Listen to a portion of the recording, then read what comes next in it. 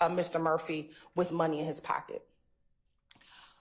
After Detective Quinn gave that information to us, we put it in writing and we submitted that to defense counsel in December of 2023 so that they could be made aware of these 4 encounters. At that point, Mr. Steele filed the motion on behalf of Mr. Williams. So just wanted to give the court some of the facts of the encounters and then the procedural history of the encounter. So when Mr. Steele last week said recently, all this information was provided to the state in December, and then we immediately turned it over once we learned of it from Detective Quinn. If you need Detective Quinn for any more clarity, the state can bring him in and swear him in under oath.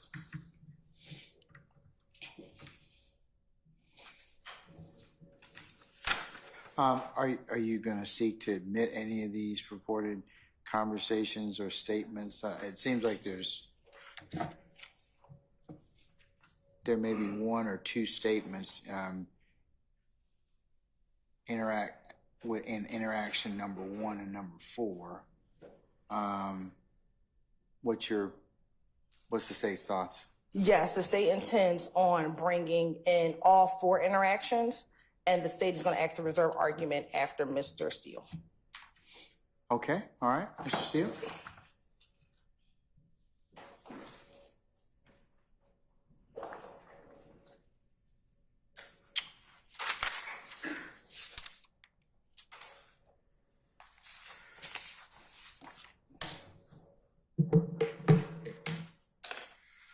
Good morning, Your Honor. Good morning, sir. Good morning, everyone.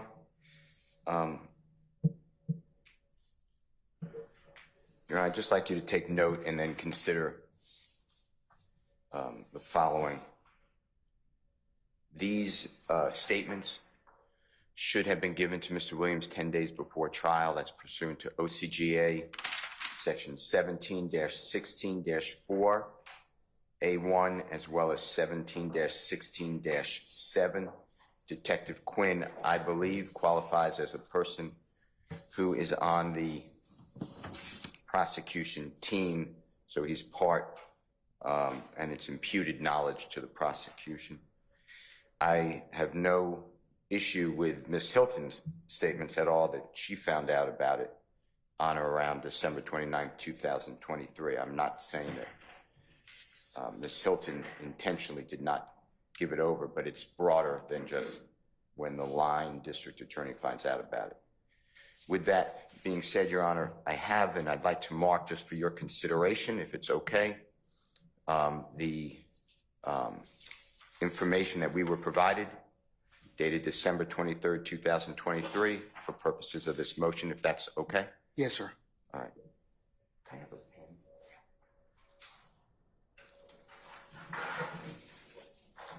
I'll just mark it as the next court's exhibit in order.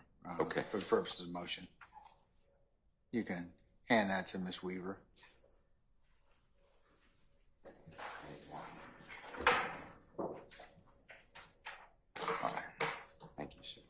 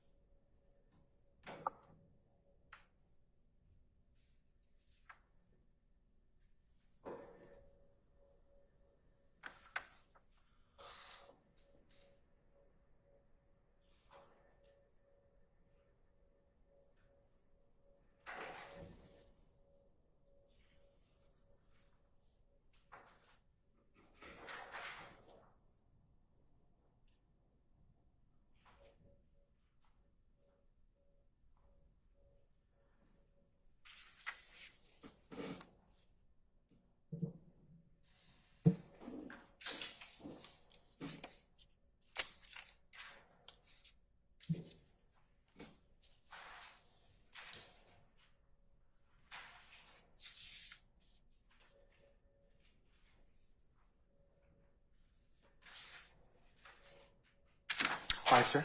So, Your Honor, these are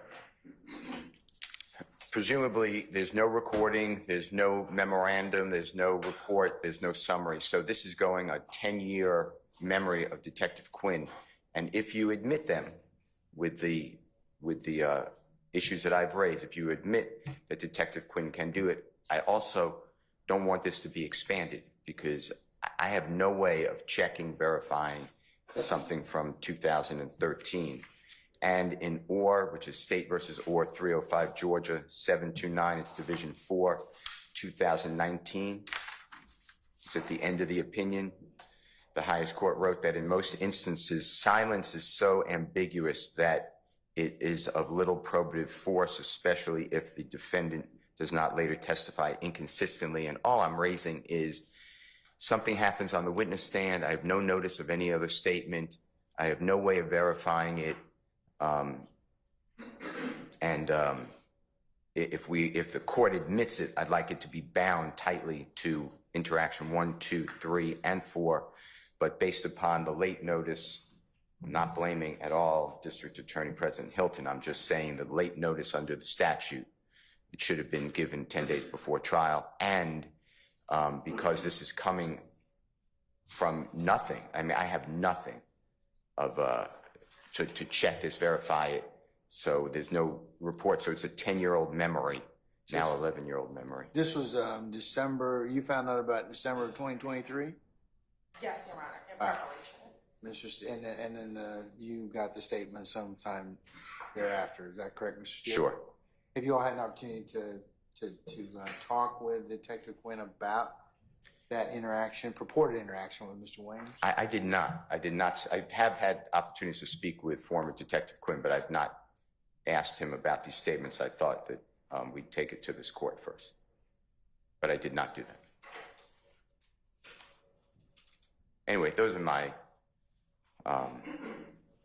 my issues with that. I also, if you admit it, in interaction number 4, Mr. Williams is again with Mr. Walter Murphy, according to Detective Quinn, who identifies, I presume, Walter Murphy, or will recognize Walter Murphy in front of the jury. And that again bleeds over to my request that you take in consideration not to admit the May 12, 2013 supposed armed robbery involving, and I'm just using initials, Miss A.B., that I've argued before. You've denied it, but it's being admitted, I presume, for association, and it's not an overt act. The district attorney's office position is an overt act doesn't have to be charged, and it automatically comes in. I can't find any case that supports that. So this is another, I offered to stipulate that the two associated, but it's just another example of why the other act does not need to come in. But I hope I'm making myself clear. I didn't get proper notice.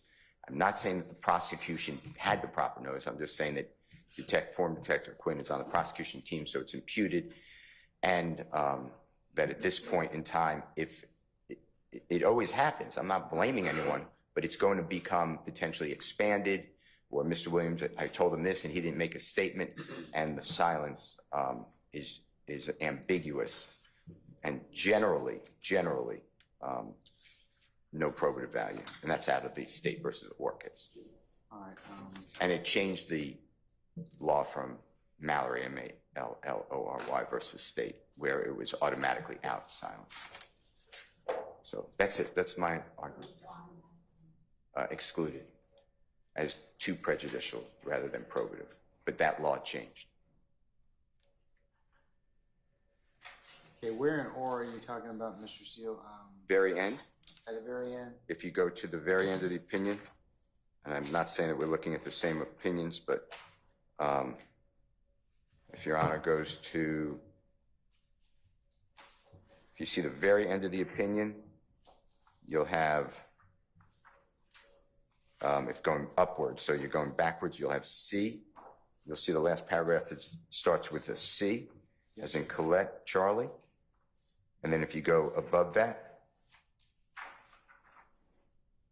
you'll start with another paragraph, but we also recall, and if you go above that to the next paragraph, that's where it is.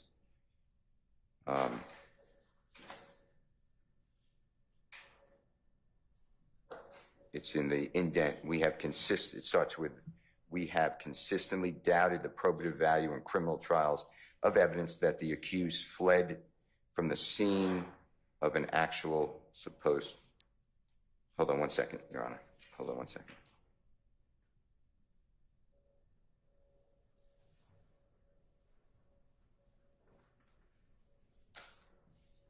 I'm sorry, it's in the paragraph above that. It starts with, it should be reiterated, if you can find that, Your Honor. Yes. That the exercise of discretion under 403 is a case specific.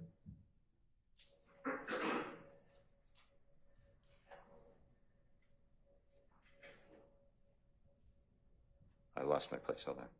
And usually turns on the trial court's assessment of probative value and prejudicial effect of the particular evidence. In this respect, we note that the United States Supreme Court admonition that in most instances, silence is so ambiguous that it is of little probative force, especially if the defendant does not later testify inconsistently. That's where I took that from. Those are, I'll answer any questions, but I'm just, anticipating that this is going to be a fluid situation. There's going to be more statements. There's going to be assertions made to Mr. Williams that he didn't answer that's not in here. And I just want to protect the record and Mr. Williams and make this objection. If you admit the evidence, I'd like it to be tight to. I mean, he can't. I would be troubled if there were other statements that were made that you around this, and that's why I asked you if you'd had the opportunity to interview him, so that sometimes when people recollect things, they, the written certainly aspect is a portion of what they actually do remember. So that's why I asked you whether or not you had taken that opportunity to do so. I understand. Okay. But those are my concerns. All I right. wanted to raise them to your honorable court. Okay. All right. And to the district attorney. All right. Let me hear from the state, and then I'll make a decision. Thank you, Your Honor. So, Ms. Hilton, so you all got, Mr. Steele's first concern is under 1716.4A, et cetera, and then 1716.7. These statements should have been turned over 10 days prior to trial. Yes, Your Honor. So first, I do want to address 1716.7 and 1764, and I want to direct the court to Watley v. State, which is 326, Georgia App 81, which is the 2014. 81, you said? Yes, Your Honor. Okay. And it's a 2014 case. And specifically, we are in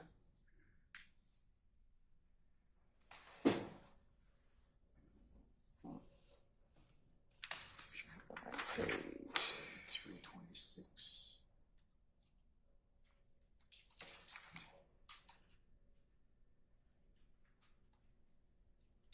it'd be on page 87.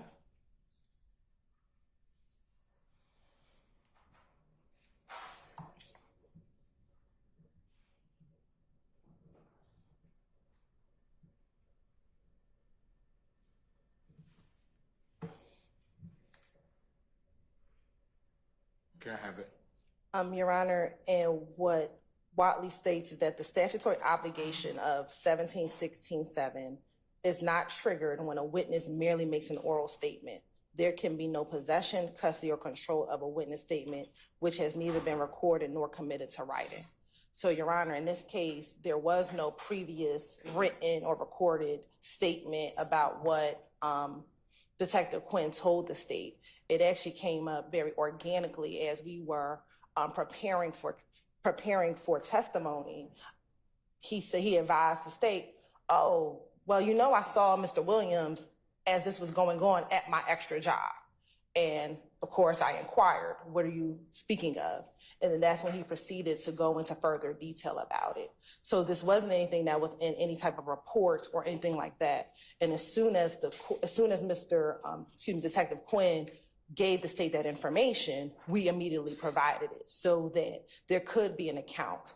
Your Honor, again, this is a summary of what he told the state. I would ask for Detective Quinn to come so the court can hear it yourself, how this interaction came up and what exactly he said to us So that the court can hear it itself and be comfortable in what Detective Quinn told us. And I believe what Detective Quinn would tell Mr. Steele or any of the other defense attorneys had they taken the time to interview him.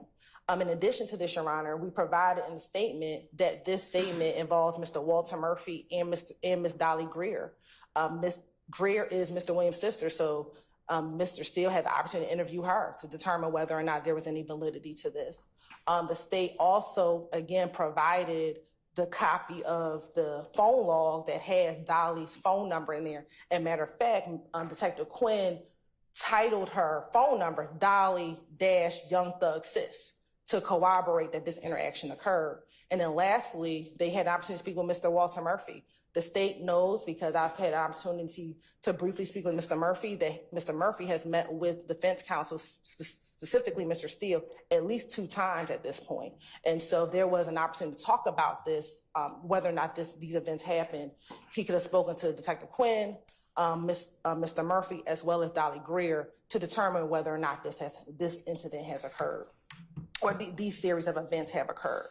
So we would ask, as it relates to the disclosure, the state did what it was supposed to do. Once we learned about it, we turned it over immediately so that we were not going to surprise defense counsel during trial and bring this out. We wanted them to be aware of it, and we took the necessary steps in order for that to occur. Next, Your Honor, as it relates to State v. Orr, that is not valid anymore. What Orr states is that the Mallory test is not valid. And so what the court has to look is to do a 403 analysis to determine whether or not this information is substantially prejudicial. And we would believe, Your Honor, that given, again, the current cross-examinations of witnesses in this case as it relates to Detective Quinn's interactions, Detective Quinn's investigation, the theory that Detective Quinn or detectives or police officers with Atlanta Police Department has either destroyed evidence, hidden evidence, interjected themselves into this case. We believe that these encounters are important because what these encounters show is that Detective Quinn had no ill will towards Mr. Williams. Matter of fact, he did not take out arrest warrants and explain that to Mr. Williams. So much so that Mr. Williams, in turn, tried to offer him a job. And I think that is important for the jurors to hear, given this idea that Detective Quinn has, in this particular case, has in some way, shape, or form interjected himself in it and has a vendetta against Mr. Williams. This shows very clearly he does not have a vendetta against Mr. Williams and did not have a vendetta against Mr. Williams. And matter of fact, wanted Mr. Williams to just go forth in his music career, continue to be successful, and like he literally told him, stay off of Cleveland Avenue. And so, Your Honor, we would ask that you allow this testimony in. Again, if the court wants to hear specifically what Detective Quinn remembers about these encounters, he is right outside. You can hear from himself so the court can be satisfied with what the testimony will be, because it will stay within the confines of what he remembers, Your Honor. And again, for him, it's also 10 years ago, and he's basing those interactions off of his memory as well.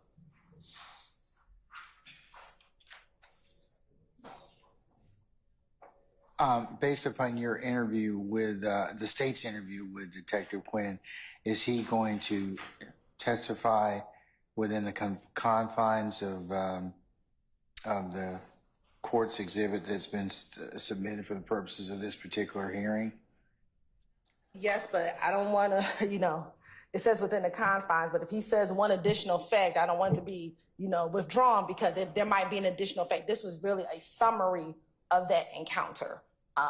But that was a summary as he had explained it to the state. I don't think anything would veer too far off of these encounters, but again, I'll feel more comfortable for the court to hear from him because, again, these were the encounters that he relayed to us.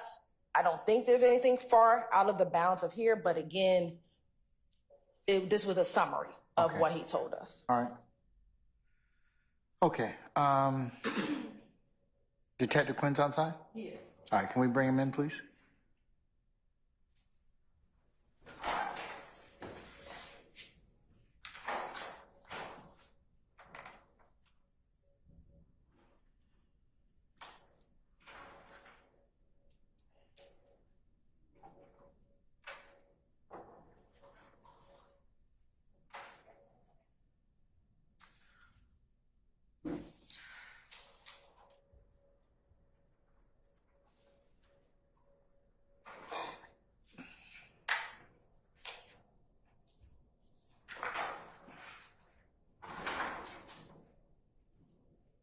All right, Detective Quinn, good morning, sir. Morning, Judge. All right, sir, if you could have a seat in the witness chair, please. And I just still remind you that you're still under oath, sir. Yes, sir. If you would be so kind to kind of reflect back to 2013, when I understand from counsels that you had an extra job working at Neiman Marcus. Yes, sir. And that you had 4 interactions with Mr. Williams, Yes. reportedly, and that you summarized that in a written statement, gave that to the defense, and this is consistent with the preparation that around December of 2023 that you had with the representatives from the state of Georgia. Is that correct? Yes, Your Honor. Okay. If you could tell the court a little bit about those particular 4 interactions, as much as you can recall, consistent with what you told them. Yes, sir. Them being the state, okay? Yes. So while in the throes of the investigation into what happened down at 126 Cleveland Avenue and 2745 O'Hateville, I worked this extra job at Neiman Marcus at that time, I guess, since 2004. So I'm there every Friday. I had never seen Jeffery Williams, to my knowledge, even come in the store. But a week, maybe 2 into my investigation, Jeffery Williams comes in to Neiman Marcus, and I'm sitting on a stool. I've got on my City of Atlanta police uniform. I'm not a detective, in my detective attire. And I waved him over. I said, come here, let me holler at you right quick. I told him directly right then and there, this joker named Bean, he's put you in this car that went off that cliff over there on Old Hateville, right into 126 Cleveland. I said, I'm telling you that because you're going to get the discovery anyway from somebody else in the car. You know what I mean? You're going to learn this happened. I'm telling you up front, I'm giving you 100%. This guy's putting you in the car. But what I did tell him was the same guy, Bean, was identifying which gun he had during this commission of this robbery that turned into a police shooting. And I said, I'm not going to lock you up based on what Bean said alone. If there's DNA, because Touch DNA was really moving in 2013. If Touch DNA comes back with male profiles on them, I just said to him, boom. Are you going to make me come get you with a warrant, or will you give me a voluntary sample to eliminate you from this case? And I assured him, I said, I'm not going to lock you up with what Bean says alone. I need something else. That's how I get down. So Mr. Williams was like, I don't even know what you're talking about. He was adamant. He seemed very nervous because, you know, I'm a uniform officer just coming up with this stuff in him, right, in some store he's coming to on his free time. A few weeks go by, maybe 3, because I got the DNA fast-tracked through the GBI. I learned from the analysts there were too many male contributors to the gun that Bean identified Jeffery Williams being in possession of. They wouldn't be able to put a usable sample up into CODIS. So a few weeks later, Mr. Williams comes back in the store again. I don't know what day, but it was weeks after the first encounter. I said, yo, come here. Let me holler at you. I said, guess what? I can't use that gun against you as corroborative evidence or evidence against you based off what Bean said. So I tell you what, I'm done with it. I did some research on you independently because I didn't know you were about to blow up. I said, and excuse my language, I said, go make $1 million, stay the fuck off, please. That's what I said to him. Maybe a month or 2 goes by after that. I'm at Neiman Marcus again. Now Mr. Williams comes in the store with a couple of people, a small, I guess you would call entourage, just maybe some associates. But in particular, he introduces me to his sister, Dolly. Didn't know this sister at all. She gives me her phone number. They asked me, would I be their road security collectively between Mr. Williams and his sister? I was like, that's not what I do. This has nothing to do with this case. I did take her number because Dolly gave me her number. I put it in my city issue phone, Dolly, Young Thug's sister, or something to that degree. And that was the end of it. The 4th encounter may have been months on down the road, might have been 6 to 8 weeks. Mr. Williams comes in. We don't have any verbal contact in the 4th encounter. My stool that I sit on is right at the downstairs escalator going in menswear. Mr. Williams is with DK, real name Walter Murphy. And from about 25 feet away from me, he's pointing to Walter Murphy's like right pocket to his pants. And there's a long stack of money in Walter Murphy's pockets as they're going down the escalator. He points at it and he doesn't say anything to me. He just makes reference to it, make sure I see it. I don't know what that meant, but that was that. So those were the encounters. Okay. All right. Either counsel have any questions based upon the court's inquiry? I don't have any additional questions, Your Honor. All right, Mr. Steele, you have any questions based on the court's inquiry? No, sir. Okay. Detective, thank you, sir. If you could step back out. Okay. Yeah, sure.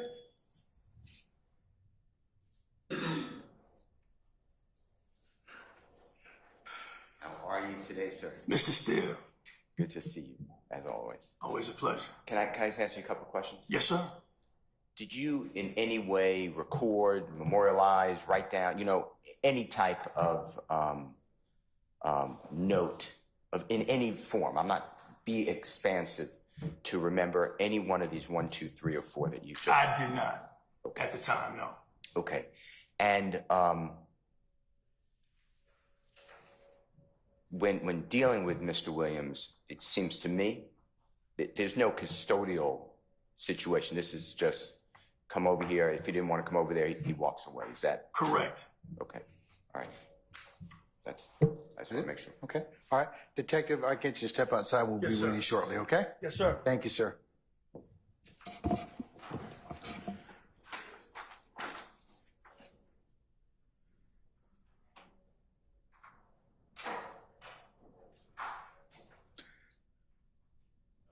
Okay, any further argument? No, Your Honor. Like I said, I think that pretty much was in the paper, but again, for the reasons the state, for the reasons, no additional further argument. All right, Mr. Steele, anything else, sir?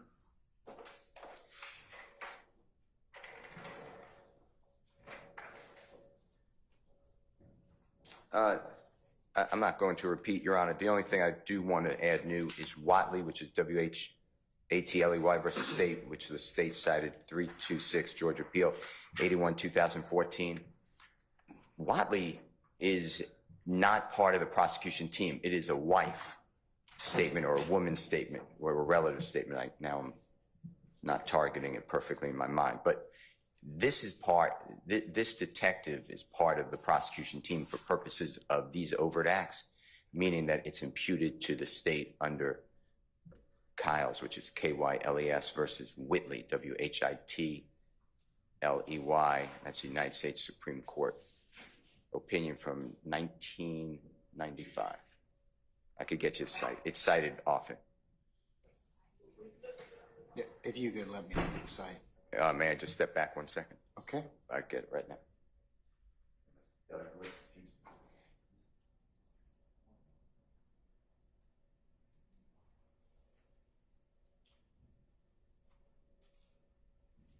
514 U.S. 419. 514 U.S. Yes, 419. 419. Thank you, Mr. Matthews. May I just say one sentence and then I'll sit down and let you read? Kyles versus Watley is a Brady case. The government was saying, hey, I didn't know about it, so how could the prosecutors turn over this Brady or Giglio evidence? Giglio is G-I-G-L-I-O.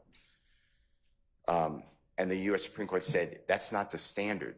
If a person's part of the prosecution team, it's imputed to the prosecution, just like now. The state can't just hide behind, I don't mean hide in a mean way, but they can't just say, well, we didn't know about it, but a member of our team knew about it. But since we didn't know about it, then the code section under discovery that I cited to this honorable court do not apply. I don't believe that that's true. So that's why I just tell the court.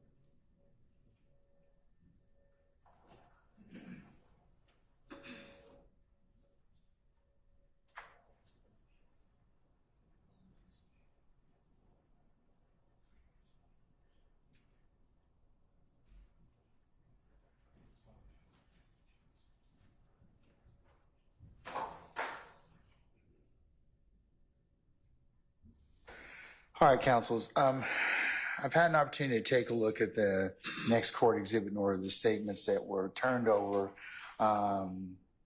based upon the state's interview with Detective Quinn on or about sometime December 29th of 2023, which chronicled 4 interactions with purportedly with Mr. Williams.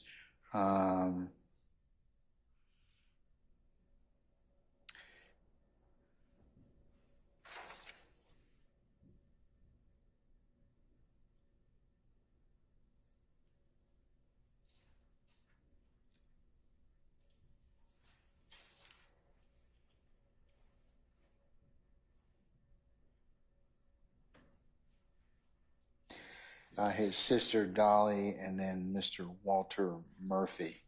The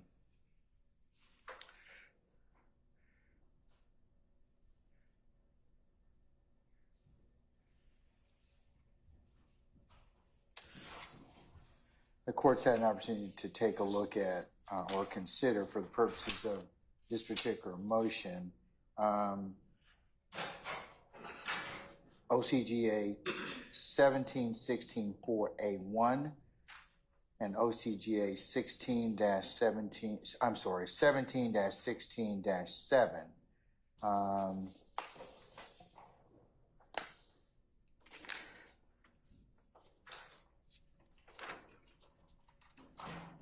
17-16-4A, basically indicates that statements should have been or to be disclosed at least 10 days before trial. It has some other disjunctives or as soon thereafter. And then 17-16-7 basically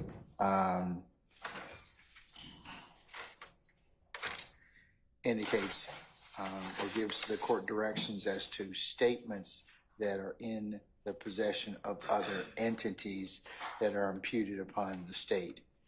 The court's also had an opportunity to consider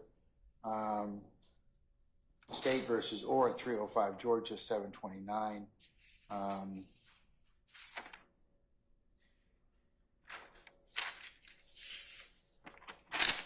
As well as Whitley at 326 Georgia Appeals 81. The court's also had an opportunity to take a look at OCGA 17-16-6, which is court orders with respect to failure of the state or the defendant to comply. So, and this pertains to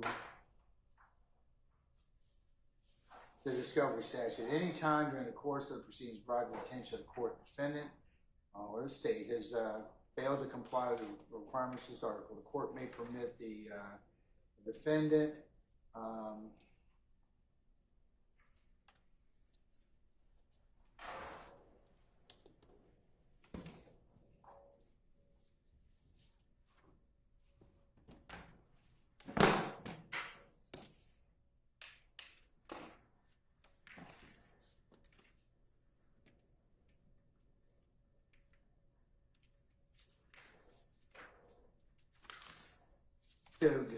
to inspect, interview the witness, grant a continuance, or if there's a showing of prejudice and bad faith, prohibit the defendant from introducing the evidence, not disclose or presenting the witness, not disclose, or I can enter any such orders deemed appropriate under the circumstances.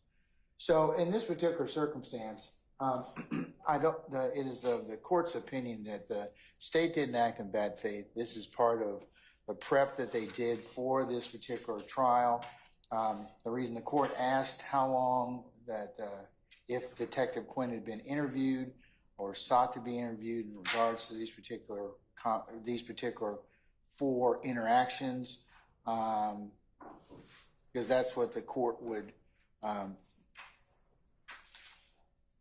allow the parties to do. Having heard Detective Quinn's interactions and giving the Mr. Williams' counsel as well as the state an opportunity to take to examine him, and also if the statements were turned over to Mr. Williams and other members of the defense team on around December the 29th of 2023, today is March the 25th of 2024. The parties have had some 3 months or thereabouts to talk with Detective Quinn about any of these four statements.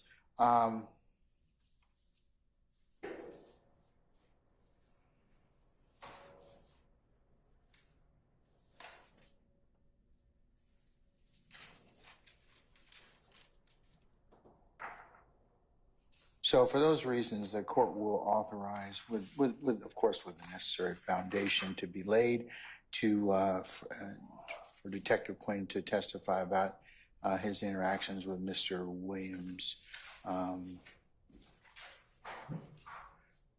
at the Neiman Marcus store that he's that are fairly contained within the next court's exhibit and order, as well as his proffer and testimony to the court. Now, Mr. Steele,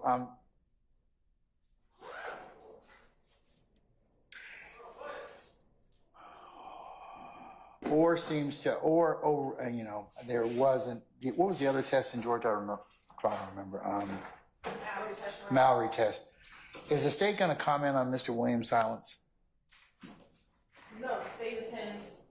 I don't think Mr. Williams was silent at all. I think he responded based on what Detective Quinn provided. Mr. Williams' response was, "I wasn't a part of that. I'm a rapper." And so, to the level of that was his interaction. Then that's really a self-serving statement. But the state intends to talk about the entire interaction. Okay. All right, Mr. Steele. I don't think they're going to get into any silence. I mean, they may. I think he may testify about your client's reported physical response to his inquiry, but I don't think that other than that there was some discussion. So, is there anything else as it relates to that particular part of your motion, sir? No. Okay. All right. All right. Is there anything else I need to take up in respect to this particular motion, Mr. Steele or Ms. Hilton? But I will authorize the statements to be admitted, subject to a foundation. No, not on behalf of Mr. Williams, sir. Okay, all right. Folks, unless there's anything else, let me let you all take 5 minutes. Are all our jurors here, Sergeant Ingram? Okay, for those of you who need to take a comfort break, let's go ahead and do that, and then we'll go ahead and call for our jurors, okay? Is there anything else I need to take up before I call for our jurors? Nothing from the state. Anything on behalf of anybody else? On behalf of Mr. Williams. Okay, all right. We'll be in recess about 5 minutes.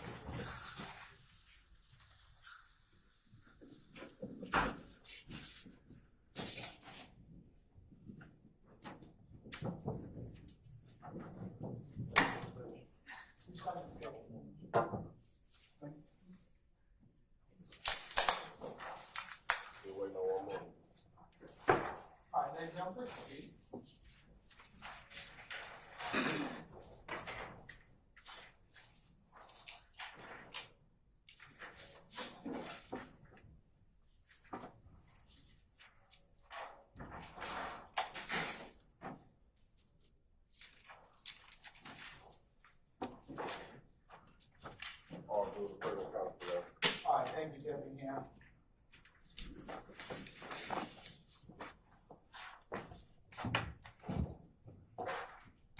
All right, ladies and gentlemen of the jury, good morning. Good morning. All right, we're going to continue with the presentation of the state's case. Again, good morning, Detective Quinn. You're still under oath, sir. Yes, sir, Judge. All right. You may continue, madam. Thank you, Your Honor.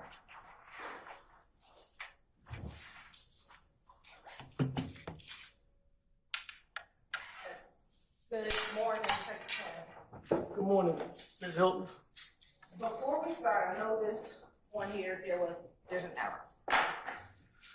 On 9/17, Which one are you referring to on this? What exactly? looking at the flip chart, Your Honor, Okay, all right. when looking at the flip chart, I have 9/17/13 jail call. Is that incorrect? Is that when you had your interview with Adrian Bean on 9/17/13? That's correct, yes.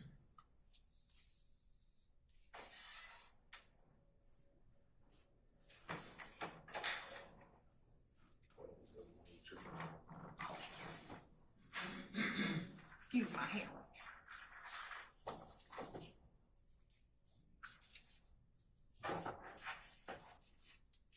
And to kind of go back over, since we've had a weekend, on 9/11/2013, that's when our incident occurred. Correct. Is that when you spoke to both Eduardo Nava Flores as well as Detective Robinson L? Yes, that's correct.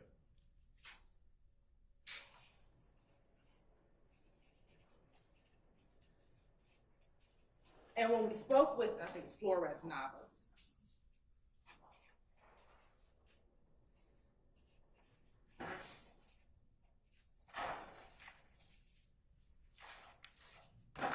and last week we listened to the recording that you did with Mr. Flores Nava. What's the basis? You have an objection, sir? I do. All right, what's the basis? Edited, asked and answered. I stand as to leading. You can rephrase, madam. Thank you, Your Honor. Last week, the interview that we heard, was that the only interview that you did with Mr. Flores Nava? Correct. All right. And as it relates to any other interview, I don't think I asked you this. Did you receive any other recordings of any other interview with Mr. Flores Nava? I did not. And did you delete any interviews with Mr. Flores Nava? Not at all.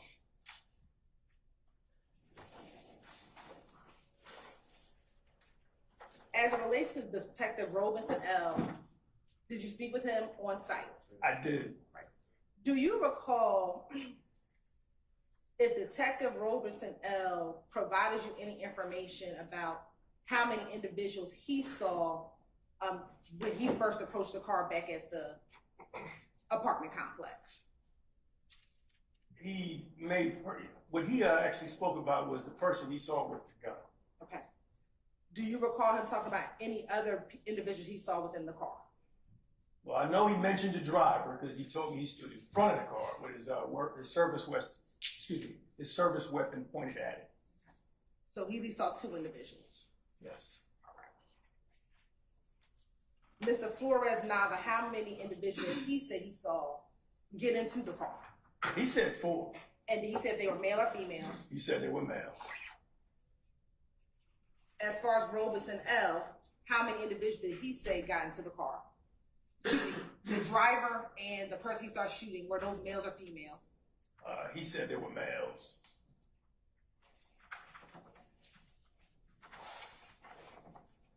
And that was the driver and the shooter. That's correct.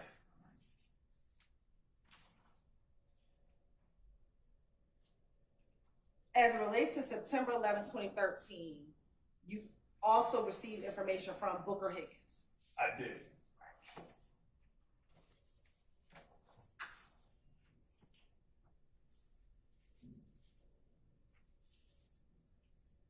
Was she able to provide information about how many people she saw within this incident dealing with the red vehicle? She talked about the shooter. She described him, and she also described a female driver.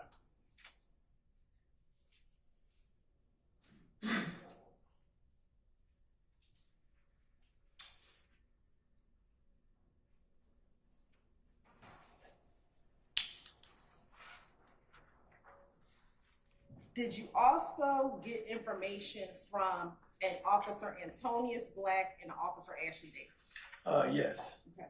And what was your understanding of their roles in this entire incident? They secured people that were inside of that Burgundy Nissan Sentra that crashed into 126 Cleveland Avenue Laundry. And where were they seated? They were actually on the parking lot doing paperwork, out of service, not patrolling, just on the parking lot in their patrol vehicle. And first, looking at Officer Antonius Black, do you recall how many individuals he observed coming out of that vehicle? What's the basic objection, sir? Competitive A and B competition clause hearsay. Repeating. Your Honor, may I respond? Yes. Officer Black testified, and he is the investigative officer that used this as a part of his investigation. I'll rule the objection. As it relates to Antonius Black. Yeah, there was a statement I reviewed of Antonius Black. And do you recall how many individuals that he observed coming out of that vehicle back on September 11th, 2013? He identified 3 they took into custody. Well, 2, he and Ashley, I can't remember her last name, but his little partner, took into custody. And do you recall if he said they were males, females, males or females? Mr. Black said they were males. And then what about Officer Ashley Davis? Your Honor, can I just have a continuing objection saying? You may, sir. And Officer Ashley Davis also said 4 males.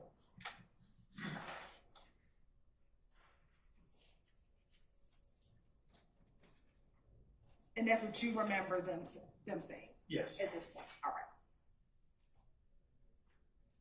right. Okay, thank you.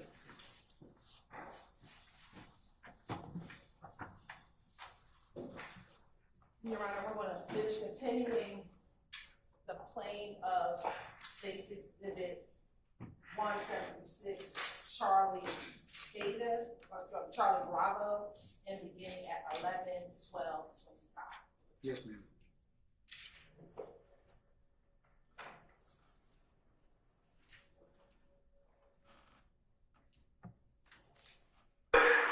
You know, and I appreciate your honesty about coming clean on this robbery, because it's a robbery. Y'all robbing somebody who, I don't know much about this brother, but he's not supposed to get robbed, no matter what kind of joker he is. It's kind of messy. So, I'm going to let your wife know. I want to pause because it was working earlier.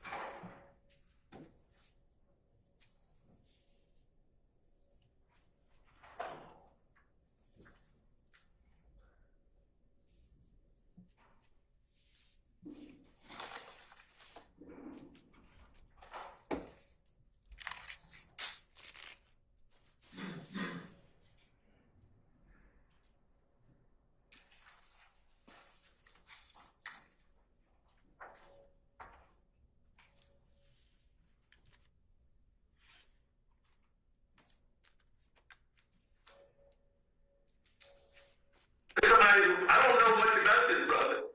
Like, he's not supposed to get robbed, no matter what kind of juror he is. It's kind of messy. So, I'm gonna let your wife know everything that's going on, if that's okay with you.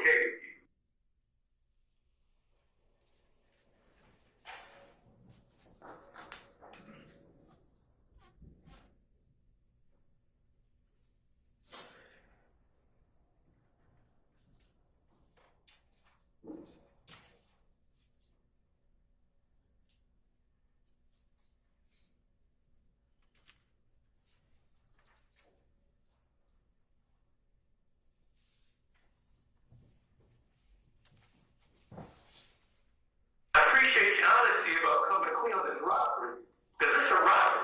Y'all robbing somebody who...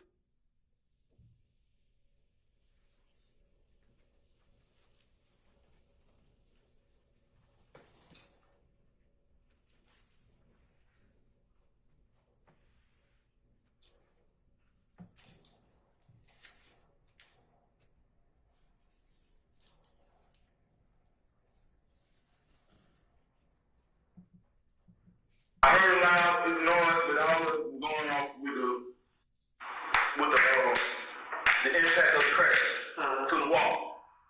So I can't say. I know DJ took the job, but he more worried about. You feel what I'm saying? He more worried about his shit, his situation. Cause he had like he had a stack on him. So everything I love, he had a stack. He went in Red's car, cause Red ran like a motherfucker. The Red ran. Red had the truck on him. He left his car sitting open.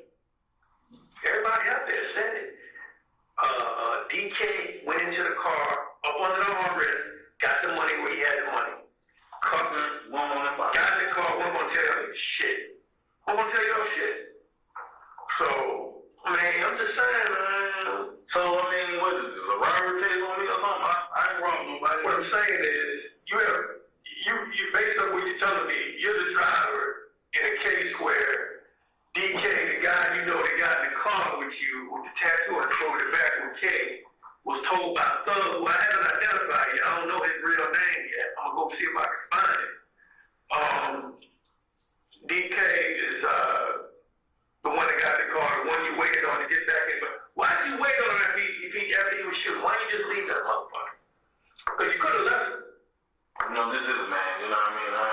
Why didn't you just leave him up there? Because he was doing shooting. He changed the script on a simple lick. I'm gonna piss off with this is a simple lick. Yeah, I'm gonna piss off. Easy. I'm gonna piss off with y'all change cars because everybody gonna get Camry.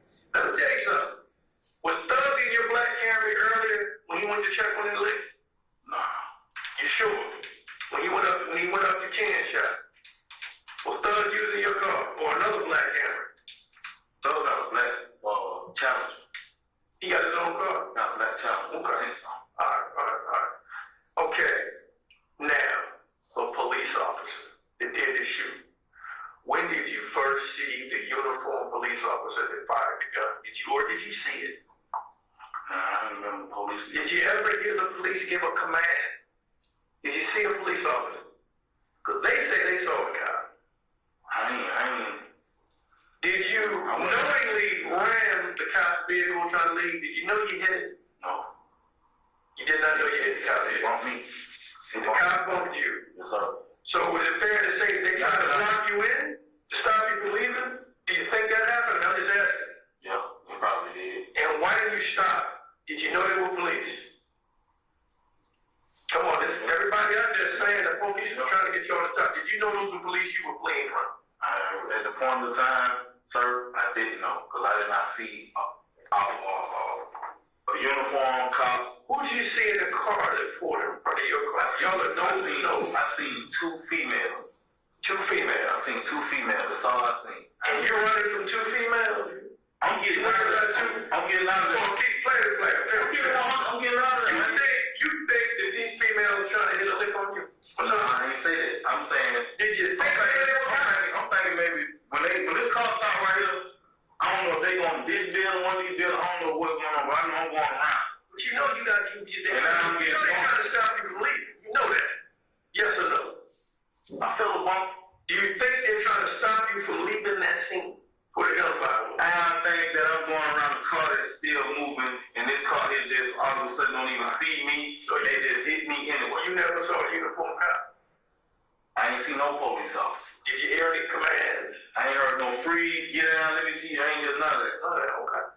no shots go off by no police officer. How many shots? I don't want to interrupt you. You finished with that statement?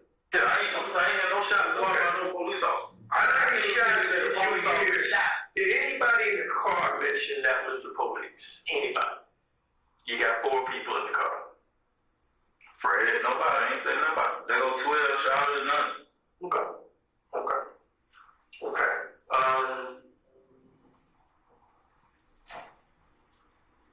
You know, this is an interesting situation, man. Y'all went through that yard, hit all them tricycles and shit. Could have been kids on them bikes, man. I could lock my own life. Oh my God, you could have. At the time, Y'all could have landed. Every time I Y'all was cleared the police because the police car back under that wall.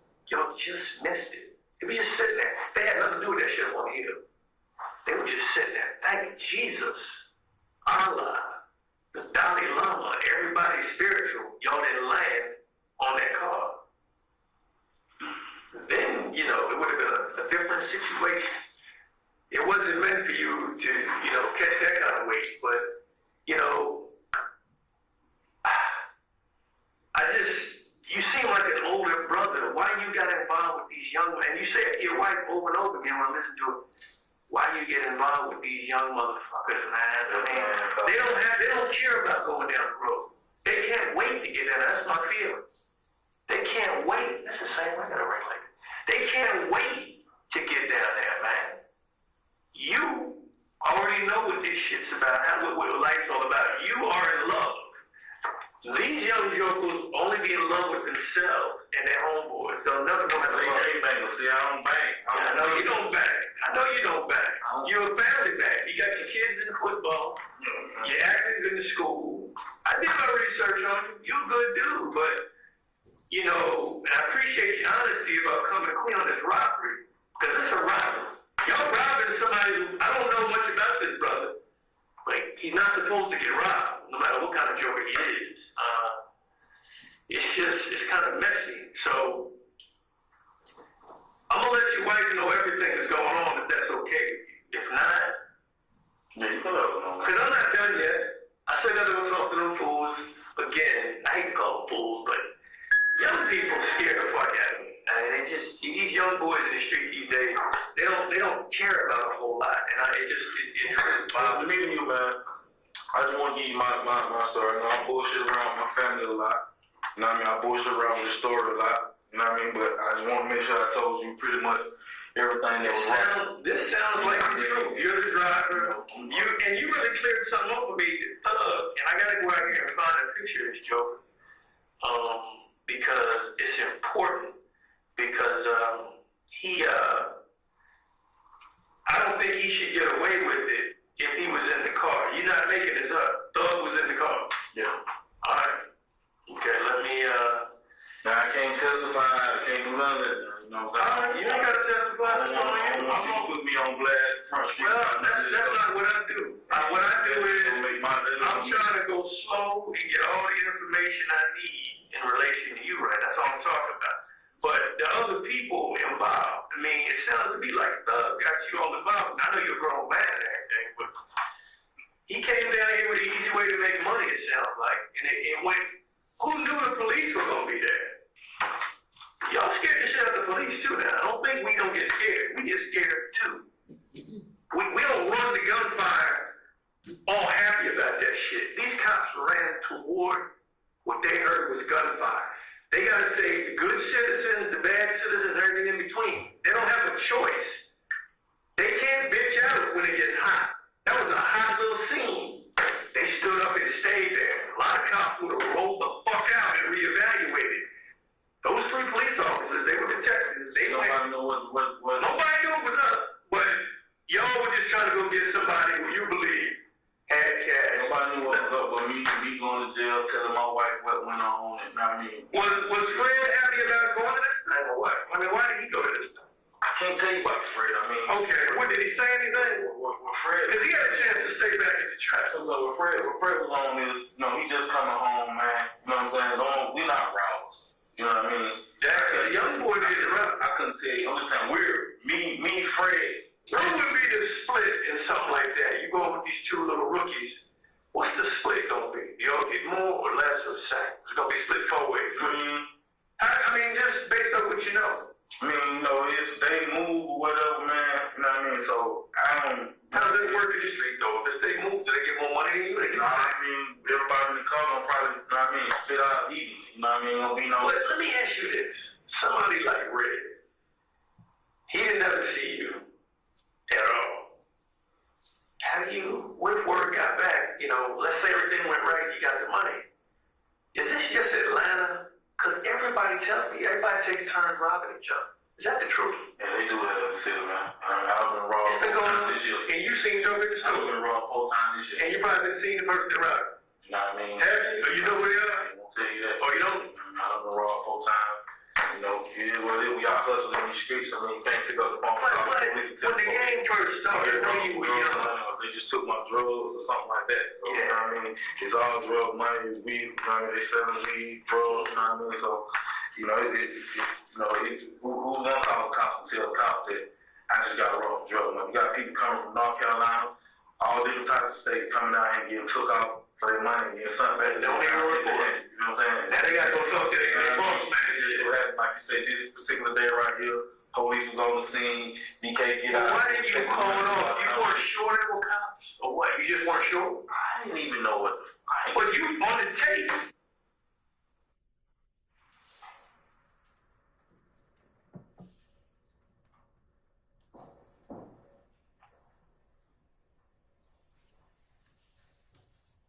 You keep saying, let me wait. You telling your people on the phone. Bullshit. You know what I'm saying? Yeah, but you saw it too. You know what I'm saying? Who indicated first? You or the tourists?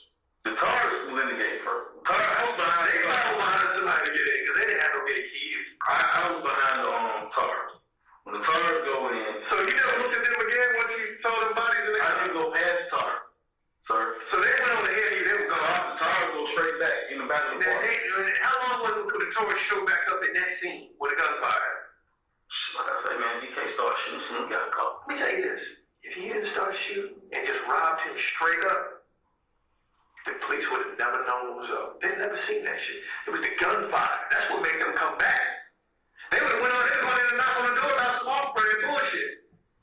They were in there investigating a whole nother robbery. It happened early that morning and nothing to do with y'all. And so, if he hadn't fired that gun, they would have been a lick on it. Let's have them around.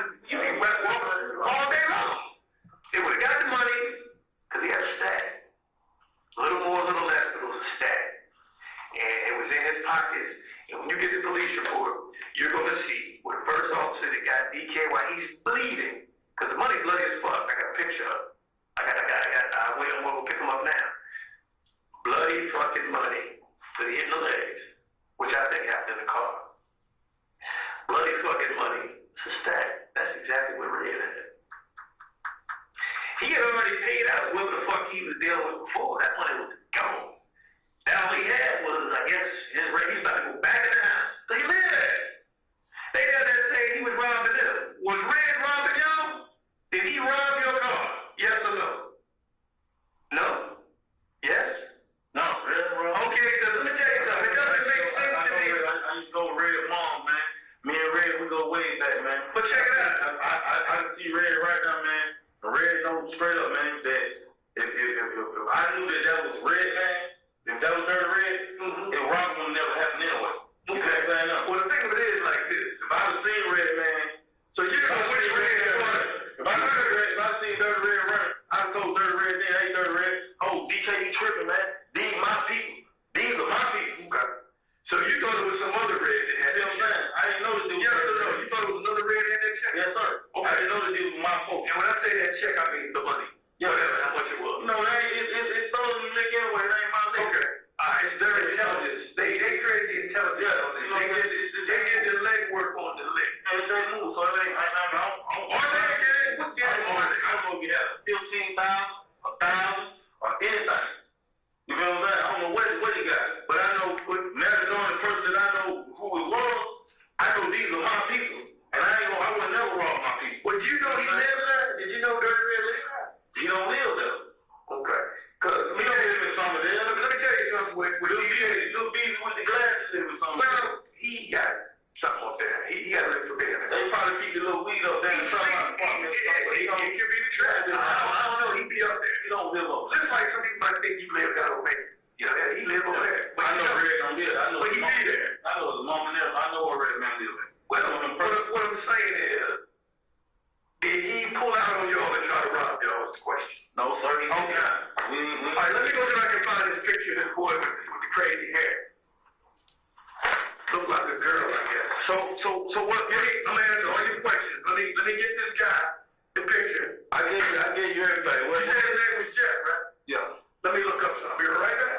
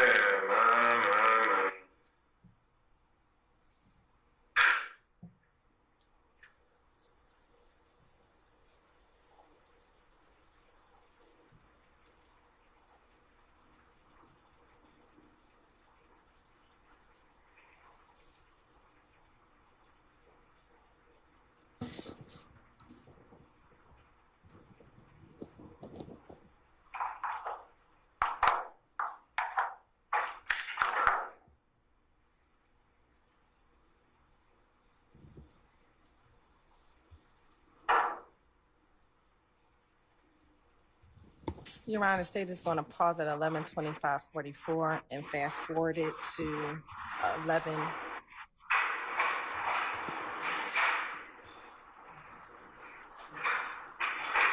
All right, madam. And I'm going to fast forward to 11:45:32. Okay.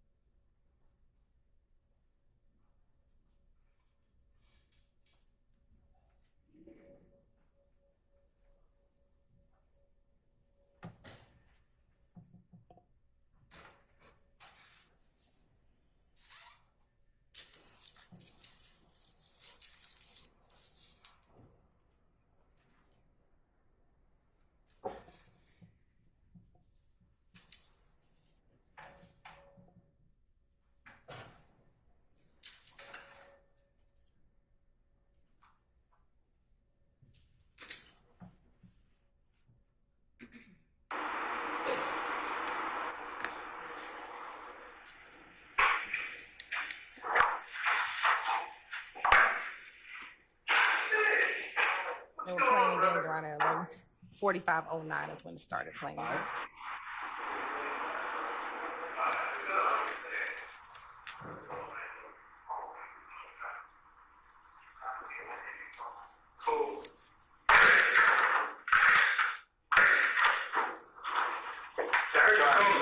trying to hit you on the thing. It goes right to my desk. It goes right to my desk. The based on this, we get you better? Yes, sir. Okay, right, we're going right outside the door. You said young thug had crazy hair like a girl. This kid is named Jeffery Williams. That's the young thug you talking about? All right, let me then go outside. They make me put handcuffs on you. So, can you work your business with your handcuffs on? I just have. Actually, man, fuck that. I ain't going with that. I gotta leave. I gotta leave with the ankle chains on you. They get Put the handcuffs to the different thing. That's gonna kill me. But they real funny about these. I'm gonna put it really loose. We're just walking 2 steps outside. You ain't gotta walk close. You just strutting. I'm right down to the left. Fuck me. Busting me up. All right, I'm gonna take it off. I'm gonna take the whole thing off. Look up.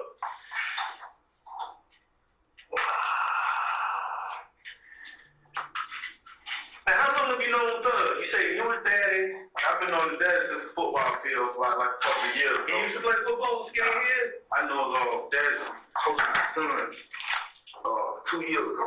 All right, I gotta put these on. Put it on, bro. Down the Roselle fan. Say it one more time. Down the Roselle fan reparation on Cleveland Avenue. Oh, that's the new one they doing at the end of the road. Never been in there.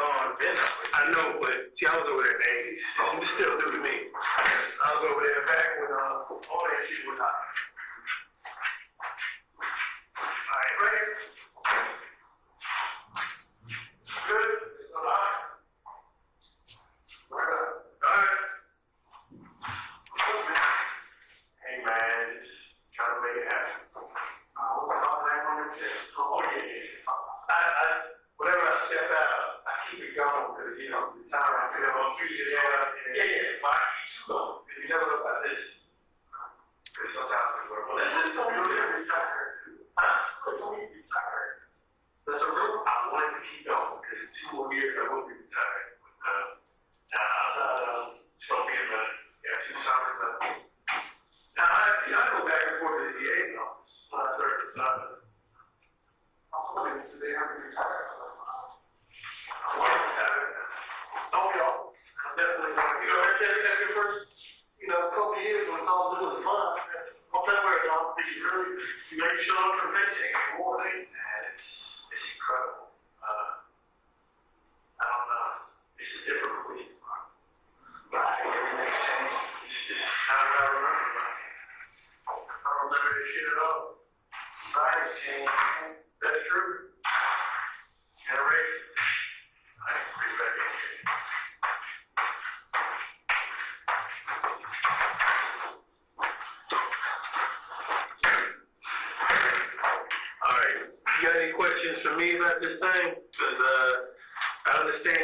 don't want to testify and all that. It ain't about all that. That's on you. You know, I'm sure based off what you said, the DA is going to come to you and say stuff to you.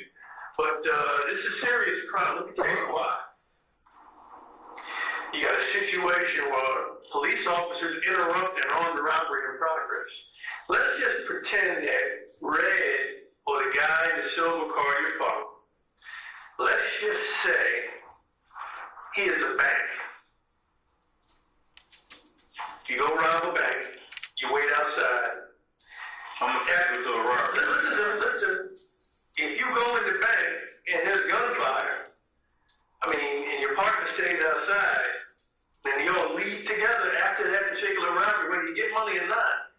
The one driving, the one sitting in the car, the one that was back across town organizing that shit, all guilty of the same thing. So the police officers, based on what they told me, were in fear. And they thought, they didn't know who the victim was. They knew someone was being shot at. That would be Red. Now, I don't know what his cooperation level is. I haven't talked to him. I don't know what's up. But I have to write it all up. I got to show the reason why the situation happened. I don't want to talk with something that happened to Red. Well, what I'm saying is, he's been talked to. What I'm saying is, I can't go into that part of the investigation, is what I meant to say. That day, I didn't necessarily have a chance to run down things with him. I'm trying to find out exactly everything. My main concern was the people that were injured. You were injured. The other two guys were. Make sure you guys would help me first. They told preliminary stories like you told a preliminary story. You all three of y'all. I gave you a real story. Well, they're not going to. If they don't tell me that, they ain't really come tell you nothing else. they have to know. They're not going to come. But they have. They have said. They're saying that Red was robbing y'all.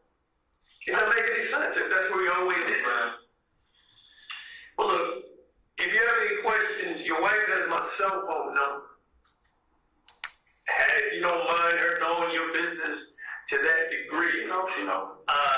You can't call her, can't talk to her. I'll let you talk to her maybe on the way back, but thing of it is, this is an investigation. I gotta understand why there was gunfire, why the police had to get involved with gunfire, because they believed you were gonna run them over. You know, they were scared of the car. I ain't even know what else police officer. I ain't seen no police officer. Me personally, seeing the police, I would have stopped.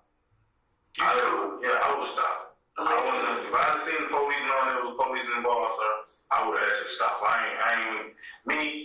So who do you think it was blocking you in? I don't want no trouble or none of that. You know what I'm saying? Who do you think it was blocking you in? I'm trying to get the folks at DK. You know what I'm saying? Exactly. You know what I'm saying? You thought it was the people, you know what I'm saying? I'm thinking he was robbed. Yeah, I'm thinking maybe, you know what I'm saying? We getting on and off here. I ain't know nothing about it. Oh, okay. So you think that the victims are retaliating? Yeah, you know what I'm saying? I ain't seen them. If I see blue suit, shit, I'm stopping. Okay. Well, everybody, the witnesses from the party, like I said, the ones that looked through their windows saw the officers in the full uniform. They got out the car. Yeah, I don't know what they seen. You know, I can't. You didn't see it. I'm driving, so I can't tell you. Well, here's the thing. Here's the thing. Who and what's what. Let me tell you why I don't believe that. And I'm just keeping it real with you. The reason why I don't believe that, again, with the tape, I'm not going to bring it back out. It's going to be in my report. Tell you exactly what you said. You said that when DK got out of the car and hopped out the car, started busting, 12 backed up in the Taurus. Now, I know who the fuck 12 is. You do too. 12 ain't backed up in no car. Listen to me. You already told me the car backed up, the Taurus. They back in came with it. Well, whatever I'm saying, you know it's the police because you called them 12. Then you said 12 started shooting into the car. That's on the tape. You're talking to your wife and the other dude. Y'all talking. You saying 12 shooting, police shooting. You even said, well, listen to me. You even said DK was shooting at 12. That's what I'm going to put up as evidence. So that right there, hold on. Listen to me. If you don't clear this up, I'm going to present what I got in those jail conversations. And you're saying saying you knew it was the police because you're calling 12. Everybody in the street know police is 12. This is what I'm telling my wife. You did not understand. Everything I'm telling them. It makes sense. None of them got hit by a police car. Well, I know it's 12. You feel what I'm saying? Man, you knew it was 12 up there. I know it's 12 apartments. Because you called them 12. Look, from the time You're trying to get away from 12. Yeah, that's the one thing you're going to hold on to. You don't hold on to. I listen to that. I'm telling you. I know it's 12 because the same car ran me over. You're not getting that far right now. That's how I know it's 12. For me to get in here and tell my wife who these folks is, you know what I'm saying? I didn't know these were these people at the time this was going on. So you're saying the same car you saw in the parking lot that blocked you in, eventually the car ran you over. Well, the one that was near your car. You know what I'm saying? You know what I'm trying to tell you. Some I'm telling them, some of that's so true, some of it's not true. So when did you know it was the police? After you got bail? She hit me with the car, man. I know damn. When I see them, I see the car. I'm like, damn, this is police. Police just ran over the car. I said, so this is the damn police. So I can tell my wife in this story. Right? You know what I'm saying? Well, from the beginning, from me to you, I can't tell you this is the police. Okay. Because I would have stopped for the police. All right. That makes sense. What you said, that makes sense what you said. So that'll be up to whoever makes that decision what they believe. I'll put that down. You see what I'm saying? From the beginning, I can't say this is 12. Okay. But after, yeah, this is the same car that got me. Yeah, I can tell my wife this is the police. Okay. You see what I'm saying? All right. That's your story. So let me get over here. You got a hearing tomorrow or something. No, I got it on next Thursday. Oh, okay. For this aggravated assault. I'm gonna talk about that. I'm gonna talk about that. You already told me.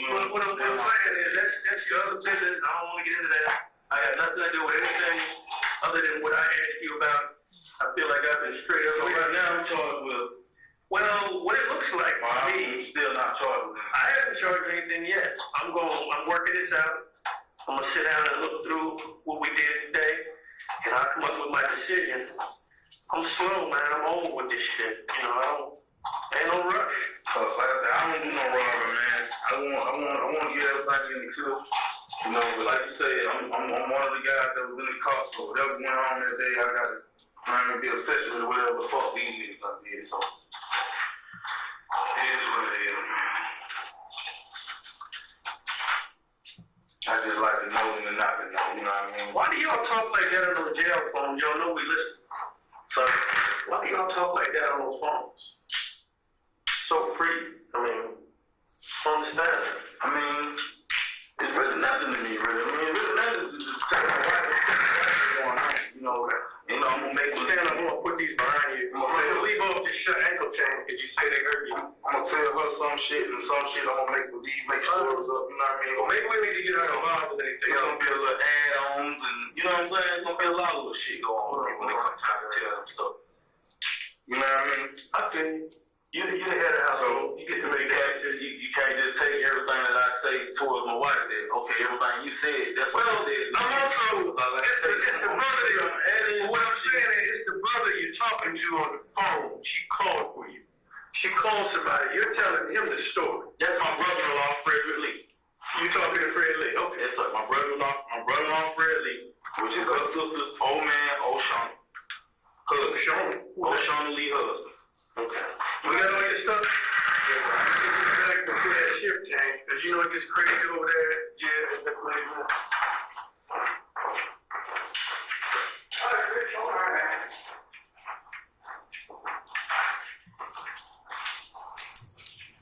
And Your Honor, we're going to pause at 11:57:48.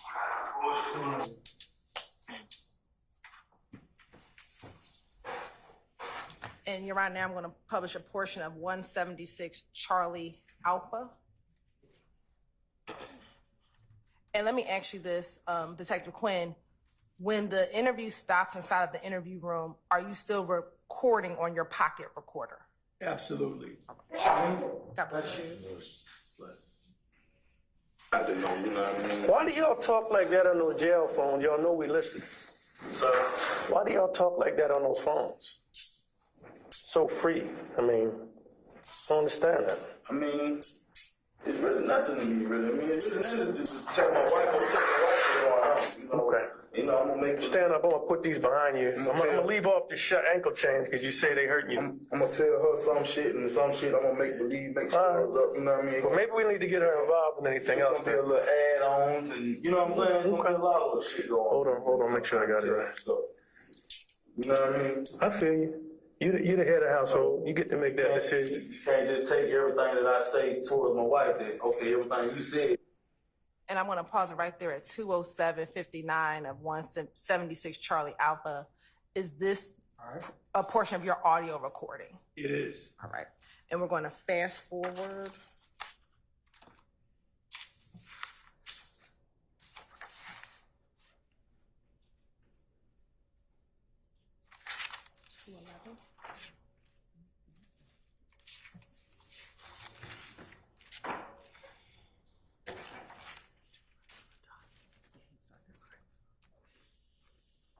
They young. Oh, she just gonna let me use the phone. So you gonna put my speaker. We'll sit in the car. Yeah. Appreciate it. You know my cousin too. Who's your cousin? Maybe. Oh, Keith. Okay. Yeah.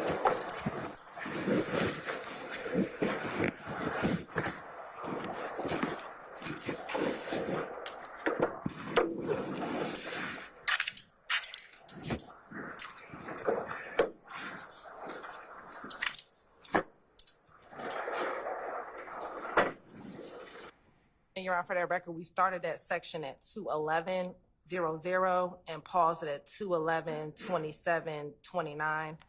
Okay. And Detective Quinn, is this you getting back into the vehicle? It is. And where are you going once you get back into the vehicle? We're headed back to 901 Wright Street to Fulton County Jail. Go forward all the way to...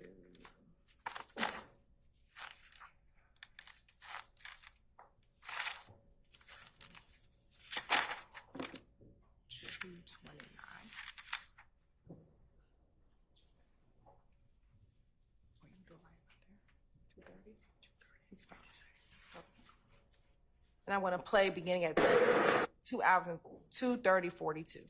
All right.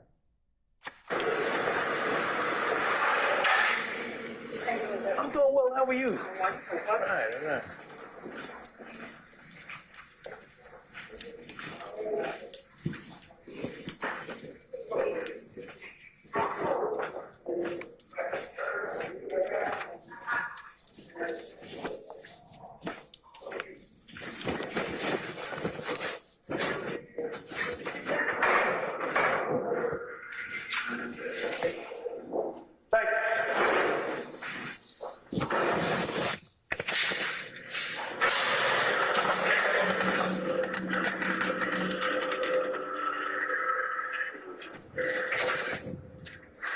This concludes this interview. Transport of Adrian Bean, time 12:20 p.m. 9/17/2013.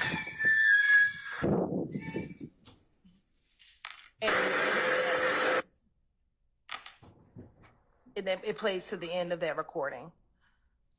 Detective Quinn, and Your Honor, for the next couple questions, do you mind if the state sits down? No. Thank you, Your Honor. Close out. You talked last week about your pocket recorder. Is that the same pocket recorder that you used when you talked to Mr. Eduardo Flores Nava? Absolutely. And is this a digital or an analog recorder? It's digital. And we all should know how recorders work, but how does your specific recorder work? About the size of a pack of gum. For ages, I've kept it right in my lapel pocket. And because of Georgia law, it's surreptitious. It's a secret that it's there. I never show anyone my pocket recorder. Georgia law says we're a one-party state. I observe that. And what does that mean? What's your understanding? The only party needs to know that. Calls for the witness to speak about the law. Oh, I'll sustain the objection. Okay. So you keep it in your record. At what point, specifically with your interview with Flores Nava, do you recall turning on your recorder? Before I spoke to him, my recorder was on. I never let anyone know that I've activated. I have to actually push the button for record. I'm real good at slipping it back in, then I begin my interviews. But I never do anything where I'm holding out like a microphone. I don't want anyone to know. I want free and unfettered testimony from whoever I'm talking to. And we talked about deleting of recordings. Is it practical to delete recordings at the scene of a crime? Why or why not? I don't even understand why anyone would delete a recording at a crime scene. I mean, or anywhere else. With the advent of digital technology, you had these recordings for your notes later. You want to have all your information. And again, did you, as it relates to Mr. Bean, Mr. Flores-Nava, or any of the interviews that you conducted as it relates to this case, have you ever deleted any of those recordings? Objection, Your Honor. Asked and answered. I stand the objection. All right.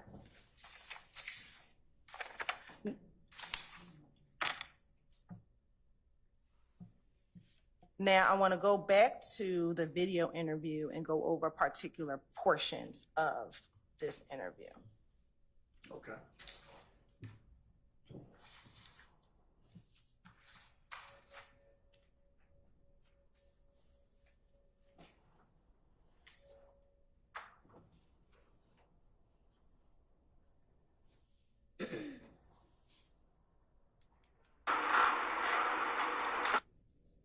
I'm going to first go to approximately 10:28:47, and we're going to start there.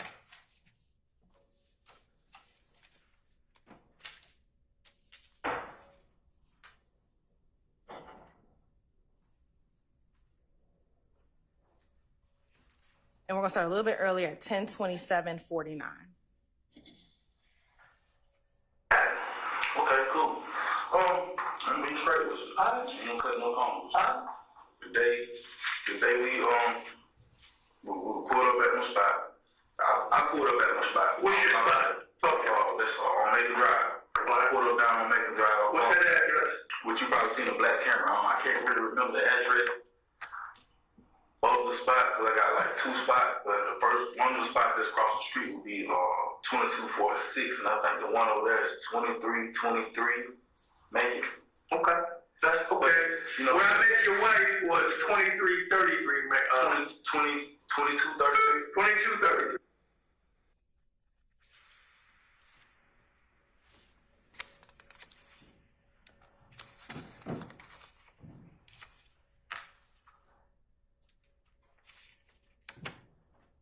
Okay.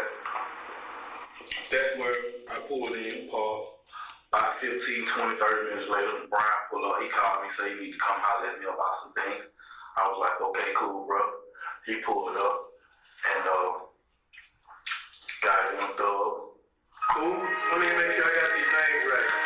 Brian pulled up, and then what happened after Brian pulled up? You're the camera. Yes, sir. I mean, I paused and jump on, just shoot the shit for a minute. And Brian called me, said, come to see me. So I said, come on, Brian, come chop it up with me or whatever. So Brian come, and guy Young Thug roll up, said, hey man, I just seen a dude with about 30,000 on him. You know what I'm saying? Who's that? Who? That's what Young Thug said. Young Thug said, yeah, the blue. is he that kid with the dreadlocks? You know what I'm talking about? Right. Real skinny though, wearing pants like white boys. Skinny. Yeah, okay. He's screaming, he's saying guys. Okay, I'm going to pause at 10:29:31. At this point in the interview, is Adrian Bean the first person to bring up the name Young Thug? Yes. Right. And prior to this portion in the interview, was the only time you heard about Thug's involvement on the jail calls that you were listening to prior to this interview? Yes, ma'am. And prior to the jail calls or this portion of the interview, had you heard of that name, Young Thug, as it relates to this particular incident? No. And it was Bean who introduced that name? Absolutely. Now I'm going to forward to 10:32 to 1033.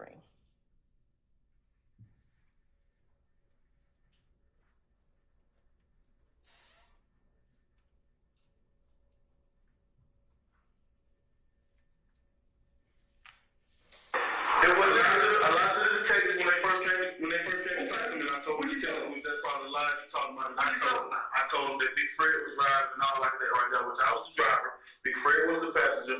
DK was behind me, and Young Thug was behind Big Fred. Young Thug is a rapper. Wait a minute, so Young Thug, what is Big Fred? Because he's like 6'8", 354 pounds. He was sitting in the back seat. No, he's in front with me. Okay, so let me make sure I got the seat track. You said Big Fred was driving. All right, we got that cleared up. That was in the beginning. Yeah. So I told a few bullshit lies. I ain't gonna keep keep it all the way live, man. You know what I'm saying? Big Fred.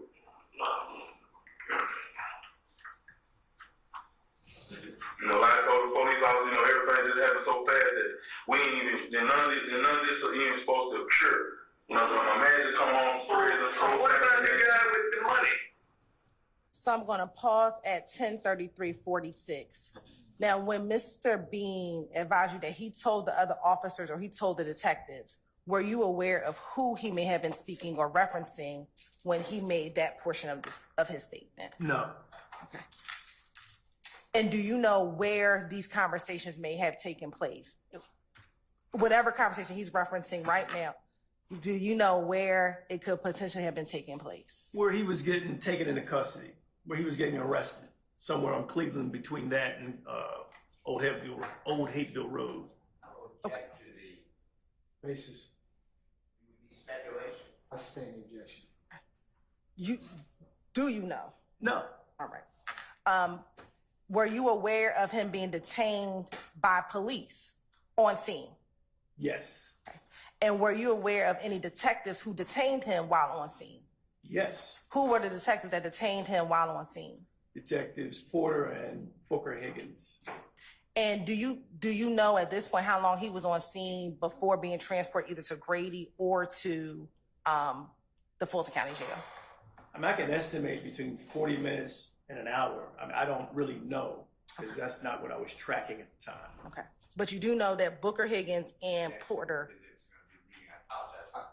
I sustain the objection. Okay.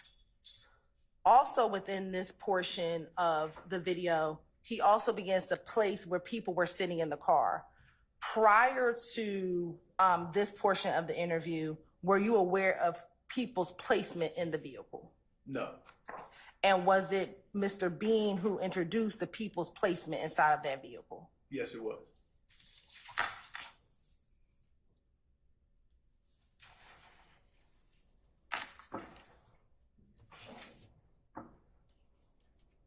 Okay. Now I'm going to excuse me.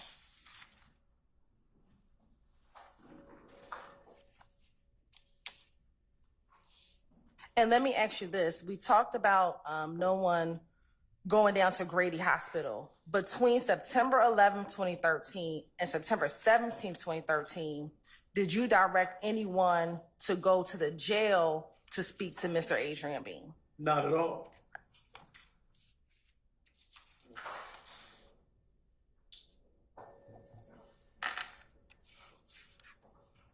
Now I'm going to go to 1034:21.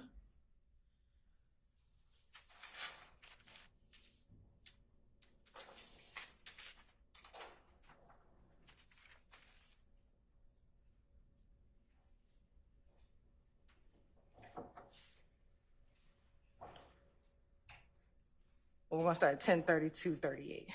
All right. There was a lot of the detectives when they first came to talk to me. I told them that's probably the lies you talking about. I told them that Big Fred was riding and all like that right there, which I was the driver. Big Fred was the passenger. DK was behind me, and Young Thug was behind Big Fred. Young Thug is a rapper.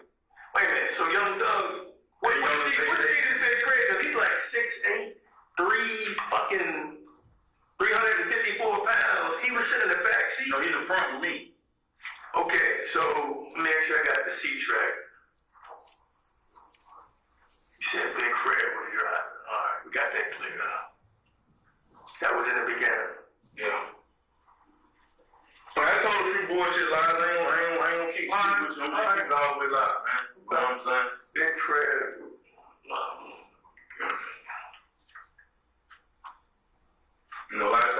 because, you know, everything just happened so fast that we ain't even, and none of this are even supposed to occur. You know, so my man just come home from prison. So what about the guy with the money? Sir? What about this guy with the money? What Thug came to you with a lick, it sound like. No, they want to check on the lick was dead. The lick was dead. The lick was dead. I guess When DK got in the car, you see any money on him? no, sir. I had $345 a month. Yeah, I know, it's in property. I saw it down there on the I had my own money. sheet. Yes, sir. I had my own $345 in check and worth of cash in my pocket. It had nothing to do with what was going on up in Summerdale, right? No, sir. Alright, did you know that DK got some money? Okay, let me ask you something. Who had pistols in that car? Make sure I got in the car correctly. Who had pistols in the car? You got Big Fred with a gun. You got DK with a gun. You got Thug with a gun. Big Fred. What kind of gun did Big Fred have? Don't go get him. You think you can recognize him? He has a 9mm Fred had a 9mm Ruger. Go slow for me, because I'm slow. Okay. DK had a little bitty, small, little gray looking gun. You know what kind? I just know. Small and gray. Yes, sir. Was it automatic or was it I was in a lot. alright, but you don't know what his was, 9 or 40, 45, what kind of DK had? I can't tell you this good. Okay. I mean, I don't hang with Alright, small gray automatic. Let me put this on the clip of rap too. These are younger guys than me and Big Fred. Like I said once before, Big Fred just come home from jail. I'm trying to show my big homie a good time. I took him to buy brand new clothes and stuff. Okay. You know what I mean? And that was that. Big Fred. The younger guys, I don't know what they be having, what their attention is, or what they be on, or whatever, but they is way beyond what we're on. You know what I'm saying? They go by a whole nother means of getting their money. That's for sure. To get my money. These younger guys, they like to rob, take, and do all this other stuff. Okay. Okay. I just want to put that clip, you know what I mean? I don't rob, I never rob, I ain't got no rapping for no robbery and stuff for juvenile or something like that, but since that, I've been straightforward, you know what I mean? Trying to raise my family and whatever. What kind of gun did Young Thug have? You can remember? I didn't see thugs. Okay, but how do you know he had one when he got shot? He had it. He keep a gun on. How much was the lien gonna be? How much was they paying for the lien? It's your pop. Supposed to be $150 for the lien, 50-50. Okay, we're gonna pause at 10:36:09. You got permission to go to the board? Yes, ma'am.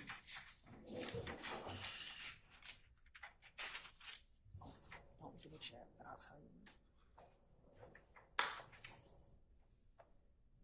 Now, in that section, he talked about a number of different things. So first, what do you recall him telling you the placement of everyone inside the vehicle was?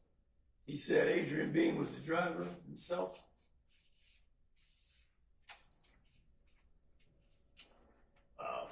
Big Fred Procedural was in the front passenger seat. Walter D.K. Murphy was in the rear driver's seat. He said that Jeffery Williams, he called him Thug, was in the rear passenger seat behind Big Fred. Okay. All right. Now, let me ask you this. He said a few things. You talked about hustling, that he was a hustler and they were robbers. Do you recall that portion? I recall that. In your 30 years of being a law enforcement officer, a patrol officer, what is your understanding of what a hustler is? Is there a distinction between a hustler and a robber? It depends who you're talking to, but hustlers generally, in my experience, people that get money from ill-gotten gains, drugs, they're not necessarily robbers, but it can rise to that given the right opportunity. And when he said, I hustle, I don't do robbing, in your years, what was your understanding of what Bean was trying to communicate? Objection, Your Honor, calls for speculation. Your Honor, it's his understanding. I'll rule the objection. Do you have an objection, Mr. Steele? I had the same objection as Okay. I'll rule the objection, sir. He can answer it if he can. In my experience, Bean was describing himself as a nonviolent felon. He gets his money in the streets without causing any kind of force or harm to people. And that's what he's telling you. That's what he's saying to me. Okay. Now, he also talked about individuals who had weapons in the car. Do you recall that? Yes. Okay. As it relates to Big Fred, do you recall what type of weapon he said that, he said that Big Fred had a weapon? He did. What kind of weapon does he say Big Fred had? He said Big Fred had a 9mm. Do you remember what kind of 9mm? It was an automatic handgun, and he just said a 9 or a 9mm. Let me go back for a moment.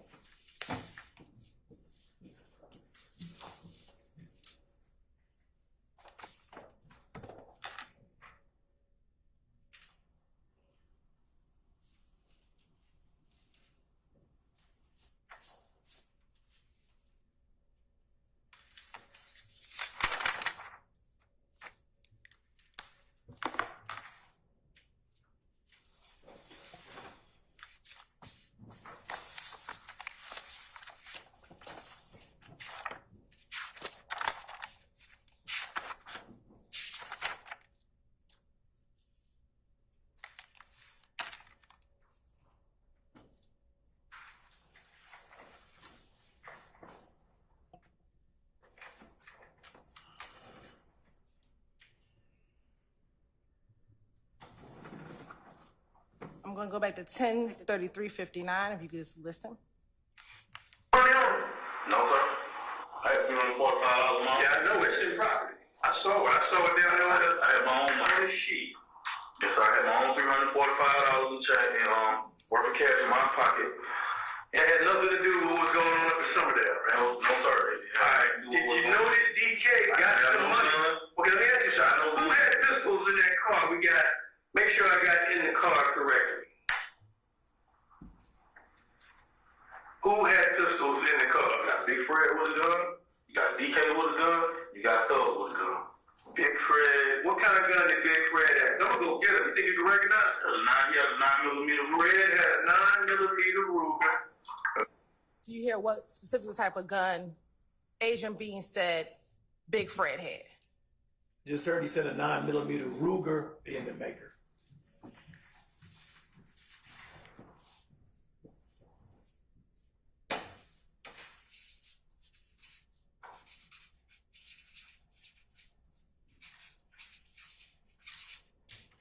What about DK? Did you recall if he gave a description of the type of gun that DK had?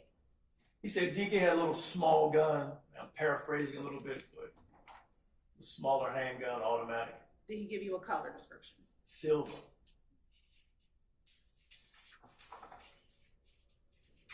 And then was he able to tell you what kind of gun Doug had?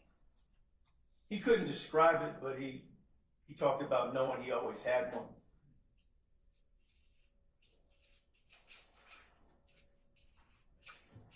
I'm going to show you what's already been admitted. It's State's Exhibit 102C.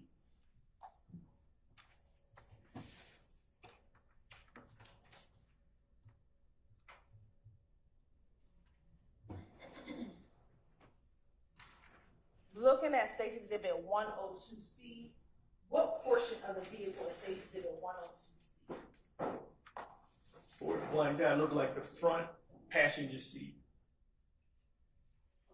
And is there a gun marked by a placard marker 3? Yes. All right.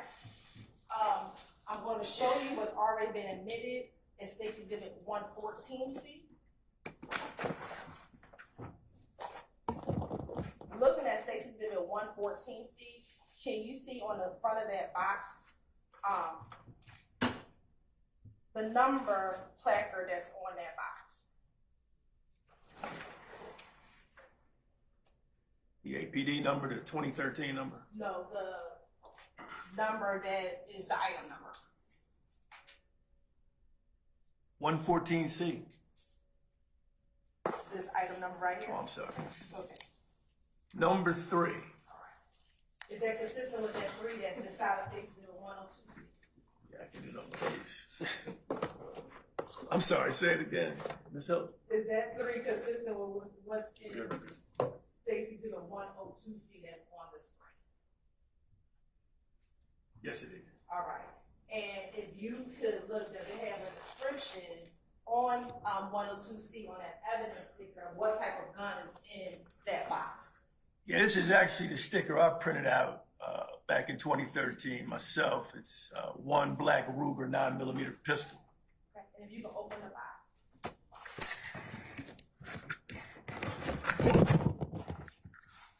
And is that Ruger 9mm? That's it. Now, looking at section 140. And if you do me a favor, can you just take your right hand and open up and show that gun that's inside the house? Okay. They put on two, so we get it right.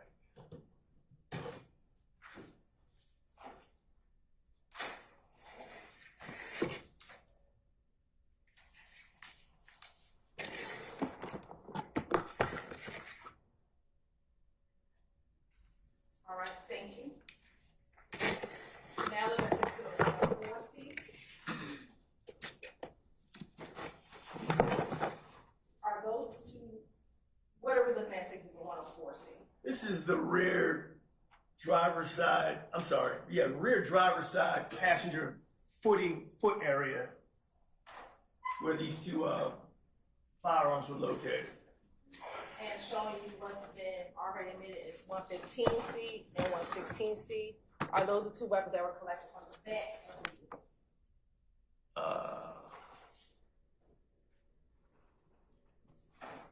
Yes. Okay.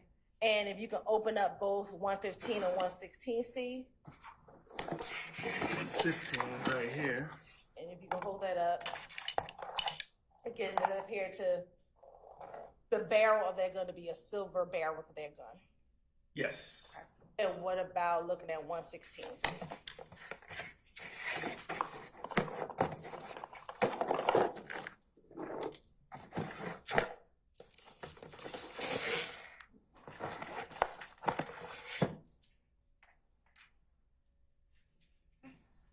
Now, in looking at State Exhibit 4, 102C and 104C, were those guns consistent with where Adrian Bean said the individuals who had guns were seated in the vehicle? Yes. All right. Prior to speaking to or meeting with Adrian Bean, had you showed him any of these pictures? No. Okay. Had you talked to him about the pictures that were taken on the scene on September 11, 2013? Not about photos. Had you had any conversations that they found a Ruger in the front driver's seat of the vehicle, front passenger seat of the vehicle? I didn't. Okay.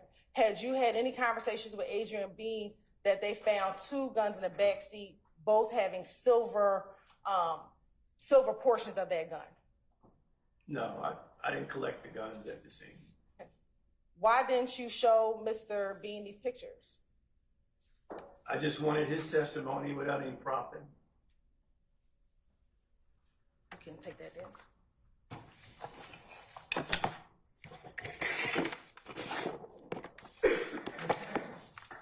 Now going back. Can I take these? Yes, you can take those off.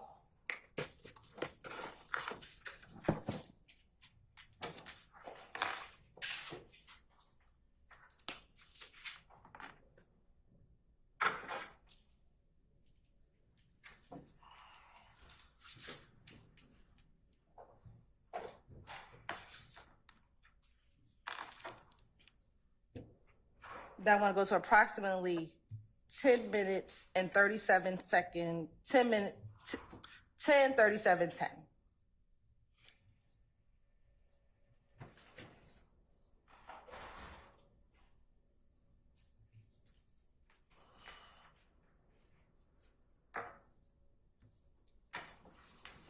We're going to actually start at 10:37:08. Sorry, 10:37:08 is when we started playing. You're welcome. I come home free. So you know what I'm saying? So DK, who's he friends with in the car? Who's that? You was those they got with each other. They gangbanging, they got each other some type of blood. How long you known Thug? I know his father. I've been on his father over a couple of years now. You know what I mean? Like I said, Thug just started coming around. But how long have you known he exists as a human being? How long you known as a wrestler? I can't. Well, how long? I'm saying 10 years. Get a guess. Because I don't know his real name. What's his real name? Little Jeff. That's all I know. They call him Little Jeff.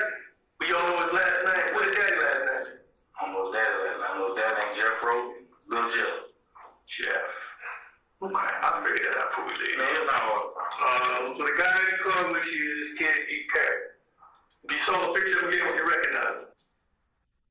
We're going to stop at 10:38:04. During this portion of the interview, do you recall asking Mr. Bean how long he had known Young Thug? Yes.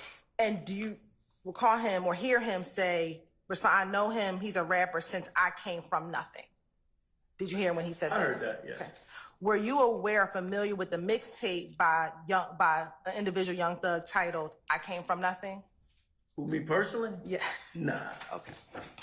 Mr. Hilton, before you posit your next question, ladies and gentlemen, comfort break? Sure. Okay, all right. Let's take 10 minutes and then we'll come back and see where we are in terms of lunchtime hour, okay? All right, we're in recess for 10 minutes. All rise.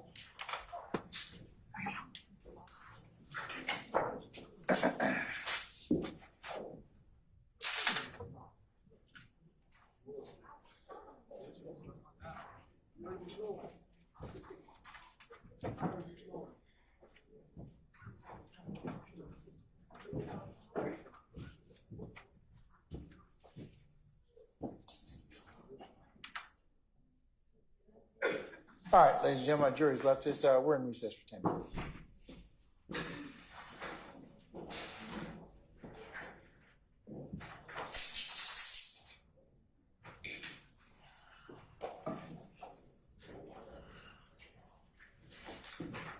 David Quinn. David Quinn.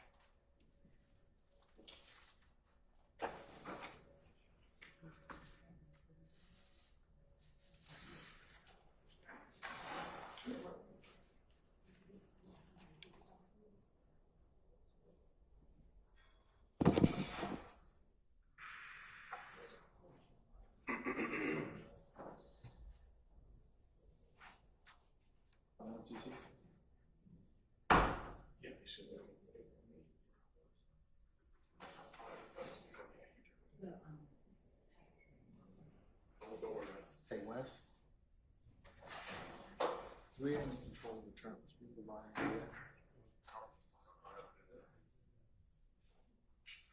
I haven't to call him. I have called Aaron Butler.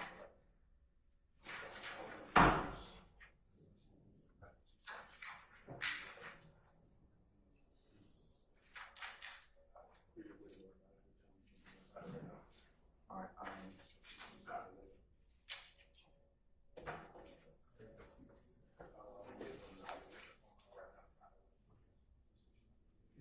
if not, I'll just go to the corporate.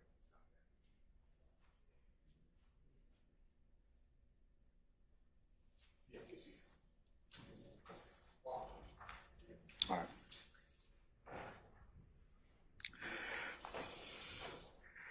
Council, as I understand it, lunch is available for some of our participants. So I'm going to go ahead and call our jurors and let's just release them for lunch. And then we can come back at about 1:15. All right? Okay.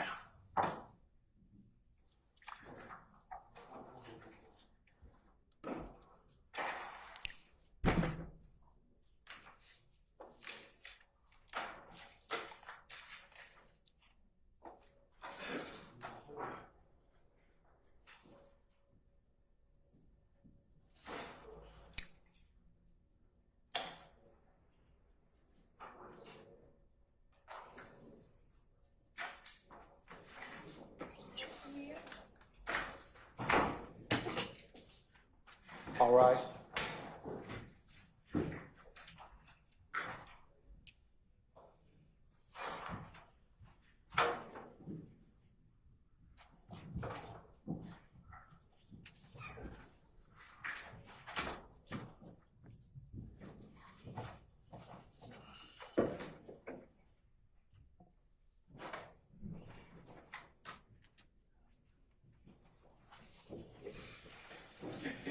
All right, ladies and gentlemen, please be seated.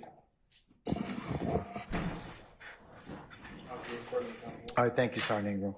All right, ladies and gentlemen, given that it's the lunchtime hour, we're going to go ahead and just recess for lunch and have you all come back for 1:15, okay? All right. Remember the admonitions that I've given you. Detective Quinn, if you'll just rejoin us at 1:15 as well, sir. Thank you, Judge. Okay, all right. Ladies and gentlemen, we're going to go ahead and recess and enjoy your lunch, okay? All right, all rise.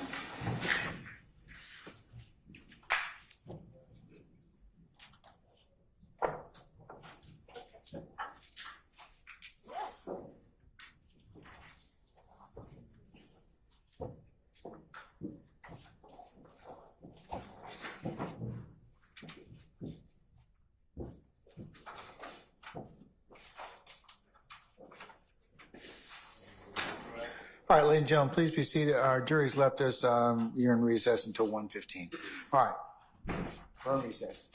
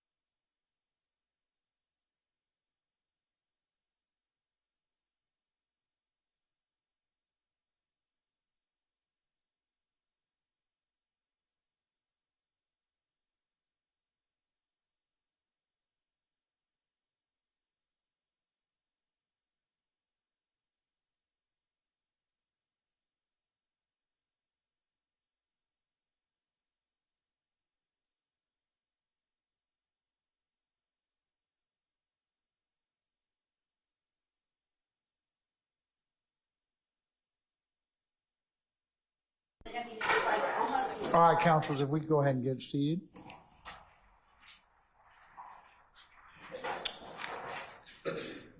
Is that on purpose?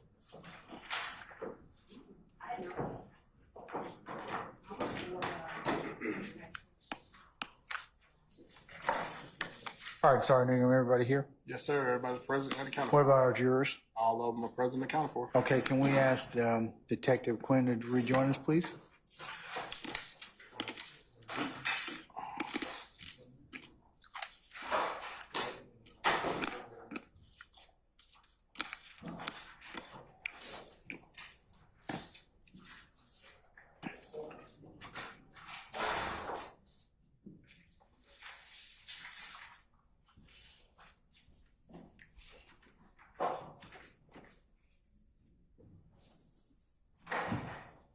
All right, sir, summon our jurors, please.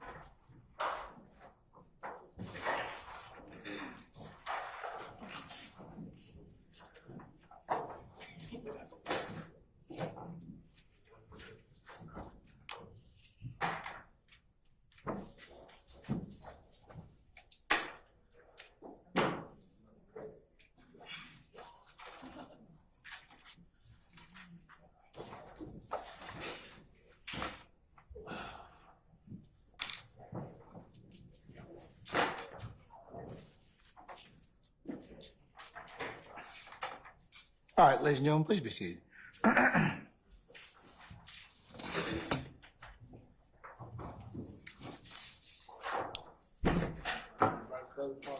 All right, thank you, Sergeant Ingram.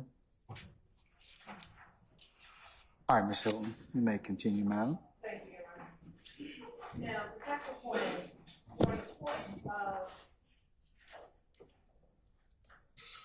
during the course of your time with Mr. Bean, there was a portion of the recording in which you replayed a few jail calls for Mr. Bean. Do you recall that? Yes. Tell the jury, why did you play those calls for Mr. Bean? I wanted to confront him with conversations he had with his wife and this unknown third party that was on the phone. The course of events were curious for me. I wanted to make sure he confirmed that was all truthful information. Okay. And court's indulgence for a quick moment. And were those calls the same calls that, some of the calls that we listened to earlier before we began playing Mr. Bean's statement? Yes, ma'am. Right. Now, after playing the calls for him, and I will pull this portion up in the interview in a moment, there's a portion when you kind of recap based upon what information you gleaned from the jail calls, what your understanding, what you believe happened on September 11, 2013. Do you remember doing that? Yes, ma'am. Tell the jury, why did you recap your understanding of what happened based upon what you heard from the jail calls? Well, Objection, Your Honor, bolstering. You're right. It's explaining his interview with Adrian Bean, why he operated in this way as a part of his investigation, Your Honor. Oh, objection. I'll object to that on irrelevance. The reason he did something is irrelevant. I'll rule the objection. You can answer it, sir, if you can. thank you. Up until that point in my investigation, the driver of the getaway car, which I'm calling the Burgundy Nissan Altima, was a mystery. When I listened to the audio tape of the jail calls, I wanted that person, Adrian Bean, who spoke on those calls, to confirm for me that he was the driver. That's what it was about.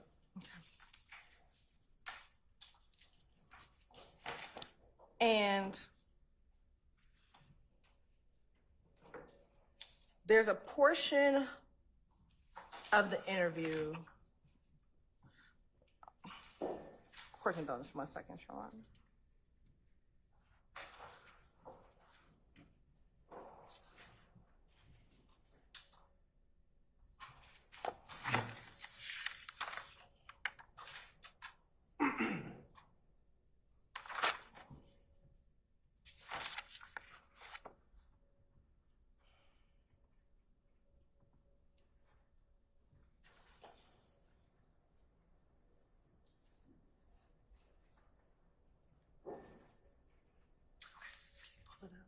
Share it.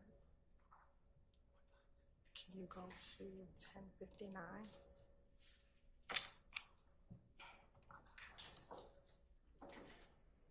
No, I didn't go 10. Go back to 10:59.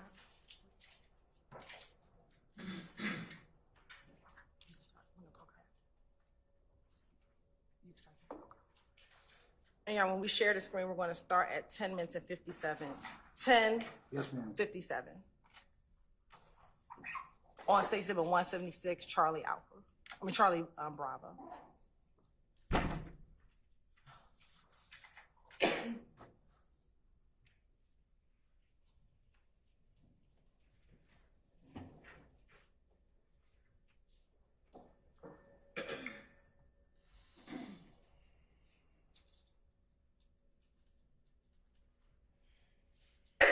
That's what the tapes are telling.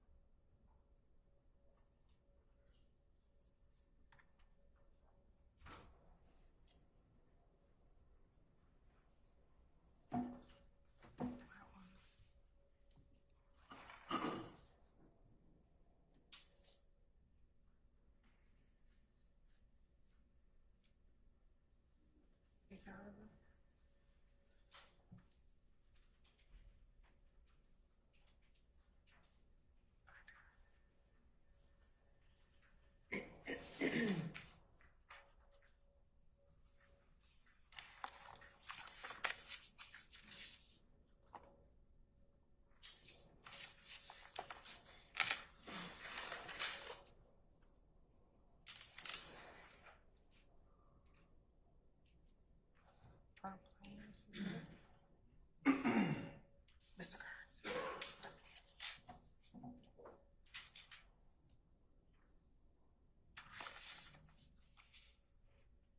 Let me ask you this while we're getting this portion situated. Do you recall there being a portion in which Mr. Bean discusses what happened once him and the three other individuals got out of the vehicle? Yes. Okay. Do you recall him talking about Mr. Williams, or excuse me, Thug, and he climbed over the wall? I do.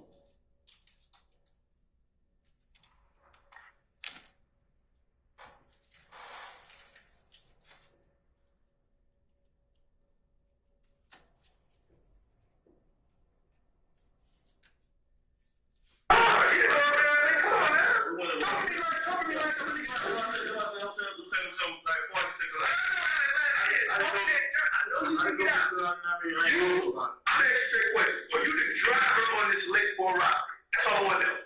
You're not the gunman, or you're the driver on a robbery? You're the driver. All right, so what's the move? Tell me the move. I'm going to get it all together. Yeah, I mean, but if I got to send it over there like this, from my perspective, I ain't going to do it like that. All right, tell me. Fuck the lean bullshit I told you first. Okay. I'm going to kill the bullshit, Quinn. I'm going to kill the lean bullshit. You know what I mean? The niggas, they told us about the liquor, whatever. We followed them up with some of it. Who told you? I want to know who. Everybody knows. Told me to see the liquor. All right. You know what I'm saying? He come get us, tell us the boy sitting up. What did he say exactly? He said, niggas sitting up there at Ken shop with 10, 15,000 on them. I just sent the money in the bag. Ken done whooped up and got the money already. The money gone. You see what I'm saying? Mm-hmm. Ken got the money. Ain't no such thing as 10, 15,000 up there no more. Yeah, but you were excited about hearing that number, so what happens next? Okay, cool. We go check it out. Look at it, see what's going on. Boom. They ain't up there. They come back flying past, make a drive. We see them. Boom. We follow them on up to Somerdale. Now, we in Somerdale. What do you follow? What kind of car do you follow? We follow them the gray, I want to say Pontiac car. Well, you say gray car. If you don't know what kind of gray Dodge. All right, that's cool. Pontiac. Follow them Dodge. Gray Dodge. All right. And, you know, we get up through there. No, through where? You gotta say where. Somerdale. All right. DK jump out the car or whatever, you know what I mean? Why did y'all pick him? Sir? Why did y'all pick that motherfucker to get out? And all the motherfuckers. I don't know why Thug didn't get out. It was his leg. He sat in the car in the back seat like a baby. This is his man. You know what I'm saying? So it ain't no who picked who. It's his man. Mm-hmm. He tell his foot soldiers what to do. Mm-hmm. I'm no gangbang, I'm no blood, nothing. He tell him, showing your record. He tell him, hey, you go get it. You know what I'm saying? What did he say exactly? What did Thug say? He told him, go get the money. So he told him, he said, go get the money, go take the money, come on back. So he told him, go take the money, come on back. All right, so is that before or after you back then? In the party. We back then, he told him, go get the money. All right. Where's that Taurus you were wearing? You were worried about that Taurus. You weren't sure. No, the Taurus, all of them are together. Is the Taurus in front of you or behind you? The police Taurus I'm talking. Police Taurus in front of you. Did you know it was police? You could have said he was nervous like that. Let me find out what the fucking Taurus. I didn't know it was the police. You made no wills. The rest of the motherfuckers ain't even included on that shit. I'll be like, hold on, let me see. I see a Taurus. Sure. That's what I heard. Police not that I went to loot, check, and then like that because I wouldn't know then, you know, that the police out here don't do it. But I just want to make sure it's the car. The police is the car right here. You know what I'm saying? So the car going on there. Okay, boom. We back in. DK just Thug says DK go get the money or whatever. He get out. Boom. 2 minutes later, he's popping shots. You see what I'm saying? He had time to take no money. Did you see him shooting that? Oh, he had time to take no money. He was shooting. Got the money. You see what I'm saying? He got the money. Only see how you see all that money on the ground when you were in the back of that police car. You had to see all that money on the ground. No. Okay. All right. I didn't even know he had took no money. He got a stack. You see what I'm saying? He got I ain't making. I'm gonna keep it 100 with you. One guy run this way, another guy run that way, another guy run that way. All right. You see what I'm saying? Everybody go run this straight. Because you were saying to your wife, I wish I would have ran with Thug because he got away. Which way did he go? Me and Thug got a call. We jumped. Big Fred though. Me and Thug, Big Fred got. DK couldn't move against apparently because he was shot or whatever. Thug jumped the wall. I jumped the wall. I jumped up here. Thug went behind the Dollar King. And I jumped over in the parking lot. As I'm running across the parking lot, that's when the police come and run me over. Okay. What kind of? I'm going to stop it here at 11:03:31. Now, going back approximately around 11 o'clock, Bean finally says, you know, that's some bullshit. That's what I told you the first time. I'm going to tell you the real, something to that effect. Okay. What was your understanding of what he told you the first time? Well, he's talking about an actual transaction that was supposed to take place about buying some lean. Okay. And when your understanding of first time, do you know what he's concerning the first time? Is it in that interview or something else? This interview right here. Your Honor, that would be speculation. I stand the objection. Within the course of this interview, had you had a previous discussion about the lien portion of this Yes. incident? And at this point, did the lien conversation happen prior to 11 o'clock? Yes. Okay. Also around 11:01 in this particular portion, he speaks about foot soldiers. Who was being referencing as to being thugs, foot soldiers? I understood it to be Walter Murphy. And when he also said, talked about they are gangbangers, who was he referencing? Jeffery Williams and Walter Murphy. Now, right about where we paused at 11:03, Adrian Bean talks about individuals going over the wall. Thug and him hopped over the wall. Do you recall hearing that in this portion? As part of your investigation, prior to speaking to Bean, did you have evidence from other witnesses of individuals going over the wall? The police officers that were stationed or positioned at the bottom of the parking lot of 126 Cleveland and Quinn Laundry, they had expressed that. And who were those officers? That would be Officer Black, and I think he had a rookie. She was a rookie officer. I just remember her first name as being Ashley. Okay. Does Ashley Davis sound familiar? There you go, Ashley Davis. And that information that you had prior to speaking with Adrian Bean, had you ever disclosed to Adrian Bean what Officer Black and Officer Ashley, as you remember, told you? No. And was what Adrian Bean told you right here in the interview consistent with what they said? What Officer Black and Officer Ashley said? Yes.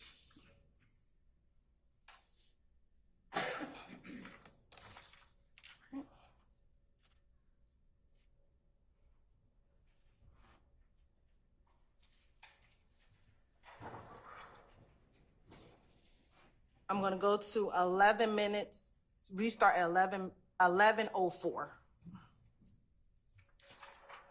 The robbery, that's what I'm trying to tell you. As we went in some of the robbery wasn't no robbery because he could have got out, Thug could have got out, DK could have got out, they could have went on there and handled their business. Thug tell DK, he didn't really just say go get the money, he was like, go ahead and get it. So I don't know what's going on by it. You know what I'm saying? No. All right, but I don't tell my family, what you hear me tell my family is about the robbery because that's what went on. You're robbing this boy red, but you drive. You just drive. But you know they're going to get his money from him, and he's not going to like give it to him voluntarily. You got to know that. Yeah, I know you're going to know they're going to take his money. All right, so let me ask you this. I got to get sure I got the seat placed in the car. I'm not understanding how nobody got hurt worse now. Was there a girl in the car anywhere? No girl. You had the time after your wife. There's no girl nowhere. No girl, no girl. Okay, the girl that they think is a girl, Officer Quinn. So I ain't really touch it. The girl they think is a girl is Thug, man. I get you, Thug, man. Thug got the wild hair. They think okay. There you go.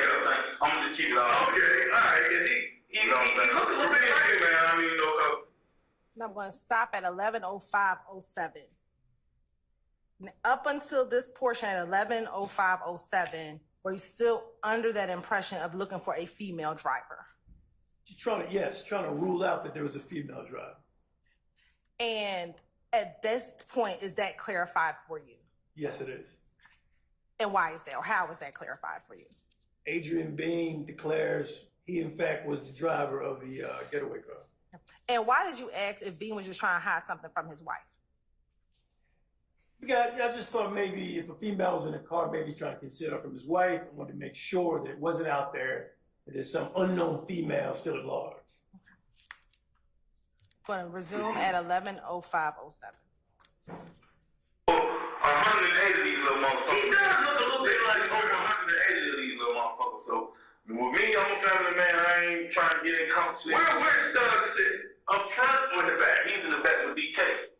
You know what I'm saying? Who's up front with you? You got me and Big Fred. Me, you and Big Fred up front. I'm driving Big Fred on the passenger seat. Thug behind Big Fred. DK behind the driver. That's me. Who's behind Big Fred? Thug. Thug behind Big Fred. Damn, so one day he can get hit. Thug behind Big Fred. So I'm wondering, do you think Thug shot DK in the back?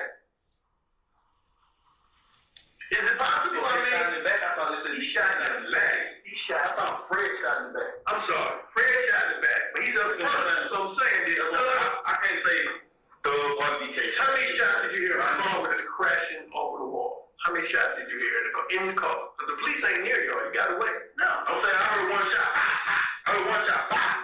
But I can't say it was a shot because it was about a concealed that was a crash. I can't say this person, that person shot him or who shot him. All I can say is I heard a loud noise with all the going off with the impact of the crash to the wall. I'm going to pause at 11:06:34.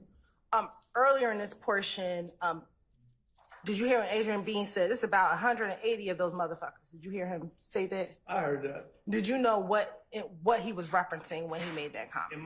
What I understood to be the membership of particular gang members. Okay. And is that relation to him talking about Walter, Murphy, or DK and Thug? Correct.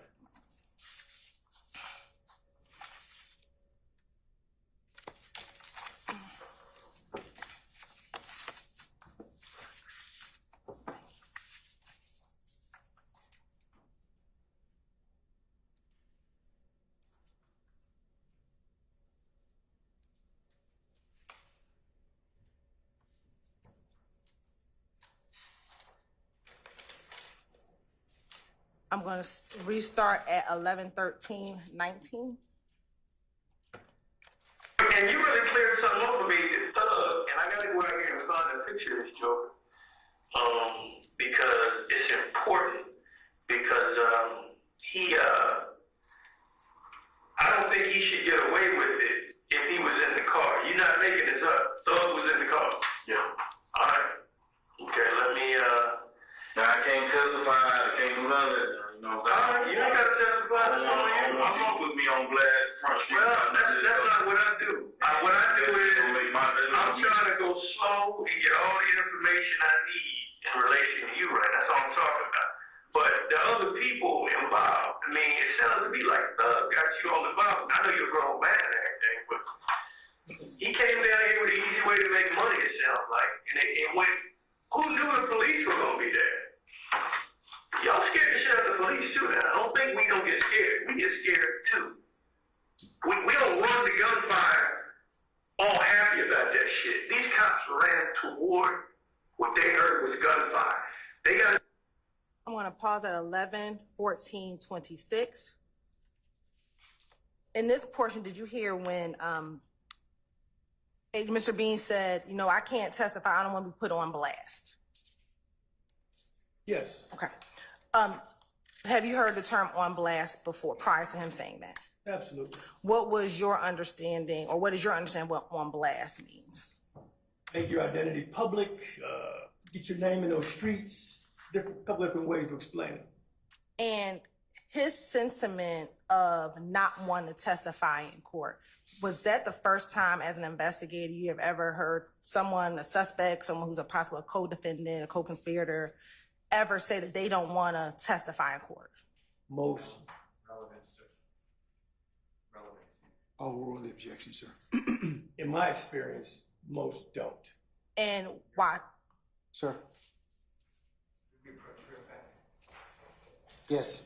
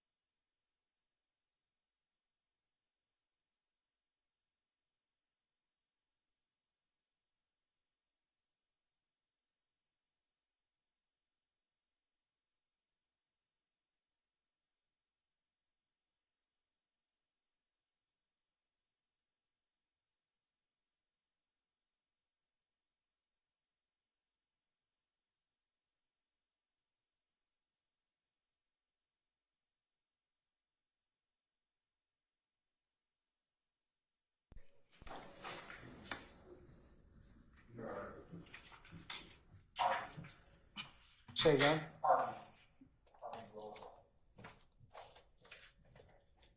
And its applicability. Yes, sir. To pertain to all defendants. Okay?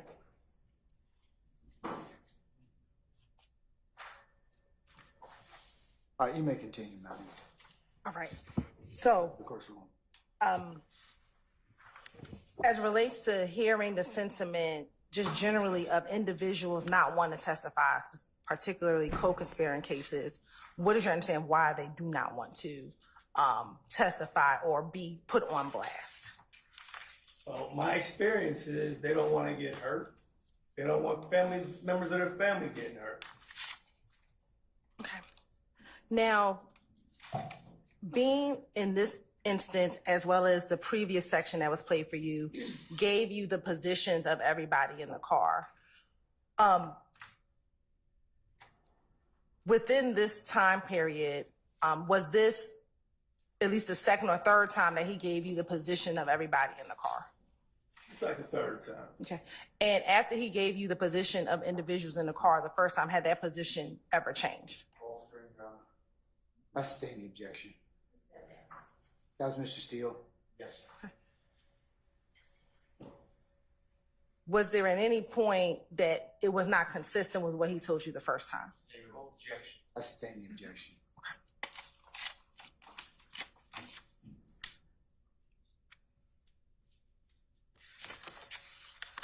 During the course of your interview with Mr. Bean, if you had something incorrect, was Mr. Bean able to correct you based upon your recitation of what you said?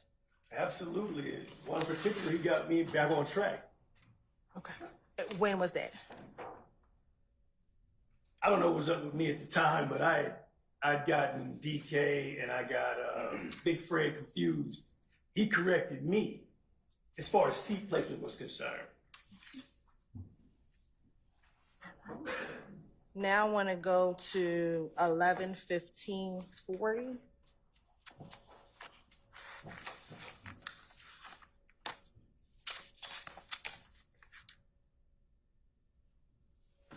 Good citizens, the bad citizens, everything in between. They don't have a choice.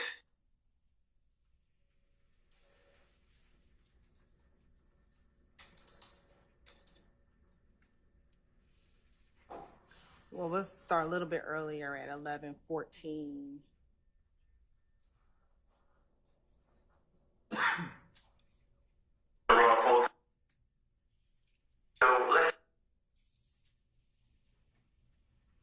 They work in the street though. If they move, do they get more money than you? You know what I mean? Everybody in the car gonna probably, you know what I mean, split out easy. You know what I mean? Gonna be no. Let me ask you this. Somebody like Red, he didn't ever see you at all. How do you, when word got back, let's say everything went right, you got the money. Is this just Atlanta? Because everybody tells me, everybody takes turns robbing each other. Is that the truth? Yeah, they do that in the city, man. I've been robbed. It's been going on this year. And you seen drug in the I've store. been robbed 4 times this year. And you probably been seeing the person that robbed. You know what I mean? Have you? Or you know where they are? I ain't gonna tell you that. Oh, you don't? I've been robbed 4 times. You know, it is what it is. We all hustle in these streets. I mean, you can't pick up the phone. When the game first started, I know you were young. They just took my drugs or something like that. So, you know what I mean? It's all drug money, it's weed, you know what I mean? They selling weed, drugs, you know what I mean? So, who's gonna call the cops and tell the cops that I just got wrong drug money? You got people coming from North Carolina, all different types of states coming out here and getting took out for their money and getting something back. Don't even report. You know what I'm saying? Now they gotta go talk to their boss manager. What happened, like you said, this particular day right here, police was on the scene, DK get out. Why didn't you call it off? You weren't sure they were cops? Or what? You just weren't sure? I didn't even know it. Going to pause at 11-16-51. Now, during this portion from 11-15-40 to about 11-16-41, was Adrian Bean discussing drug dealers and whether or not they report getting robbed, essentially? Yes. Okay. In your experience, is what he said uncommon, that drug dealers generally do not report getting robbed? In my experience, they charge it back to the gang. They don't report it. And when you say they charge it back to the gang, what do you mean? It's just life in the streets, Live by the sword, die by the sword. I mean, it's a bunch of different ways to explain it, but they're going to go ahead and take that loss as opposed to exposing whatever they're doing to law enforcement. Now, going to take you back when Adrian Bean said that him and Thug jumped over the fences. Have you seen pictures of the fences that were outside at 126 Cleveland Avenue? Yes. Okay. Did you notice if those fences had barbed wiring? I haven't seen them in about 10 in a while. Okay. Several days, but I know there were some fences. And I know I couldn't get over them. And why you said you couldn't get over, tell me what you mean. Bad knees. Okay. All right. In your experience as a law enforcement officer, have you ever had experience of seeing suspects jumping over barbed wire fences? I worked, yes. Can I explain? Well, I think there's an objection. Sir.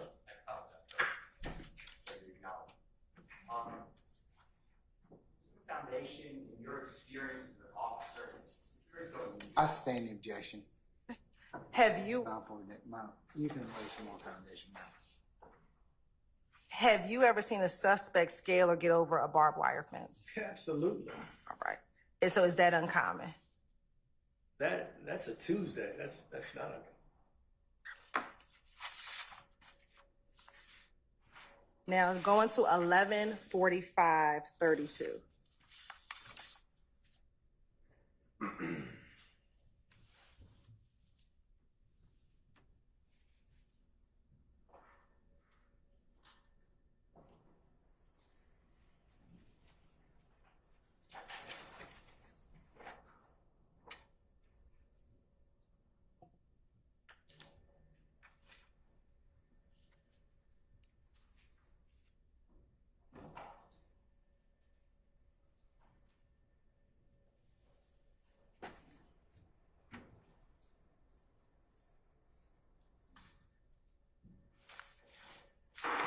We're gonna start at 11:45, Your Honor. Yes, ma'am.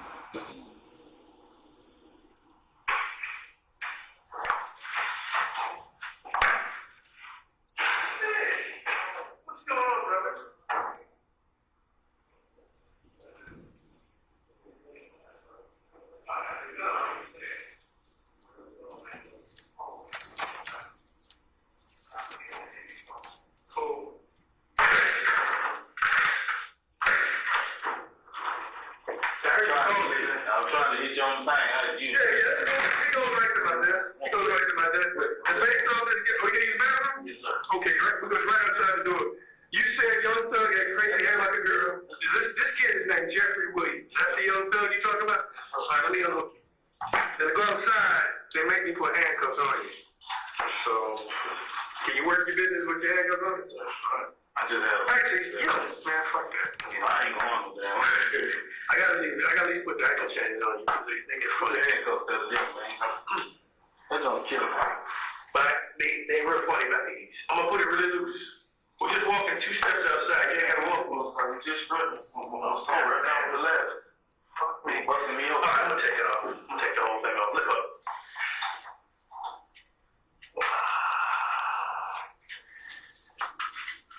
Now, how long have you known Thug? You say you and Daddy. I've been on his daddy since the football field for like a couple of years ago. He used to play football with skinny kids? I know Daddy coached my son 2 years ago. All right, I gotta put these on. Put it on front.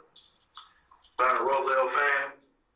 Say it one more time. I'm a Roselle fan. Recreation on Cleveland Avenue. Oh, that's new when they doing it at the end of the road. Never been in that. I know, but see, I was over there in the 80s. Oh, it's still new to me. I was over there back when all that shit was hot. All right. We're going to stop at 11:47:05. The picture that's currently in the screen on the table, who is that a picture of? That's Jeffery Williams. And is that who Adrian Bean identified as Thug? Yes, he did. And is that person in which he was referencing within this entire interview? Correct. And do you see that person in the courtroom today? I do. Can you identify him by article of clothing that he is wearing? He's sitting between Mr. Steele and the gentleman with the bald head. He's got on a nice suit. I will stipulate that all of the David Quinn identifies with It shall. bald head. It shall, Mr. Adams, to complete the record. Your Honor, let the record reflect that that Detective Quinn has identified Mr. Jeffery Williams.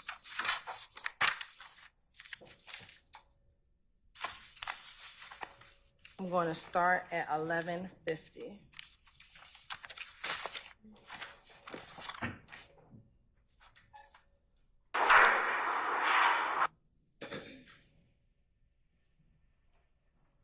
We'll start a little bit early, 11:49:50. Operation talk to him. I don't know what's up, but I have to write it all up. I got to show the reason why situations happen. I don't want to charge with something that happens red. Well, what I'm saying is, he's been talked to. What I'm saying is, I can't go into that part of the investigation. What I meant to say. That day, I didn't necessarily have a chance to run down things with him. I'm trying to find out exactly everything. My main concern was the people that were injured. You were injured. The other two guys were. Make sure you guys were healthy first. They told preliminary stories like you told a preliminary story. You go all three of them. Son, I gave you the real story. Well, they're not going to. If they don't tell you nothing, they ain't gonna come tell you nothing else.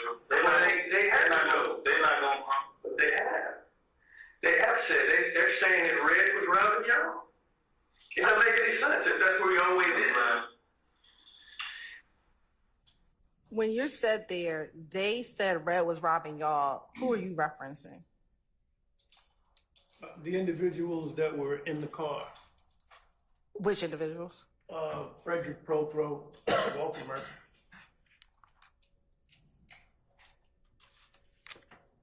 If you have any questions, your wife has my cell phone number. And if you don't mind her knowing your business to that degree, You know. You can't talk to her. I'll let you talk to her maybe on the way back, but the thing of it is, this is an investigation. I got to understand why there was gunfire, why the police had to get involved with gunfire, because they believed you were going to run them over. You know, they were scared of the car. I ain't with no one else police officer. Okay. I ain't seen no police officer. Me personally, seeing the police, I would have stopped. I would have stopped. If I had seen the police knowing there was police involved, sir, I would have actually stopped. I ain't me. So who did you think it was? I don't want no trouble. Blocking you in? I don't want no trouble or none of that. You know what I'm saying? Who do you think it was blocking you in? I'm trying to get the folks at DK. You know what I'm saying? You know what I'm saying? I ain't thought it was the people. You know what I'm saying? I'm thinking it was robbed. Yeah, I'm thinking maybe, you know what I'm saying? We getting thrown off here. I ain't know nothing about it. Oh, okay. So you thinking the victims are retaliating? Yeah, you know what I'm saying? Oh, I ain't seen them. If I see blue suit, shit, I'm stopping. Okay. Well, everybody, the witnesses for the party, Just like I said, the ones that looked through their windows saw the officers in full uniform. They got out of the car. I don't know what they seen. You know, I can't. You didn't see it. I'm driving, so I can't tell you. Well, here's the thing. Here's the thing. Who and what's what. Let me tell you why I don't believe that. And I'm just keeping it real with you. The reason why I don't believe that, again with the tape, I'm not going to bring it back out. It's going to be in my report. Tell you exactly what you said. You said that when DK got out of the car and started hopped out the car, started busting, 12 backed up in the Taurus. Now, I know who the fuck 12 is. You do too. 12 ain't backed up in no car. Listen to me. You already told me the car backed up the Taurus. They back in came with it. Well, whatever I'm saying, you know it's the police because you called them 12. Then you said 12 started shooting into the car. That's on the tape. You're talking to your wife and the other dude. Y'all talking. You saying 12 shooting, police shooting. You even said, well, listen to me. You even said DK was shooting at 12. That's what I'm going to put up as evidence. So that right there, hold on. Listen to me. Everything that I told Hold on, Bean. Everything I told them. If you don't clear this up, I'm going to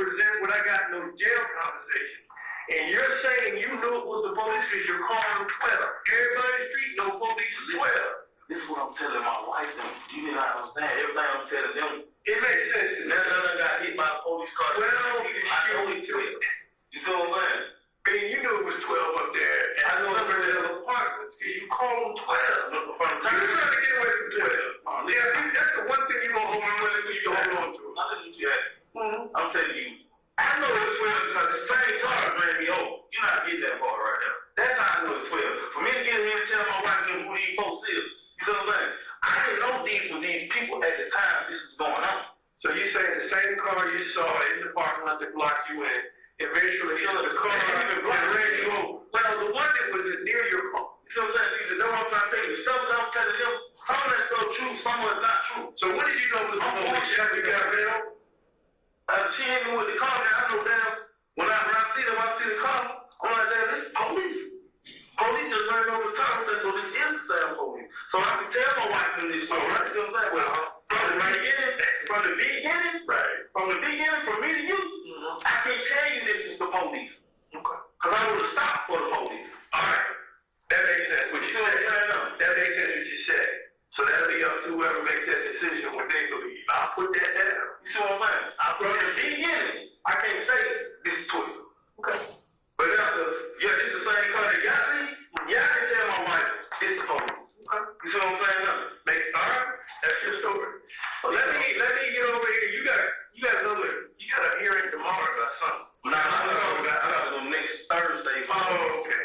For this aggravated assault. I won't talk about that. I won't talk about that. You already told me. You know. So I'm gonna stop right here at 11:55:33. Right here at this point where he told him, I don't want to talk about that. Why didn't you want to talk about his other case that he had? That's an uninvolved crime. It's none of my business as law enforcement. And when you say it's none of your business as law enforcement, explain that. What do you mean? I don't want to jeopardize whatever case that other law enforcement entity may have against him by getting him to say things about it. I want to keep things focused on the police-involved shooting, use of deadly force by the police officer, and what I believe to be a robbery that took place up in some of their comments. And a little bit earlier in this portion, you were talking, he was asking you about Red and whether or not Red came forward, and you said, I can't talk about, or I can't get into that part of the investigation. Why couldn't you tell Bean about whatever conversation that you had with Derek Dotson or Dirty Red at that time? The investigation was ongoing, number one. I wanted to make sure I hadn't charged anyone with anything. I wanted to maintain the integrity of Dirty Red or Derek Dotson's life, his future, his family. We're going to pick up at 11:55:33. That's your other business. I don't want to get into that. I got nothing to do with anything other than what I asked you about.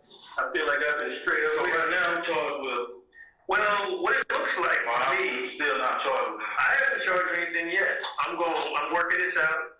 I'm going to sit down and look through what we did today, and I'll come up with my decision. I'm slow, man. I'm over with this shit. You know, ain't no rush. Like I said, I don't do no robbery, man. I want to get everybody in the kill. You know, but like you say, I'm one of the guys that was in the car, so whatever went on that day, I got to learn to be official with whatever the fuck these niggas done did. So, it is what it is, man. I just like to know them and not to know, you know what I mean? Why do y'all talk like that on the jail phone? Y'all know we listen. So, why do y'all talk like that on those phones? So free. I mean, I understand. I mean, it's really nothing to me, really. I mean, really nothing to just tell my wife what's going on. You know, I'm going to make a stand. I'm going to put these behind you. I'm going to leave off this shut ankle chain. I'm going to pause at 11:56:43. Why did you ask Bean why they talk so freely like that on those jail calls? Personally, I just always, in my history working in Atlanta Police Homicide, once we got tapes, I would just ask people after I spoke with them, why are you talking on the tape? It doesn't make any sense to me, you know, if it's stuff that you want to keep close to the vest. And it's always an exit question. And when you said, y'all know we listening, was that a rhetorical question or a literal question? It was literal. I mean, there's a recording that goes on and tells the user of that jail phone exactly who's listening to it. Law enforcement. When you going back to those calls, just specifically, when you listen to Adrian Bean's phone jail recordings, did you hear him telling his wife about felonies that he had committed as a part of this incident on September 11, 2013? Yes, And let me ask, is it a felony to shoot someone? absolutely. Is it a felony to possess a gun while you may be on probation? Objection, Your Honor. He's asking the witness to provide a legal conclusion Yeah, it's not. and speak on the law. I sustain the question.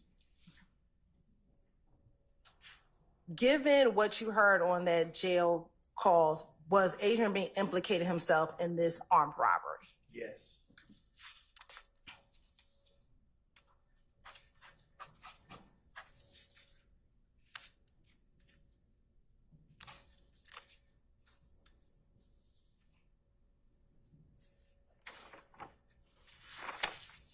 And at this point, only based upon what he said in this interview, do you know why he was speaking to his wife about this particular armed robbery? That he, Basis. I'm gonna say speculative. I sustain the objection. okay. All right. You can stop sharing. Now, let me ask you this, just a few additional questions about this interview. Again, prior to meeting with Adrian Bean, did you have any conversations with him about any of the other evidence you had gathered up until the point in which you met with Mr. Bean? Not at all. And was there information that Mr. Bean told you that was corroborated by the other evidence you had gathered up until this point in time? I would say so.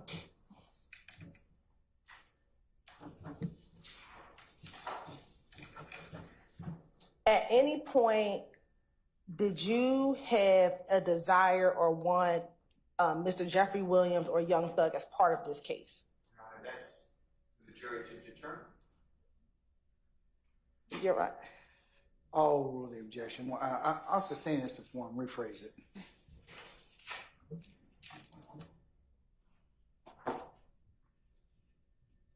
Did you have any vendetta against Mr. Williams or the person known as Young Thug as a part of this case? Not at all. Outside of the video interview and the recorded portion all the way up until you dropped Mr. Bean off at the jail, did you have any further conversation with Adrian Bean about this case that was not recorded? Not at all.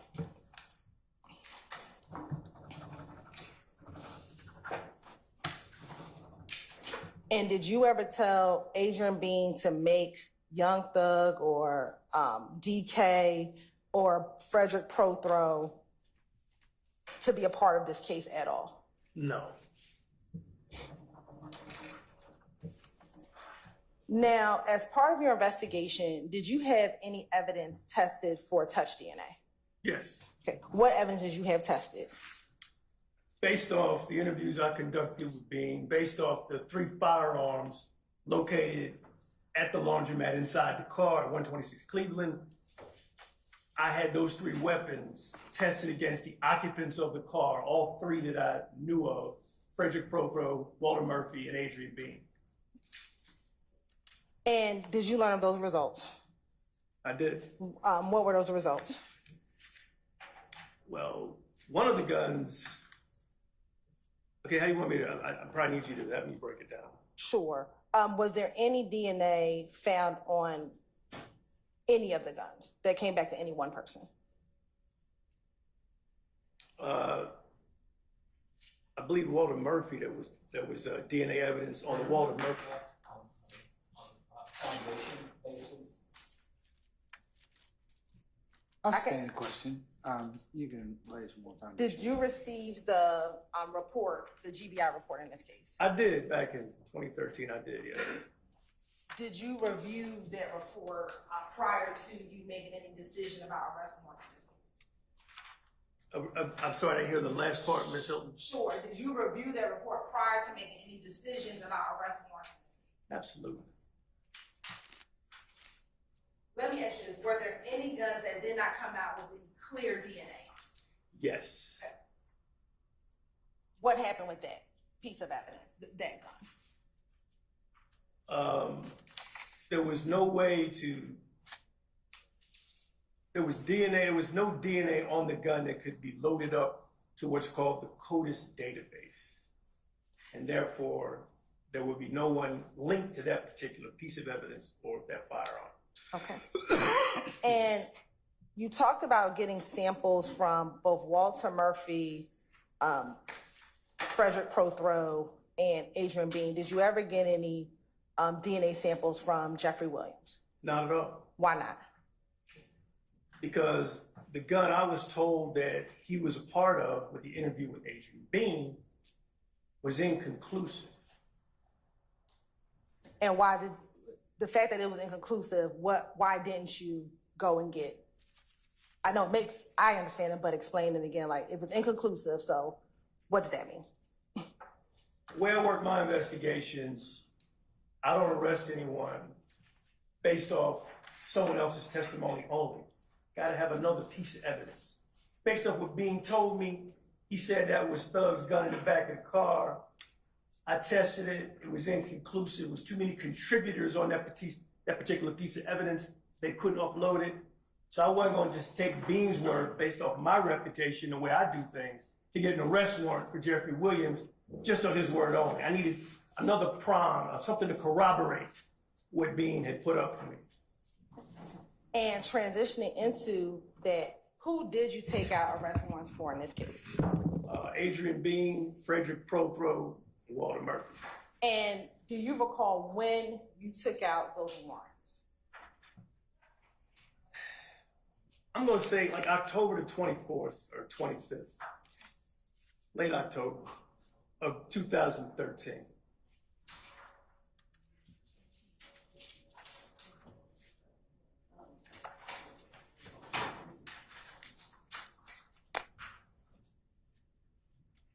I'm going to show you what's been marked as Exhibit 178 Charlie. Do you recognize Exhibit 178 Charlie? I do. Looks like my supplementals. And would you have the date in which you took out arrest warrants within your supplement? Okay, hold on.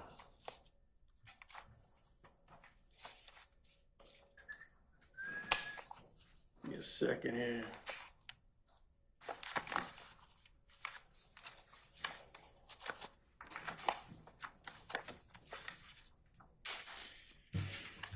Actually, I was a month off. It was September the 25th, 2013.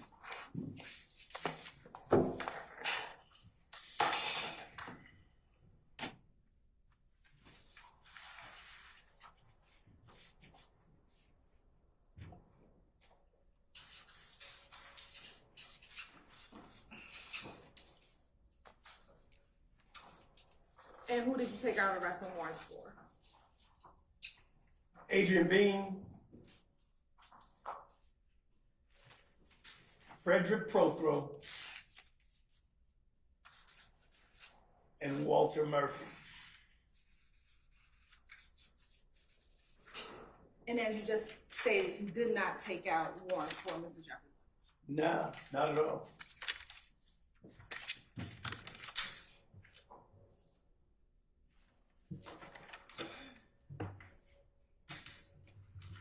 And what were the charges that you took out those warrants for? It was armed robbery, aggravated assault, 3 counts of ag assault on police each. Now, you took out those warrants approximately, based on that timeline, about 2 weeks after the incident. About 14 days.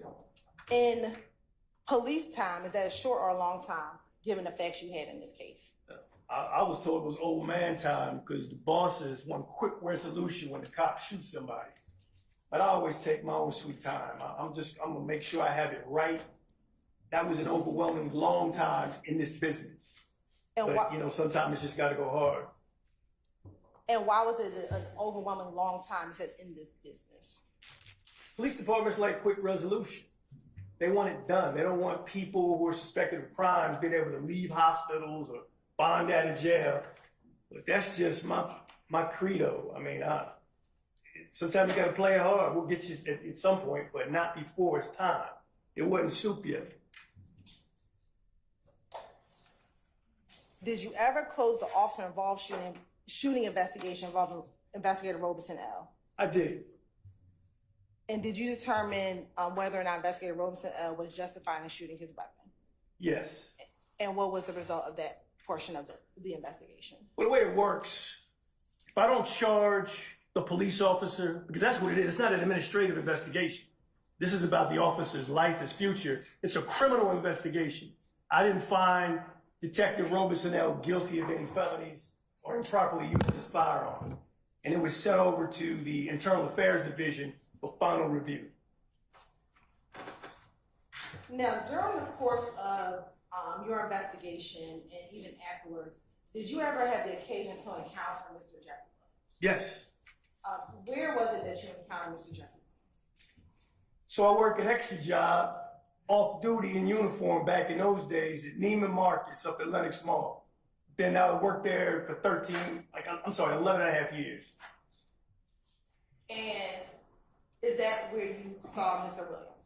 Yeah, oddly enough, 2-3 weeks after I was pretty much figuring out what I had in this investigation, he just walked in. I sit on a stool in uniform, and I reached out to him. And when you say you reached out to him, tell the jurors what do you mean? So I'm on the stool. It was a Friday because I only work Fridays at Neiman Marcus. I have a bunch of other extra jobs at the time. But I'm sitting on my stool working this case out, but I'm off duty. So I got no recorders. I'm in a police uniform. I'm just a cop. Jeffery Williams walks in. I say, yo, homie, let me holler at you. I mean, that's just how I talk. And at first he was hesitant, but he came right over. And I just told him what I was working on and how his name came up. And I told him why I was telling him that. So let me kind of go back. You talked about your extra job and you only work on Fridays. Why were you in full uniform? I'm working for the business. I can't work a high-end luxury jewelry store. I work the luxury jewels department at Neiman Marcus. And so I have to present in uniform as a deterrent. Now, you said that you encountered him. Let me ask you this. About how many times did you see Mr. Williams at Neiman Marcus? After or during this investigation? So a total of 4 times. Now, let's talk about this first encounter. You said you were sitting on your stool and you saw him and told him to come over here. Did he approach you? He came on over. Okay. And what, if anything, did you say to him when he approached you? I went right into it. I said, listen, I'm working an investigation. Your man Bean, I don't know whether he's your friend or not, but he put your name in that big explosion when the car went into the laundromat up on Cleveland Avenue in Old Hayville. I said, he put you in the car. He says that you even had a gun. You were in the car and you got away. I said, you're going to find out about this later because you're going to get the discovery from the other people in the car, which is all my reports and my audios and videos later. You'll have access to them if you have relationships with anybody in the car. I said, so I'm telling you on the front end, your name got put in this. And once you said that your name got put in this, did Mr. Williams say anything to you? He denied any involvement, being there, anything illegal that happened on 9/11/2013 between Cleveland and Oasis. And when he denied his involvement in that, he was not there. What, if anything, did you do now? So I told the young brother, I said, listen, I can arrest you based off what being said. That's not who I am. I can lock you up and then before people locked up, we'll figure out what's up. I said, but the way I get down, if I get DNA off that gun, Bean said was yours, and you're gonna make me come hunt you down to eliminate you from this scientifically, or you gonna come in voluntarily? Or do I get a warrant to come get you and to get your sample? Because I can get a warrant and get a sample to go in your mouth if somebody says you were at a crime scene. That's enough. And I left it like that. And I also told him, I'll never arrest you based on what one joker says. I'm gonna need something else to back it up. At that point, did Mr. Williams say anything? He just continually denied it, but he was very respectful. And You talked about what he said. Did you notice any physical demeanor of him when you approached him?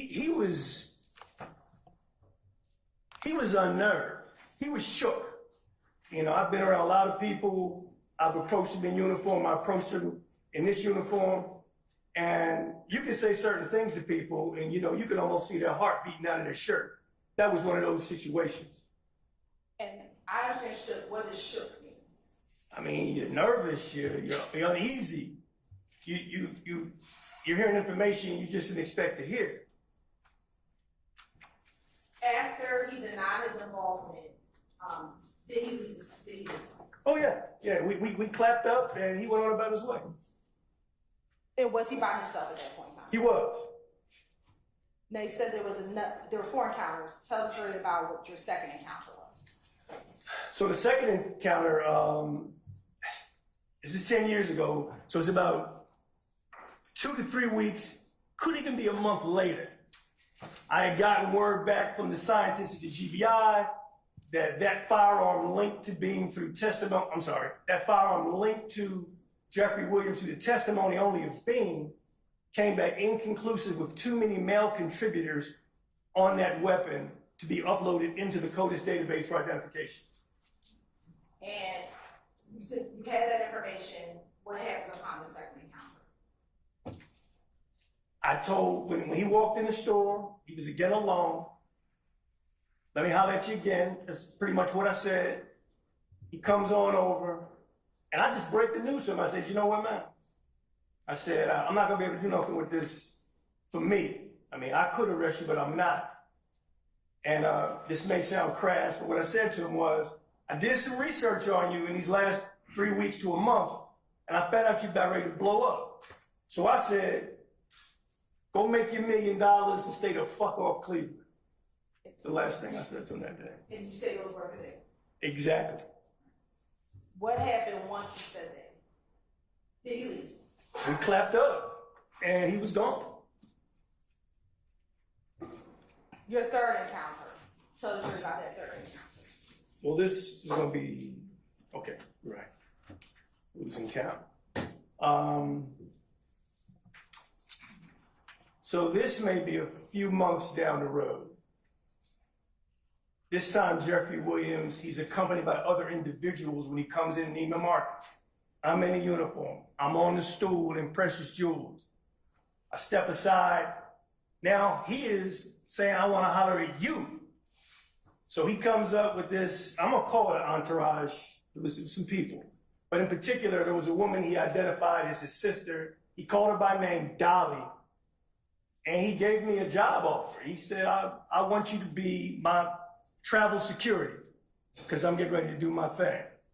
His sister, I only know her as Dolly.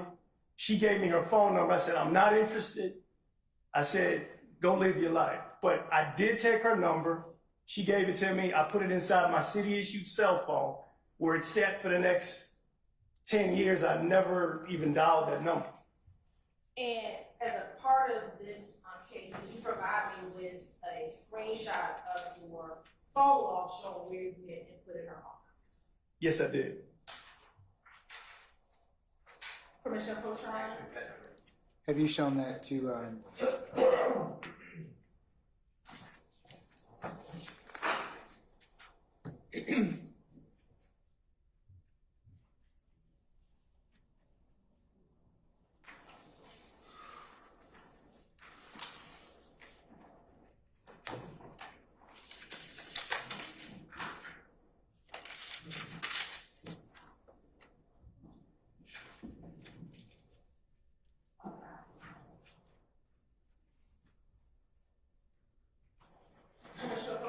Yes, ma'am. I'm going to show you what's been marked as Stacey Boyd 179C. Tell me if you recognize Stacey Boyd 179C. This is the address book to my city-issued cell phone. When I retired, I had it all downloaded so I could access it as needed in retirement, and this is it. And is that a fair, accurate depiction of your address log that was in your city cell phone that you got when you left the department? Yes. Your Honor, this time the state would like to attend the 179C. Any objection? Counsels? On behalf of Mr. Williams. Aye. Page 179, Charlie, is admitted, may be published as you see fit. Thank you, Your Honor.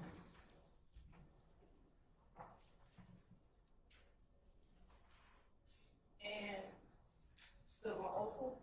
Let's keep it old school. If you can point to where you see the name of Miss Dolly Young. This is how I put it in that day right there, Neiman Marcus Precious Jewels. Now, by any chance, did you have the date in which you inputted that when you did it have a date in which when you inputted that information to your phone? You know, it might have. I don't know. Okay. I don't know about that technology. After you got her number, you put it in your phone. Did you ever see Dolly again? I didn't know.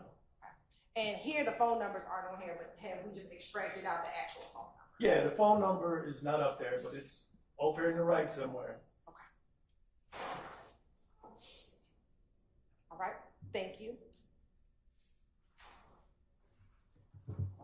And then there was a final encounter. If you could tell the jury about the final encounter. Well, the last encounter, I'm on a Friday at Precious Jewels in uniform, getting my cheese, working hard. I see Jeffery Williams come into the store. We're about 25 feet from each other. He's going to the down escalator. He's in the company of Walter Murphy, who I know on site. Walter Murphy, in his right pocket, has a long knot, they call it in the street, the kind you can't fold, and it's hanging out of his right pocket as they're going down the escalator, the two of them. Thug is pointing to the long knot and making sure I see it. Don't know what it meant. I mean, I can have an opinion, but that was it. I waved at him, and they went downstairs, and I guess they bought some items. When you say the long knots, what do you mean? Well, it's the money that can't fold. If it's cash, U.S. currency, and it's so much it can't fold, back in those days, I haven't seen it much lately. Jokers would just like have the money, you know, straight flossing the money out so everybody could see it. And during that interaction, did you have any verbal communication with either Mr. Murphy or Mr. Williams? I think I snickered and they snickered and they went on downstairs and made their purchases. Of course, it goes wrong.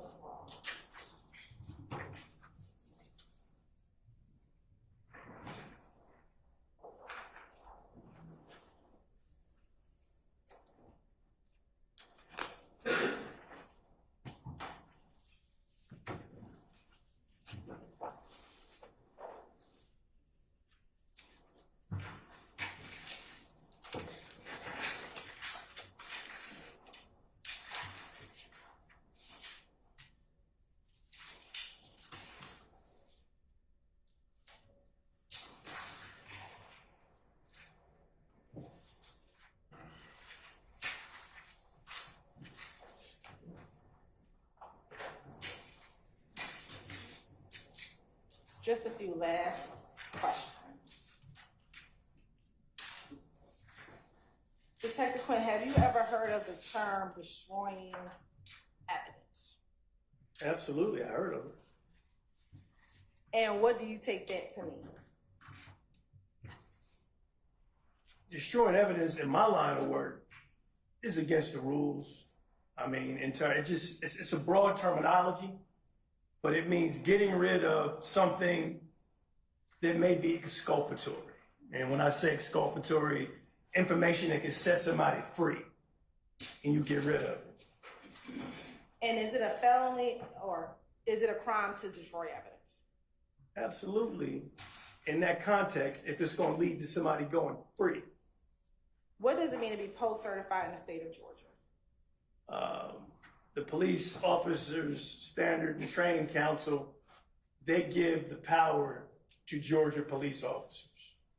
And you have to report to them everything you do. They investigate you as an officer, detective, chief, whatever, if you have any wrongdoing in your jacket. They make final calls on whether or not you ever come back to the job. They're the governing body for giving police officers the power to arrest. Is intentionally deleting a recorded statement of a material witness in a criminal investigation something you would consider destroying evidence? If it would lead them to have them going free, I would say so.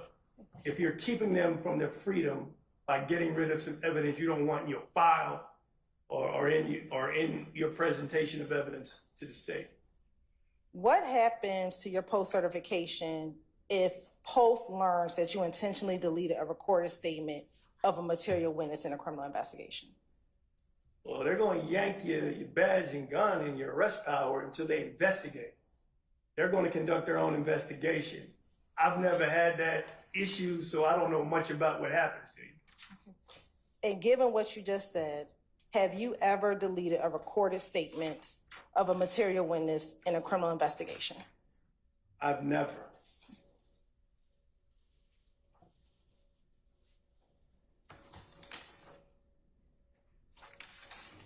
I have no further questions. Council, why don't we take 10 minutes, ladies and gentlemen? What about you all? And then we'll go ahead and continue at this point in time. All right, we're going to recess 10 minutes. All rise.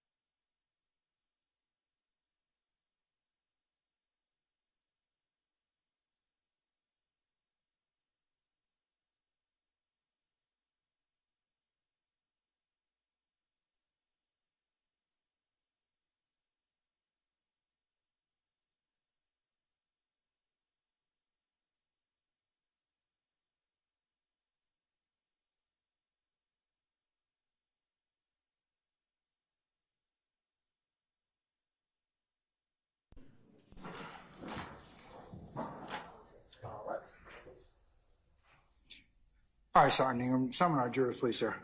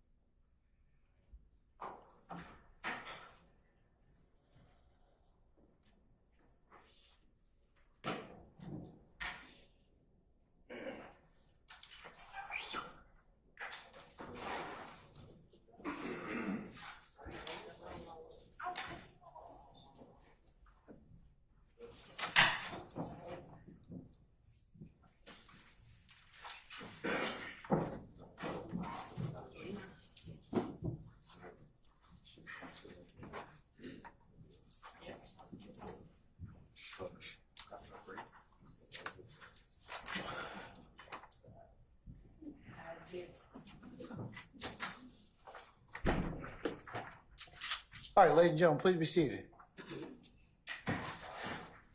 All jurors present and accounted for. All right, thank you, Sergeant Ingram. All right, Cross wants to go first. Ms. Sharp?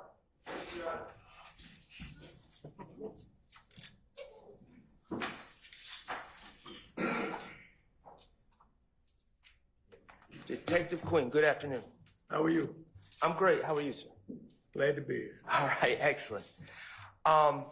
Just want to follow up on something that you said minutes ago about destroying evidence. I don't have the transcript. I just have my notes. Okay. My notes indicate that you said it's a problem if it is exculpatory evidence or evidence that could set someone free. Is That's that what I said, yes. okay? That's accurate for what you said? Give or take, yeah. Okay. And that would be illegal. I would say so. And that would also violate police protocol? If it was information that was going to set someone free, those are the key words. Tapes can, or written testimony that's going to set someone free is important. That's why it has to be preserved. What about other statements or recordings that wouldn't necessarily set someone free? Would that still, would be destroying those recordings still be destroying evidence? I mean, I don't know, because I don't have that, I've never had that situation.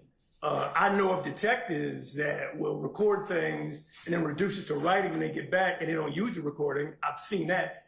Me personally, I can speak for me, I turn over everything. But I'm not, that's not the hard and fast rule. But the hard and fast rule is any information that's going to set a person free, you can't destroy that. What about a statement that's taken from a witness that you determine to be a lie? What is the appropriate thing to do in that circumstance? So what kind of statement? You talking about audio, written? Audio. Audio, I mean, that's open to the detective or whoever law enforcement official is holding that information. I can only speak for me, and it's my practice. I don't. So your testimony is, I understand you're speaking for you. That's all I can do. But as far as protocols and legality, you're not aware of any laws or protocols, APD, standard operating procedures, that would prevent the destruction of an audio statement if the detective determined it to be a lie? Me personally, I can only speak for me. I don't know the city policy word for word. David Quinn Jr., homicide detective, working 19 years in that field. I never destroy anything. I can't speak for other detectives. I don't know the rules. I don't know all the rules for APD. Okay. You did take a statement, a recorded statement with your lapel recorder from Mr. Nava Flores on 9/11/13, correct? I did. And in preparation of your testimony and from days ago and also today, Yes, sir. You reviewed that recording, correct? I did. And you would agree that at 3 minutes and 36 seconds of this recording, or anywhere on the recording, there's reference to a first statement, and if Mr. Nava Flores wants to clear anything else up from the first statement he gave? I remember that well. Okay, and you would agree that there's that clearly establishes that there were in fact two statements given. Okay, only one given to me. I can't speak to whoever that law enforcement official was that Nava Flores spoke with. It was in the ether, and I didn't know who it was. And I'm going to get back to that. Okay, so your testimony today is that you only took one statement from Mr. Nava Flores. Yes, and a second written breakdown of all the encounters with Nava Flores, which was contained in my supplementals. Okay, and you're the lead investigator in this case, correct? I'm the quarterback, yeah. Quarterback. Buck stops with you. That's right. I throw the ball, but I can't catch it. Okay, and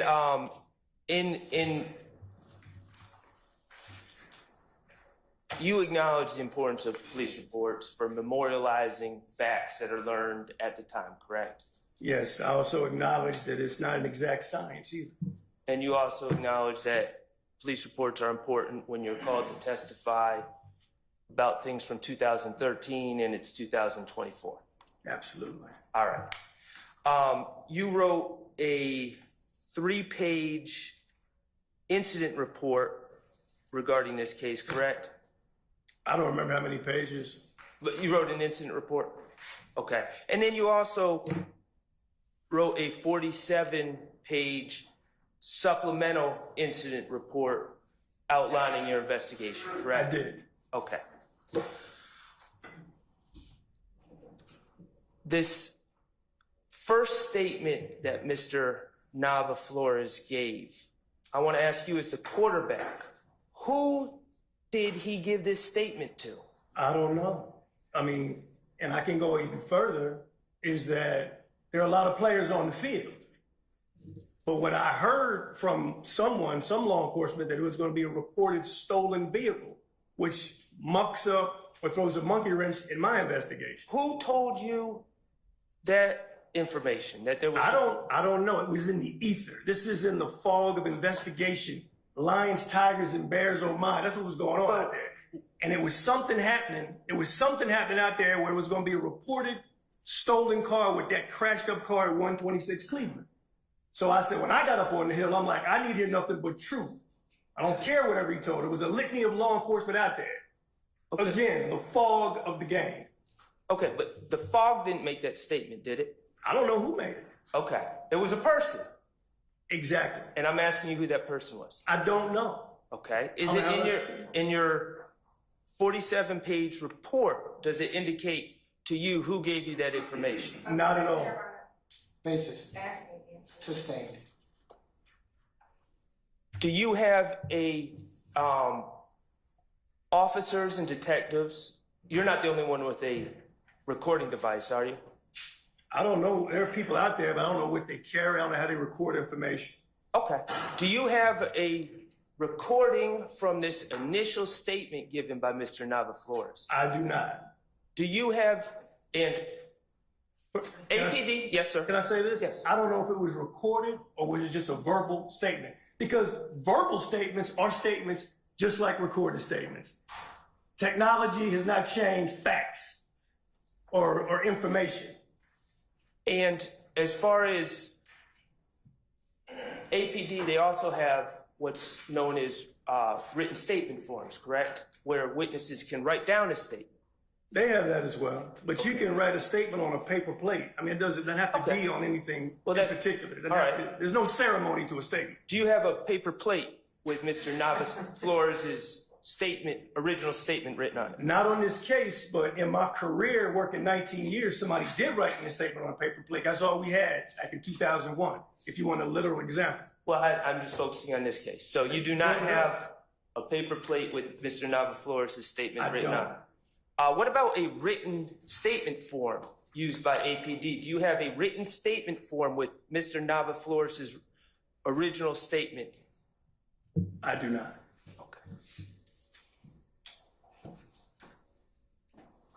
I'm going to change the subject. Courtney Bean, she's the wife of Adrian Bean, correct? That's correct. All right, and you were out there with, you were wearing a suit on 9/11/13? Yes. Okay, and you have that recorder in your lapel, correct? A very small bubblegum size recorder? I don't chew bubble gum, but yes. What did you say it was the size of? A package of gum. Package of gum. Thank you. So you had that with you on that date, correct? I did. And you encountered Courtney Bean at 2233 Macon Drive that afternoon? I did. And you had a conversation with her, correct? That's correct. Did you record that conversation? Nope. Okay. You also had a phone conversation the next day with Courtney Bean, correct? I did. Did you record that phone conversation? I did not. Okay. Thank you. I have no further questions. All right, sir. Next examiner. All right, anybody else? Before Mr. Steele, anybody else? All right, go ahead, Mr. Matthews. Thank you, Mr. Steele, for deferring.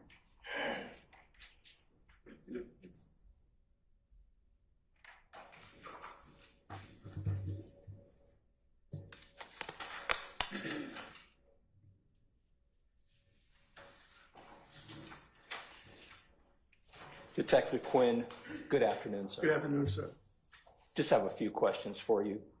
Yes, sir. You indicated on direct examination that, if I got it right, it says, I don't arrest anyone off of one person's word only. Is that correct? That's generally my practice. Okay. And that's your practice because you want additional corroborative evidence other than just a person's word, right? In most cases, yes. And the reason you want that is because when people give you a story or a statement, A, they could be telling the truth, correct? That's correct. B, they could be lying, correct? You're correct again. And C, it could be a little bit of both, right? Sometimes it works out that way. So when we're dealing with corroborative evidence, you want to know if they're eyewitnesses, right? I love eyewitnesses, yes. You love eyewitnesses because they are there and they can actually tell you what they saw, correct? Absolutely. They can tell you what they heard, right? Yes. But even though an eyewitness tells you what they saw and what they heard, even an eyewitness can be mistaken, correct? That's been my experience. That's why corroborative evidence always is a good assistant. Now, when you are at the scene of a crime that's been committed, whether it be a murder, an armed robbery, an act of assault, what have you, you're going to knock on doors if you can, right? Knocking on doors is my favorite part, so I always reserve that for myself. Okay. And in addition to knocking on doors, well, let me back up. You don't investigate a case without going to the scene, correct? Not always correct. I've worked hundreds of cold cases where I didn't go to the scene. Okay. Let's talk about active cases that are under investigation that haven't gone cold. You get the phone call, you've been assigned, however the assignment, the wheel goes, and it's now your case. Yes, sir. You get that case, you will generally, when we're talking about armed robberies and murders and things of that nature, you're going to go out to the scene, correct? I'll make my best effort to get to that scene, yes. And going to the scene is important because that's where the evidence is a lot of times, right? Most times. It's where it starts if that is your original scene. Sometimes the crime scene is scene number 3, which has been my experience. Okay. So you're going to go to the scene. Now you get to the scene, you're knocking on doors, you want to talk to any witnesses that are out there, right? Yes, sir. And when those witnesses come forward and they talk to you, some do, some don't, right? That's a fair assessment. Okay. And you don't stop there. You will also want to get forensic evidence, right? If you can. That's always a nice hook for your investigation. And forensic evidence, we're talking about fingerprint evidence, right? I'll agree with you there. We're talking about DNA evidence, right? Yes, sir. DNA evidence such as touch DNA evidence, right? If you can get it. It was a component in 2010 that became pretty normal behavior on a crime scene. Okay. So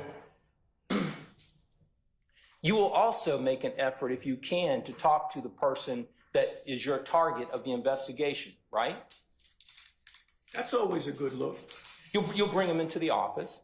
Not always. We'll sometimes do it at the mama's, dinner table somewhere. And if you do it at the mama's dinner table, you will, and if they're your person of interest, and if you have them in custody or what have you, you're going to Mirandize them, right? It all depends. I mean, if they're not in custody, I don't Mirandize. If they are in custody. If they're free to leave, I don't Mirandize them all the time. If they're in custody, you're going to Mirandize them, right? If they're in custody and can't go home, yes. Read them their rights, and you're going to sit down and talk to them, right? Correct. And sometimes they'll tell you what happened. Unbelievably, I've had a lot of success with people being suspects or victims telling me what happened. And they'll tell you sometimes things that are inconsistent with what the alleged victim is saying happened, correct? What are we speaking of? Because my victims are all dead. And again, ag assault is not a crime, and armed robbery are crimes I normally investigate. I'm just trying to understand where you're coming from. Well, I mean, if you believe that a person was robbed and that person is not dead, then that's going to be an alleged victim, correct? That's correct. Okay. So the person that you have in the interview room might give you a different version of events than what the alleged victim says happened, right? That happens. Okay. Now, and in some instances, the person that you're talking to that's in that interview room, they may have their cell phone with them, correct?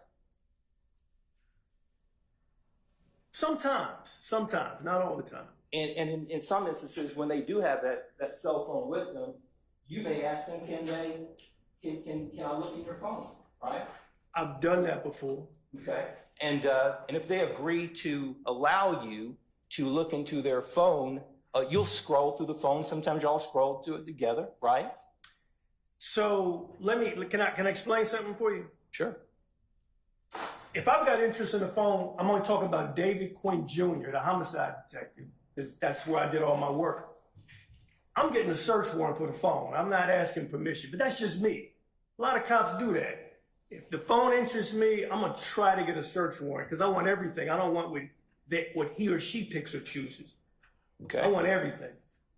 So if you get a search warrant, whether you get their consent to look in their phone or whether you get a search warrant to get in that phone, you're looking through the phone. And if that particular person that's being interviewed or that person's being arrested and you are conducting an investigation with that person, then and if they have things that are in that phone, if there's information in that phone that backs up their story, when I say their story, the person who is the suspect, the person who is under arrest, you're going to maintain that information, correct? With benefit of search warrant. And that would be considered exculpatory evidence, correct? It depends what's in there. I mean, that's kind of open to interpretation. I mean, that's kind of open-ended the way you said it. Okay. I don't know what's in the phone. We'd be talking about grocery lists. That's not going to be exculpatory. Right. We're not talking about a grocery list. We're talking But you about... gave me a kind of a broad, you just put it out there. That's fair. All right. I'll narrow it down. All right. So we're talking about evidence that could actually benefit the person that is the suspect in your investigation. That information in the phone that can benefit that person's story, can corroborate that person's story. That's what I'm talking about, okay? I'm with you. All right. You're going to preserve that telephone, correct? It's kind of still an open-ended, but if I got a search warrant for it, yes, everything's going to be memorialized to the best of my knowledge. I mean, and just to give it some context, there's some things that happened in phones the last 15 years that I can't do anything with. I have to let the experts handle that. With these clouds and different things I know nothing about. So I would probably turn it over to someone that's proficient in that science. Right. You basically hand that evidence over to someone who can look into that phone and grab that information out of that phone, correct? And yes, and customarily, that expert, they call them cyber crimes unit is the name they gave it when I was down there. And cyber crimes will then forward me a report of what's in that phone. Because I don't even know how to open my phone half the time. So. And at some point during the course of that investigation, that preserved evidence, that preserved information, it'll one day work its way to a courtroom, such as we are here today, correct? Sometimes that happens. Basis. I'm going to be speculation. I stand objection. Now, with respect to your investigation and doing these sorts of things, once you hand that information over to, when I say information, once you hand that cell phone, that information inside that cell phone, once you hand it off, you're pretty much done with that part of the investigation as it relates to evidence, correct? I wouldn't say done. I'm going to have that cyber crimes, it's usually a detective, break down for me what's inside that machinery, that electronic device, and give me some kind of report. Because I can look at it and he can see things that I can't see. Because I want to turn it over to the state and for discovery with a defense if that applies.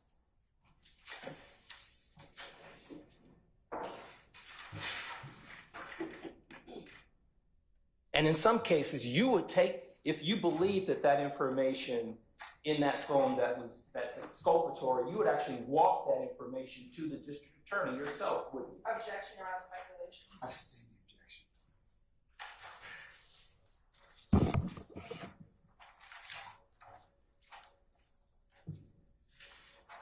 Now,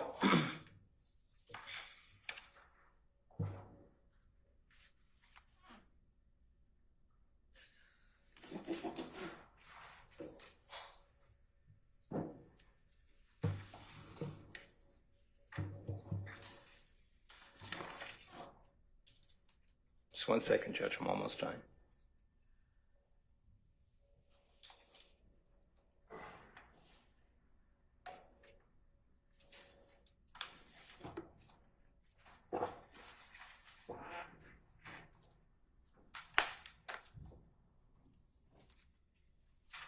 Thank you, Judge. That's all I have. Thank you. Okay. Thank you, Detective. Thank you, sir. All right, anyone else? All right, Mr. Steele.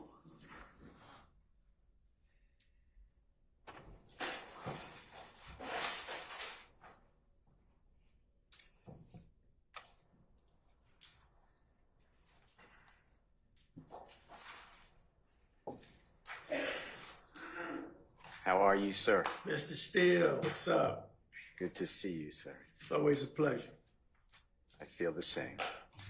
Can I ask you some questions? It's your floor, brother. All right. I would like to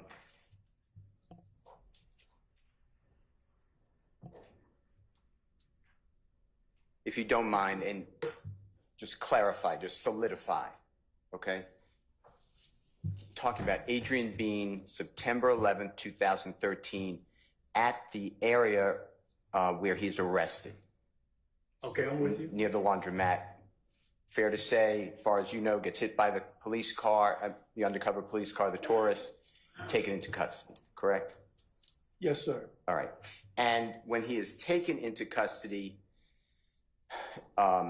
just to be solid and just to make sure it's pure, he is taken from that scene to Grady Hospital. Is that fair to say? Yes. Okay. And from Grady Hospital, he eventually makes his way over to the Fulton County Jail. Yes, sir. All right. Now, when Mr. Bean, and if you need to see anything, just let us know. Yes, sir. Okay. When Mr. Bean tells you 6 days later, it's September 17, 2013, that he had lied to the detective when he first spoke with them. You remember something? I may not be quoting, but something to that effect? I mean, you're paraphrasing, but I know where you're going. But, I mean, I'm trying to be fair. That's... Yeah, that's fair. I mean, we don't have to, like, bring it up or show me or anything. Okay. Now, do you know who he spoke with? When I say he, Mr. Bean spoke with prior to speaking with you? Not at all. Do you know what the location of this interrogation, interview, meeting, whatever you want to call it? I can only assume, which, I don't think I can even say what it would assume unless you want me to. Well, assumptions don't help. So. Oh, they help in this situation, I think. Well, do you know? How about Nope. that? All right. Do you know what questions were asked of Mr. Bean? I know nothing because no one gave me anything in written form or verbal form for me to evaluate. Or recording, I guess, right? Correct. And I think it's obvious now, but you don't know the answers given. I don't. All right.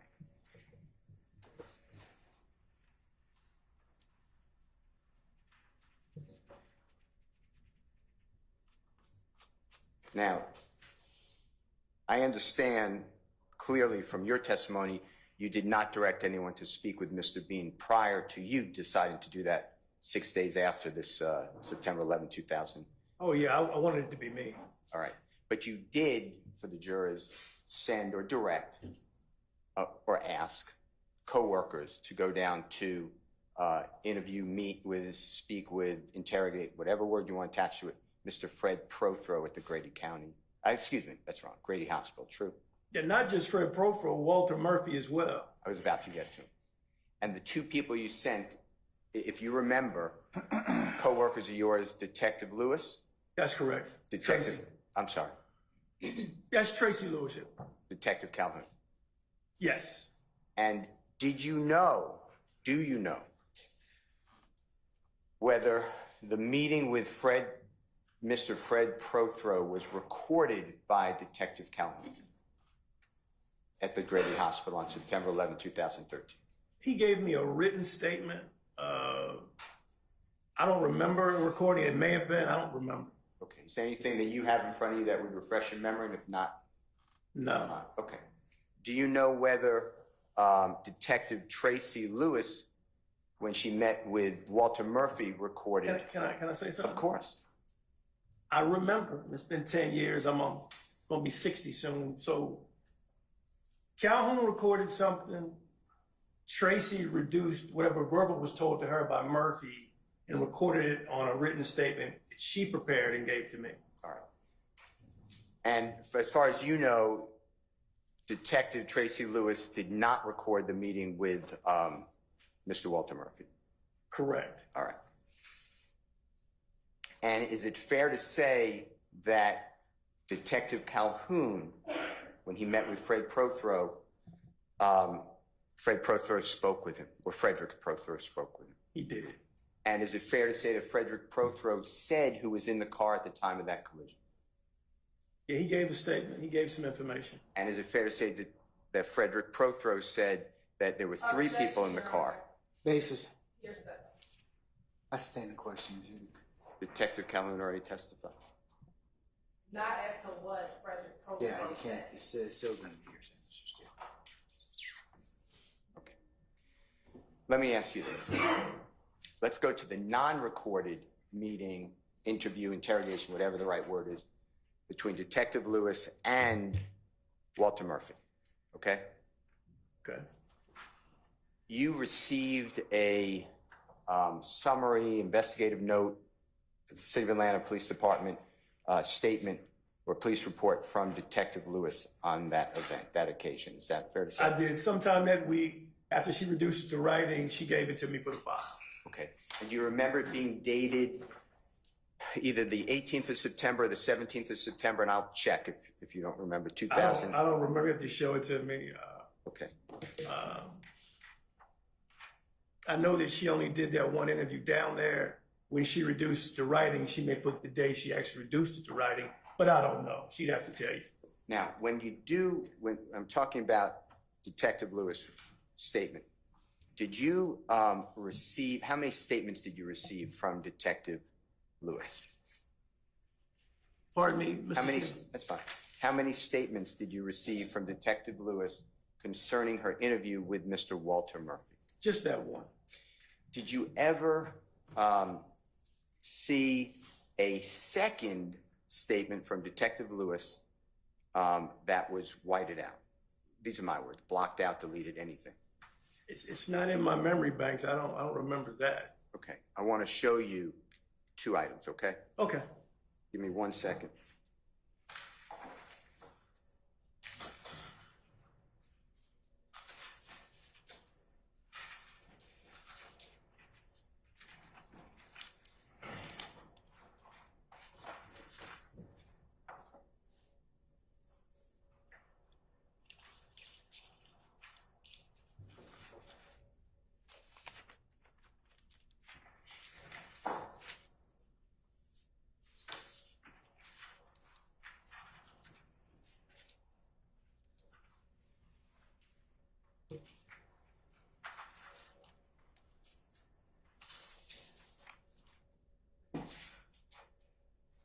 Your Honor, may I have 1 second? You may, sir.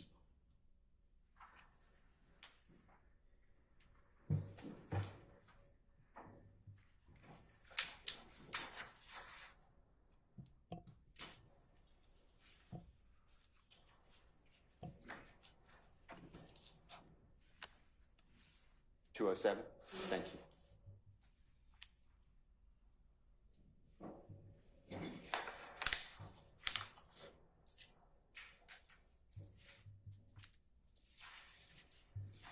So,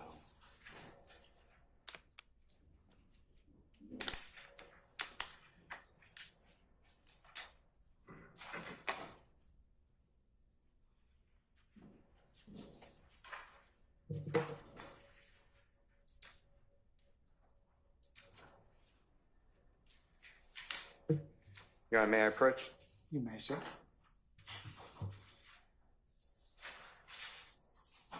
Former Detective Quinn, may I approach you? Yes, sir. I'm going to show you what I marked as Mr. Williams, number 207 and 208. Just do me a favor, take a peek Okey-doke. at one and then the other. Just tell me if you've seen one and then the other before. I've seen these before. Okay. And is this related to the incident that we're speaking of and Detective Tracy Lewis writing down a written report? Yes. All right. And were both of these made it into your file? When I say your file on this case? They showed up in the file, yes. All right. Your Honor, I move for the admission of Mr. Williams, number 207, 208 for purposes of this examination. Any objection? Yes, Your Honor. Basis? Hearsay. I'm gonna rule the objection. I'll admit defendants 207, 208 over objection. Okay. They may be published as you see fit. Okay. Your Honor.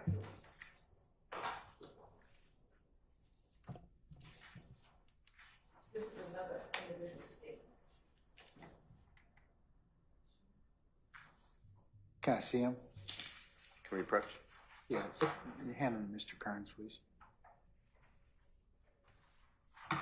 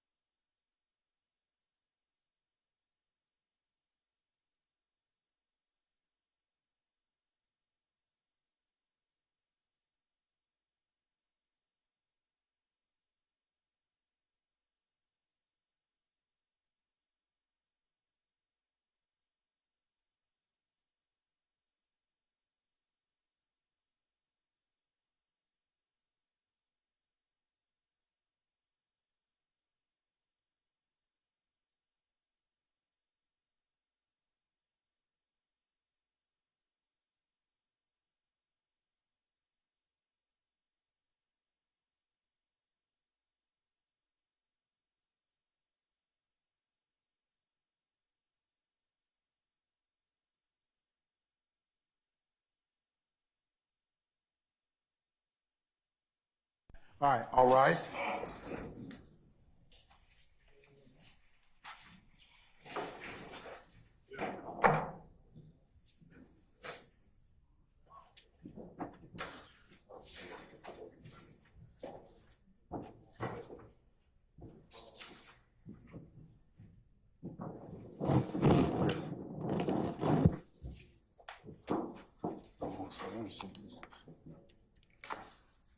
All right, Detective, thank you. All right, ladies and gentlemen, please be seated. Our jury has left us.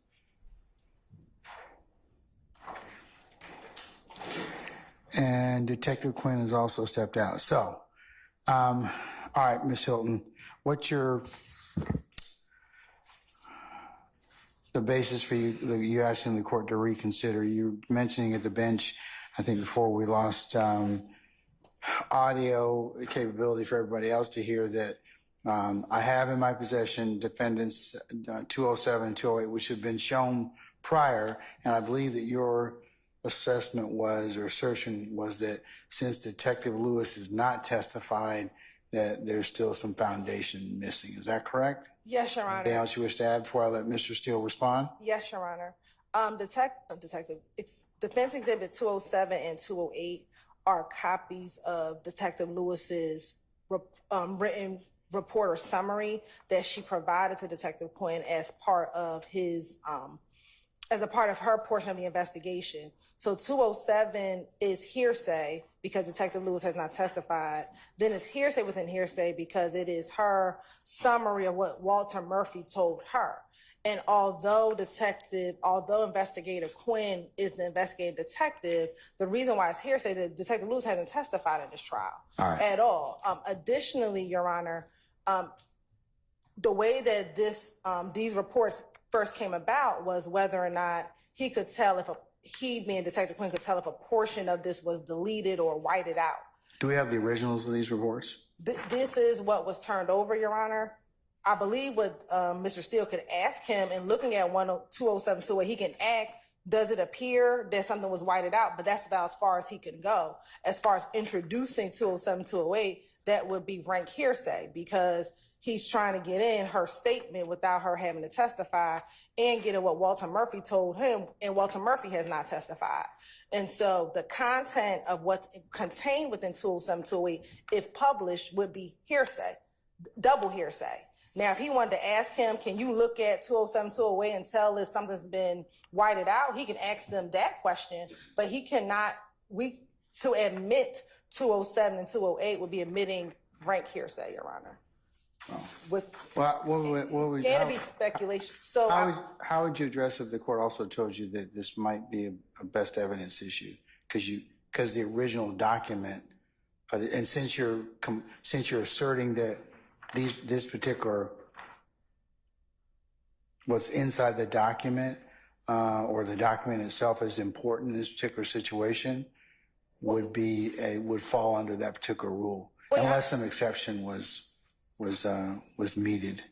I'll say these two copies are copies of what was turned over in discovery. So I won't make a best evidence argument, Your Honor, because this is what was provided in discovery. All right. However, it is hearsay to have Detective Quinn testify as to the contents of what is inside of 207 and 208. He can solely, and without publishing to the jury, he can ask, is there a distinction or a difference between these two pieces of paper, but to admit it and to have him talk about anything contained within, and it would be hearsay, Your Honor. All right, Mr. Steele.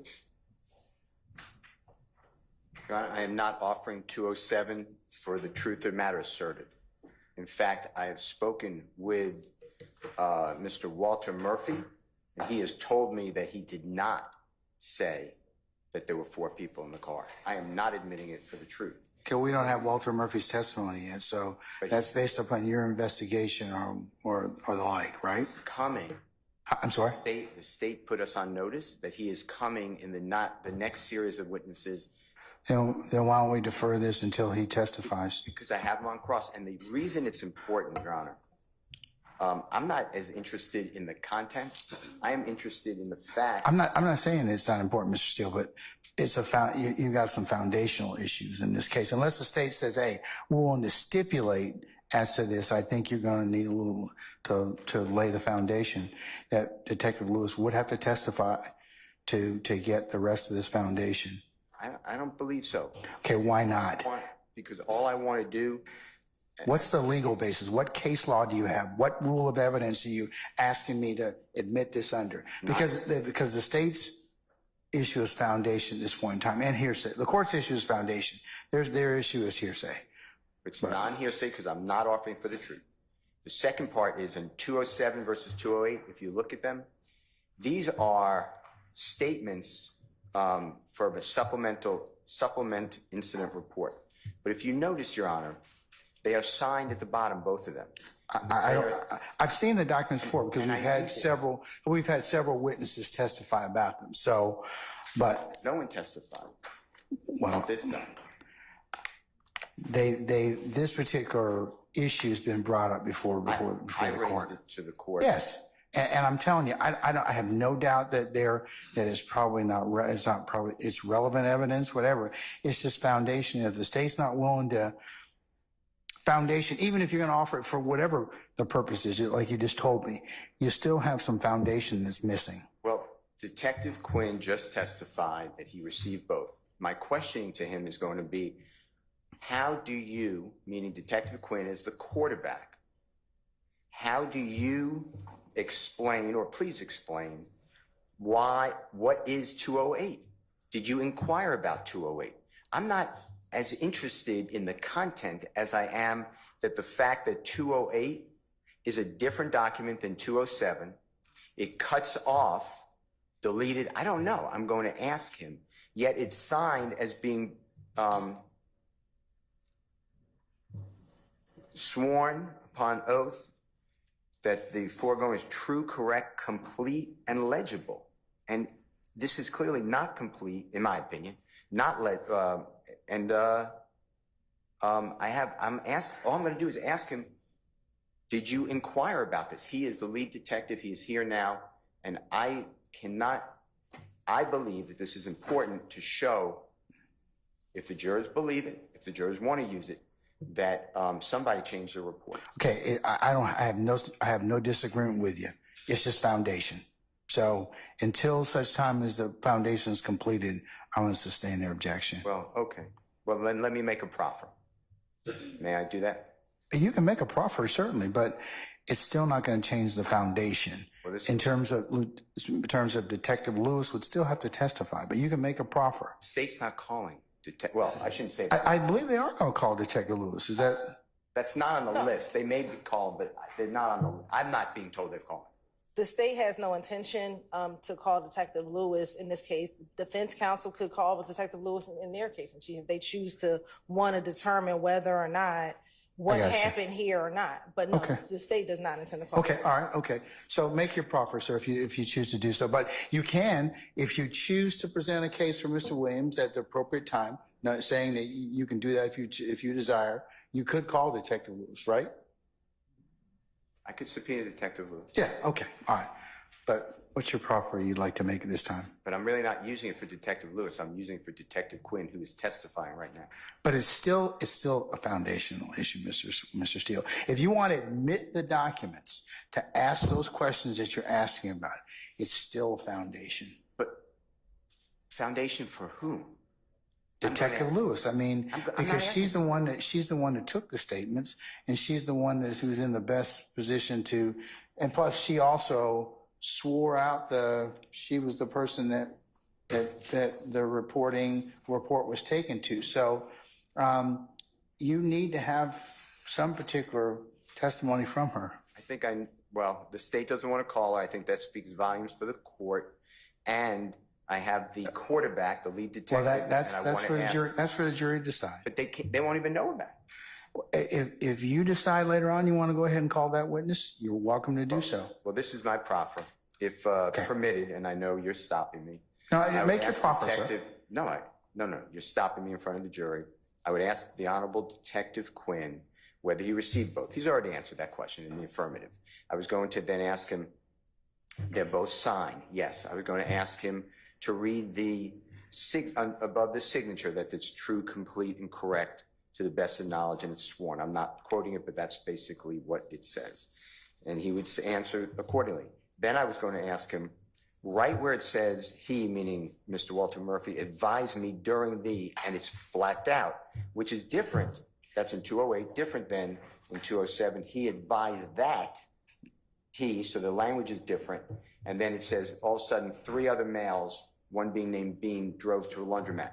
That 3 other males is where it's deleted, omitted, not here in 208. And I was going to ask him, did that, was that curious to you? What did you do about it? Why would this happen?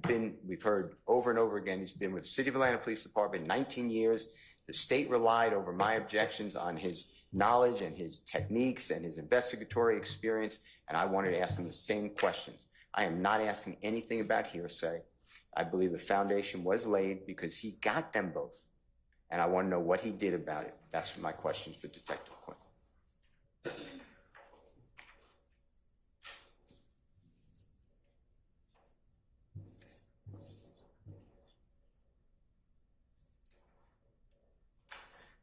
All right, the documents would have to be admitted in order for you to ask them those questions, correct? Yeah, well, you admitted them, but yes. Well, they'd have to be admitted. Yes. So, all right, I'm going to still sustain the state's objection. I will go ahead and for the purposes of for your discussion, they've been identified, but I won't admit them in front of a jury at this point in time. And subject to more foundation.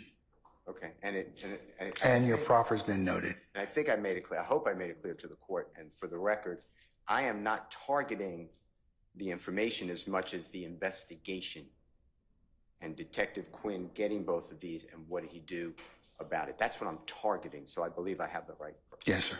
Anything else from the state? Nothing else, Your Honor. All right, then. I think that we've exhausted this. I will, like I said, the documents 207, 208, defense exhibits Williams have been identified, have not been admitted as of yet, subject to more foundation. And your proffer's been noted. All right, summon our jurors, please.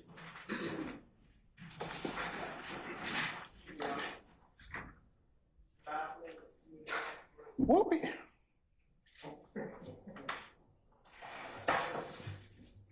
You? Mr. Gardner? Huh? Okay, all right. We're just going to sit in place, okay?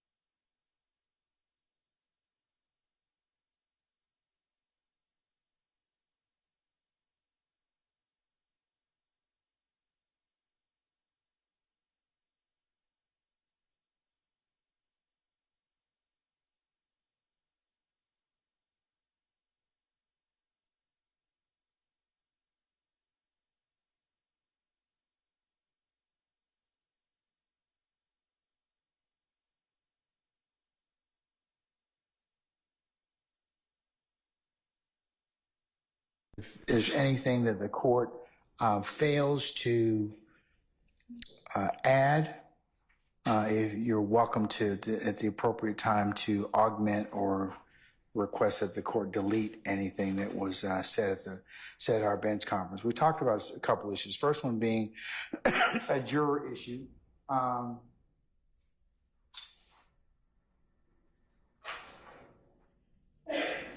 At the conclusion of today's proceedings, I'm going to talk with juror 219. And the reason I need to talk with juror 219 is he needs to schedule for a medical appointment. And that medical appointment, he's had some difficulties because he has to be able to be seen only by his doctor only in the afternoons, Monday through Thursday. And his doctor, despite his best efforts of having next week off, I don't know what day, if any, his doctor is available next week. So it may be the following week. So I wanted to inquire about that issue. Counsel, is anything further about that juror issue? Not from the state. Not that I understood, Your Honor. Okay, all right. The next thing is, as I told you all, in the trial of any cases, life happens, and then you practice your vocation. For us, it's lawyering. I've had a death in with a close family friend, and that service is going to be on Monday, the 1st of April. So I know that when the we said the jurors are going to be out, we were going to take up some matters on Monday. I'm not going to take up any matters on Monday the 1st. Instead, we are going to move those to Tuesday, April the 2nd, and potentially into April the 3rd. Counsels, is there anything else in regards to that respect? If you want me to, you said that I'm going to take Attorney Sharp's Baker motion. Your Baker motion. And Weinstein's to App's motion. Yeah, motion to, yes. And then I also, if appropriate, would like to take up the issues involving the redaction of the conviction of Mr. Winfrey, as well as the notes or recordings from Mr. Wise. Okay. I also, Detective Quinn is going to not be available Tuesday, tomorrow, Wednesday, and Thursday. He will resume with us on Friday. And I take it Ms. Hilton and Ms. Love, you will have other witnesses for the remainder of this week. Is that correct? We will, Your Honor. And at the end of today's session, we would just like to approach as relates to one or two. Okay. And the third thing, or the fourth thing I'd like you all just to consider, given that we have had to take up a number of, now let me back up, related to one of the motions filed by Mr. Apt and Mr. Weinstein on behalf of Mr. Kendrick, we are going to attempt to, as part of the outflowing of that particular motion, to figure out the number of trial days that the state will need in order to finish the presentation of their case in chief.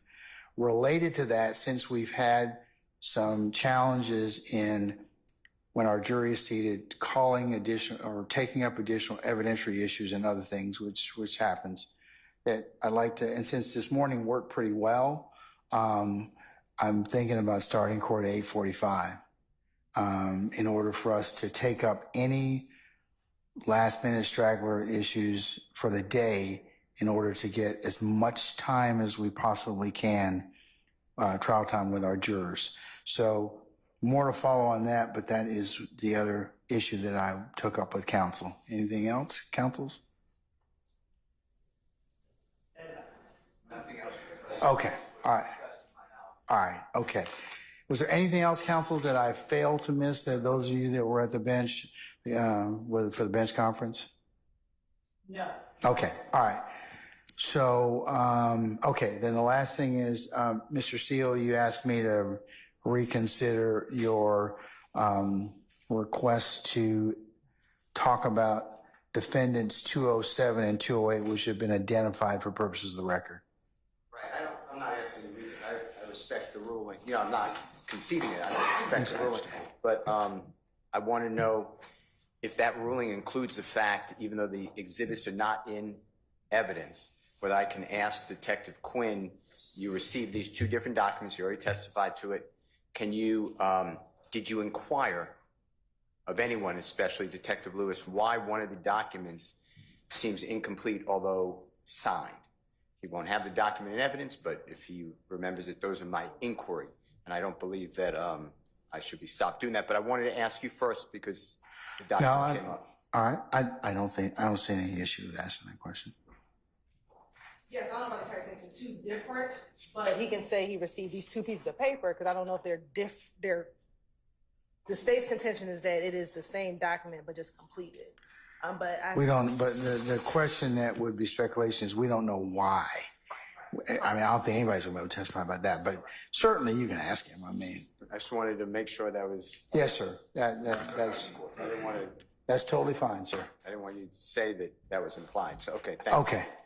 All right. Is there anything else, counsel? I think like I said, we'll go ahead and we'll go another 15 to 30 minutes, and then we'll conclude for the day. Okay. Okay. We'll pick it up on Friday. And can Detective Quinn have the exhibit to Yes, I got him right here. Even though, because I may refer to it that way for the record, even though it's not in evidence, I will not say what's in it. Okay. But can he have it in front of him so he can? Yeah, you can show him for the purpose of identification. I think he already had. I think he had him. Yeah. I think it's all right. On your desk, on your bench. Aaron, we good? Okay. All right. I'm gonna let things chart. This one's not working again.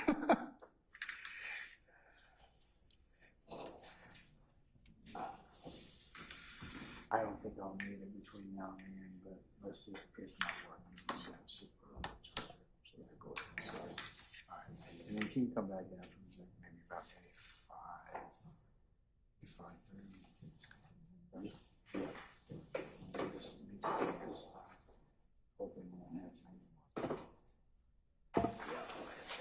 Okay, cool. All right. Yeah, okay. All right, Sergeant Ingram, all our jurors back? What about all our participants? We good? Okay, all right. Summon our jurors, please. Can we bring Detective Quinn back, please, sir?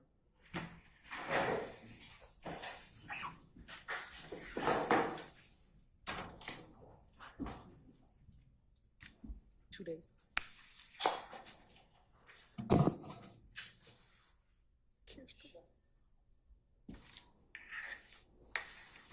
You know, 3 more.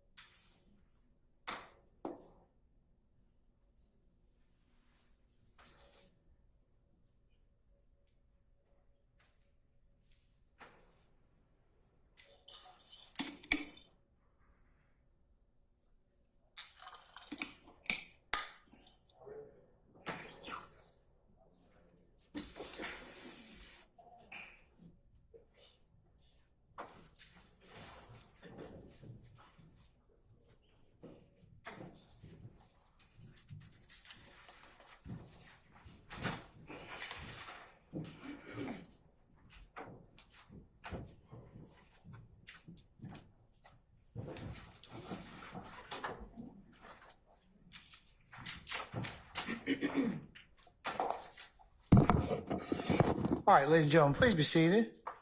All right, thank you, Sergeant Ingram. All right, Mr. Steele.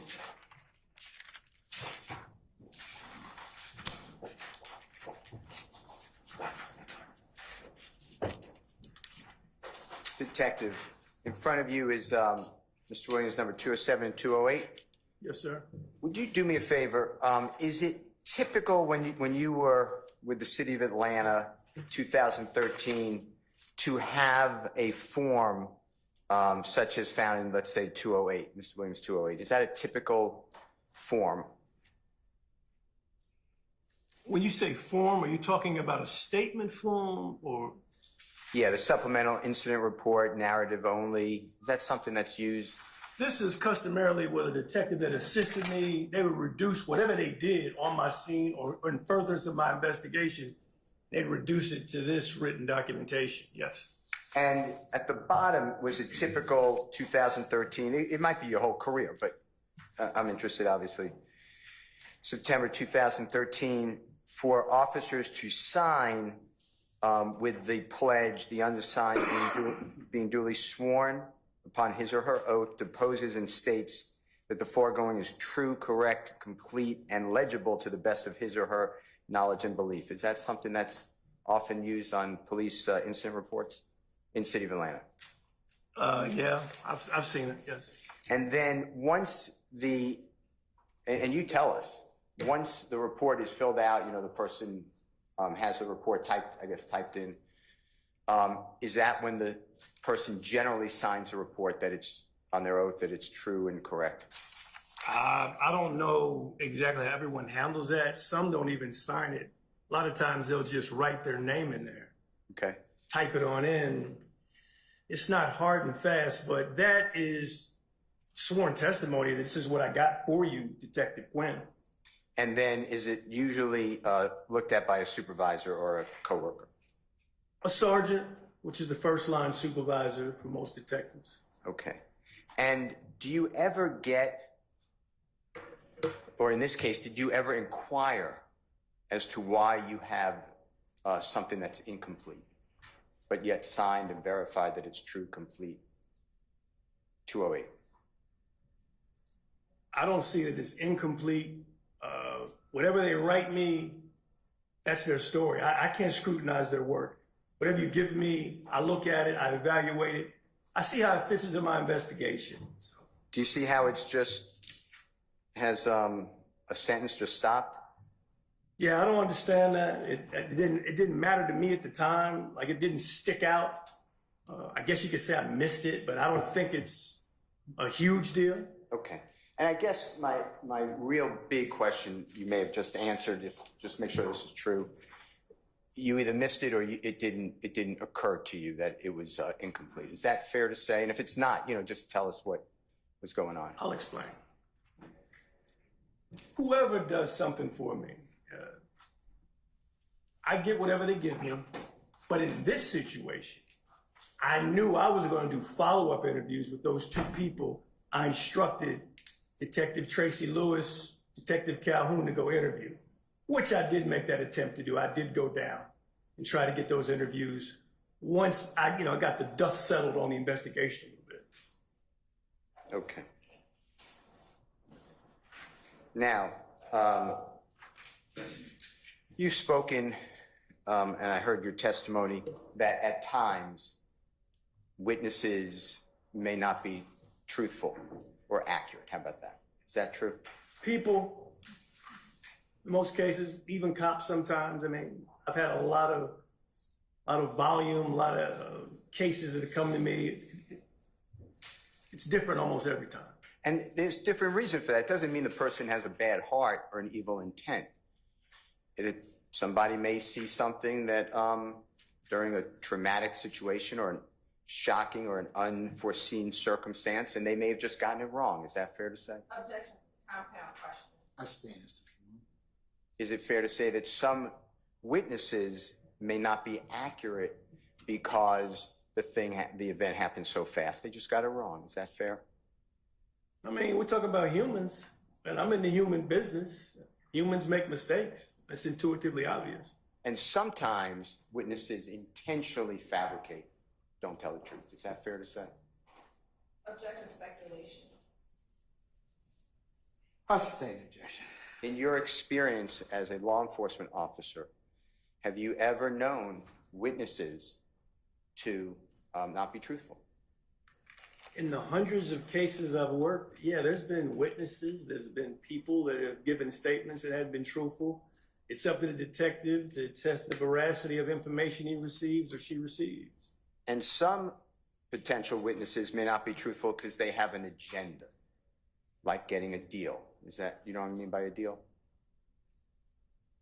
Oh, I know what a deal is, but what are you talking about as it pertains to this case? Well, let's just use a Mr. Bean, okay?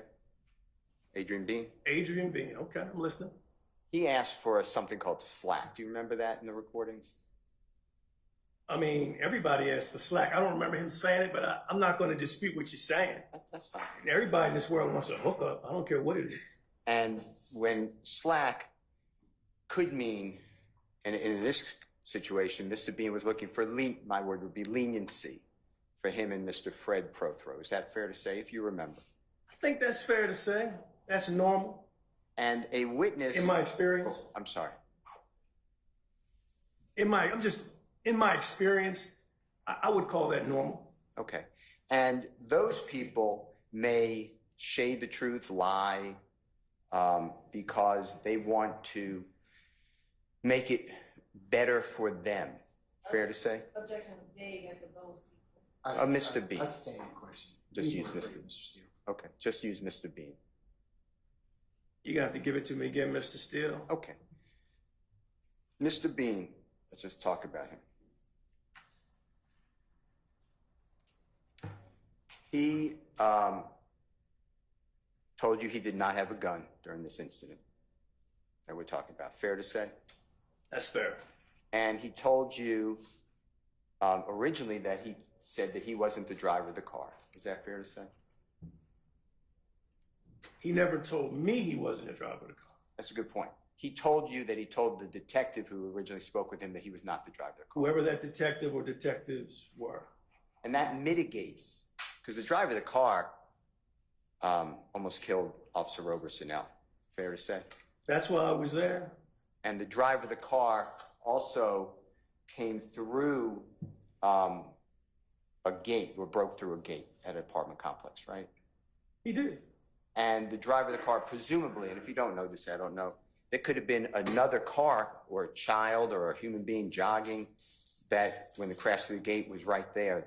And I think I shared that on the interview with Bean, that, you could really mess some folks up if kids were on those tricycles. So, yes. Yeah, and the tricycle you're talking about, that's at the house that Mr. Bean took out part of the porch, ran over the tricycle, then careened over the ledge. Is that all correct? A very reckless act, yes.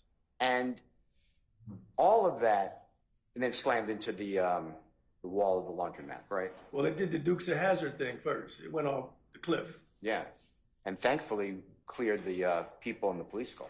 Which was, I think we covered that in the interview as well. I'm saying he almost landed right on the cop car. And there could have been other people walking. That's just a pedestrian area, a business area, right? Yeah, and in my experience, people running from the police or running from trouble, they will run through red light on Peachtree. It's just how it is when folks are trying to get away. They're not being careful with both hands on the wheel. Because they don't want to be held responsible for what they did. Fair to say? Anyone fleeing or running from the cops, from the folks, they ain't trying to go to jail. And Mr. Bean told you, if you recall, that the car drove by itself. You remember that? All the driving through the gate, once it hit the gate, the car just drove by itself. Do you remember him saying that? I do remember him saying that, but brakes don't work when you're driving at those high speeds. The kind of velocity it would have taken to take out that metal gate, controlled access gate. The car was out of control. And he was the person putting the car out of control. That's without question. And he also told you he knew nothing about the armed robbery before it happened, right? That's what he told you. You talking about in the beginning of the statement? Yeah. The beginning of our statement when we were together inside homicide? Yeah, don't you remember all the statement that... About the lien deal? Exactly. Yeah. And he was minimizing his exposure. He talked about buying some cough syrup, drank, whatever they call it. And do you remember him also telling you that he never saw the officer, Robert Sinell, who was right at the car? You remember him telling you that? And you remember, if you watched the video, I said I didn't believe it. No, I'm not criticizing you at all. I'm saying that's what Mr. Bean was saying. Absolutely. He was, I don't want to use the word lie, but he was not being forthright. Fair to say? Yeah, I would say so. Most people hold on to something. In my experience, most people... Objection, Your Honor. Calls for speculation. and relevance? I'll sustain it as to the speculation that you can rephrase. It's fine. And Mr. Bean also told you that he never heard the officer's commands to stop. Remember all that conversation? Yes, sir. Because he told you that if a police officer tells him to stop, he would absolutely stop. Do you remember something? And I'm not quoting him, but do you remember something like that? Yes, sir, I do. And remember Mr. Bean telling you, or having a conversation, and he might not have said this, so correct me. He's a nonviolent person. You're probably paraphrasing, but yeah, he's not into the wet work. Now, you did find out that Mr. Bean, just within a year of September 11, 2013, he had shot 2 unarmed men. Do you know that? I never looked into that investigation. I plugged my ears whenever I heard it because that was a case I knew nothing about. It didn't interest me. My main concern, my focus was understanding why the officer used deadly force on 9/11/2013. Is it potentially violent to shoot 2 unarmed people? I mean, I think it's obvious. Anytime you shoot a human, unless it's self-defense, I don't see, and that's another thing. I don't know what that situation was. Was it self-defense? I don't know. All right. So let's talk, if you don't mind, help the jurors to understand. I'd like you to explain a couple of things, if you don't mind. Yes, sir. Now, it's clear to me that this, and I'm not saying this is the biggest scene you ever had, but this was an involved scene. You have the apartment complex where Officer Roberson L. has to discharge his weapon. He's almost killed. The other 2 officers are put in jeopardy because their car is slammed into. That's one area. That's fair. You have a second scene where, and I'll show you the photos if you need them. The car takes out part of the porch of the house and rides over the tricycle and goes through the fence with the barbed wire and goes off the landing. That's a second area. That's of interest, right? You're on it. And then the third area is a little more involved, but it starts with the slamming of the vehicle, the 2004 Nissan Altima, into the side, and the people fleeing from that vehicle. So those are the things that, fortunately for you, that was your task, right? You had to figure out all 3 of these scenes. Fair to say? It's fair to say. All right. And part of that is I want to talk with you about if you could tell the jury how much time passed from Mr. Murphy entering the 2004 Nissan Altima on the driver's side rear, and Officer Roberson L. saying stop with his gun pointed, to the time that the car is slammed into the laundromat. Based on the statements, the one in particular that Detective Roberson L. gave me, it probably unfolded in less than a minute. I wasn't there, but just based off the way it was explained to me, it was almost instant. And was there any time, any investigation, any information that you received that somebody entered or exited the vehicle from the time that the vehicle driven by Mr. Bean almost killed Officer Roberson L., eventually slammed into the side of the laundromat? I don't think I understand the question. Can you try it one more time? Can I do that? Do you have any information that somebody either entered or exited the 2004 Nissan Maxima from the time that, God forbid, Officer Roberson L. was almost killed with the car to the time that the car slammed into the laundromat? So did somebody get out while it's in midair? That's what or it doesn't always have to be in midair, but going through I the didn't gate. get that. Okay. I don't. All right. And that seems unlikely. Is that your thought? And if it's not, that's fine. I sustain it as a form. You can rephrase, Mr. Steele. That's okay. All right. Now, do you remember the gentleman, Mr. Nava Flores? I do. And he gives you a recording and says 4 people enter the car. Correct. Do you remember that? And this is when the car is first loaned, stolen, whatever. I don't really care. Fair to say? That's fair to say. And 2233 Macon Drive address? I was about to ask you. And that address is approximately a half mile, and you correct me, from where the apartment complex where Officer Roberson now had to discharge his weapon. I think I can give you that. Okay. And then, how much time passed between Mr. Nava Flores seeing the 4 people enter the vehicle until the vehicle is inside of the apartment complex where Officer Roberson now is almost killed? I couldn't give you a time. I don't know how long. I know it wasn't a prolonged period of time. I know it wasn't more than an hour, just based off the statements. I mean, and I have to, like, as someone listening to this information, evaluate it and see how it fits. I don't know how long. Was there enough time, as opposed to the drive by Mr. Bean crashing through the gate and crashing into the side of the laundromat, was there enough time that people could have gotten in or out of that 2004 Nissan Ultima vehicle? Between, I'm not asking. I sustain this form. You can rephrase, Mr. Steele. Was there time from Mr. Nava Flores seeing his car leave with the 4 people? Was there time for people to get out of that car or into that car before the car is slammed into the laundromat? So you're asking me, just as human beings, Yeah. can we get out of cars that the doors open? We can do that. Okay.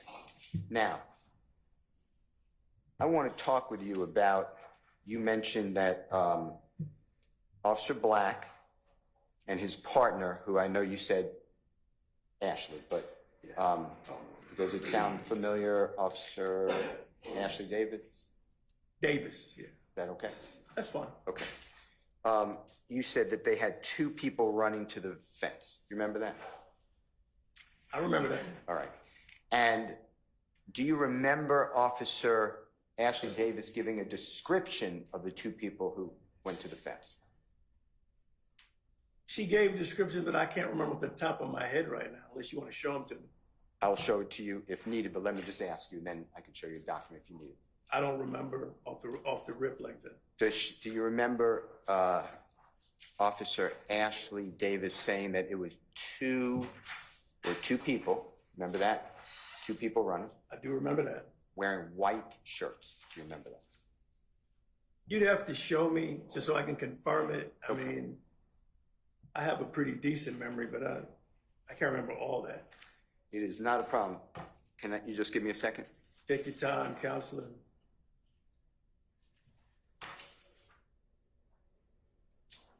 I may have to show you on a computer, but hold on one second. That's fine. You have it? You don't mind me using it? No.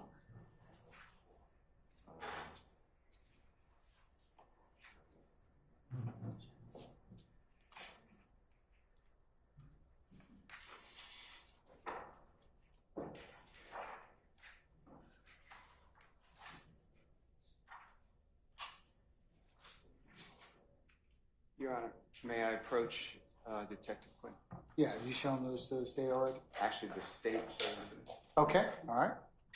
May I approach you? Yes, you may, sir. I'm always okay with you, Mr. Steele. I need to mark it. Can I mark it? Yes. Okay, it'll be Mr. Williams, number 209. All right.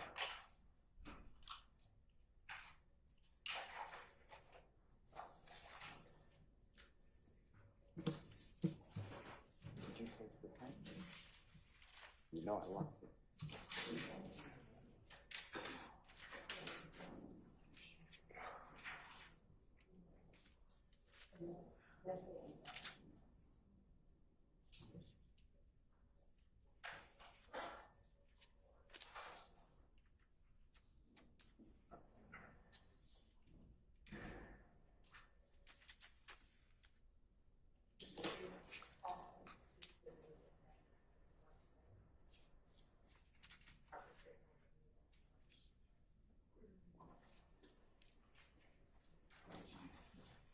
Your Honor, I'm showing with Detective Quinn, Mr. Williams, number 209 for refresh memory if you got your questions. All right.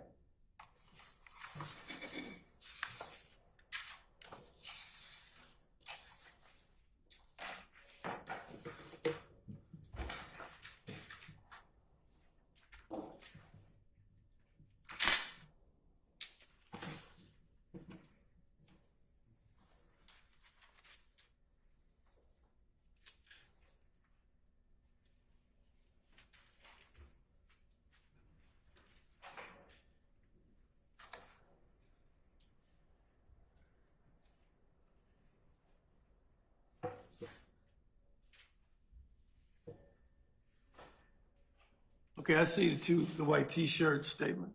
Okay. And if there are 4 people in the car, help me here. That officer, she was training, right? She was a rook. She has 2 of them in white shirts, fair to say? That's what it says. And then, do you remember Mr. Walter Murphy wearing a red shirt? I remember that, yes. The statement given by Detective Robertson and Booker Higgins. And do you and he was taken in custody. Okay. And I wasn't there for that. And do you remember Mr. Bean wearing a blue shirt?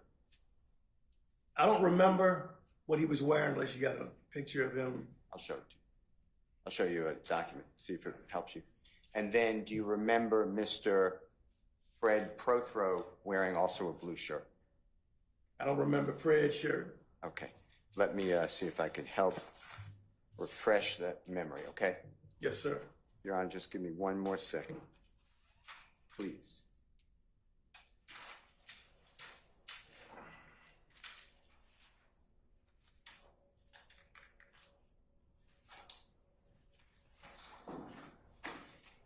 You have it on your computer? You have it on your computer? Yeah?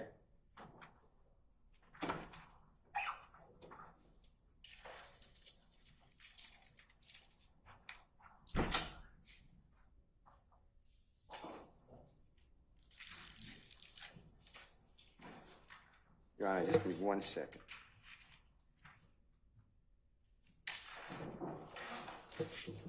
I may need Mr. Kokomo to bring up his computer, Your Honor.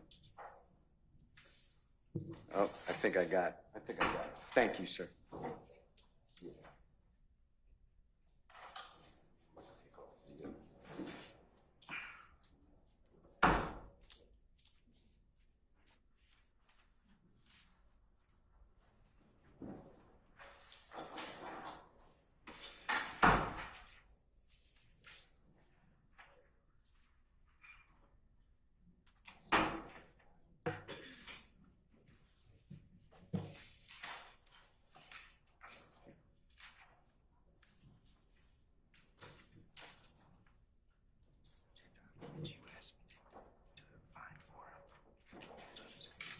Thanks, Zena.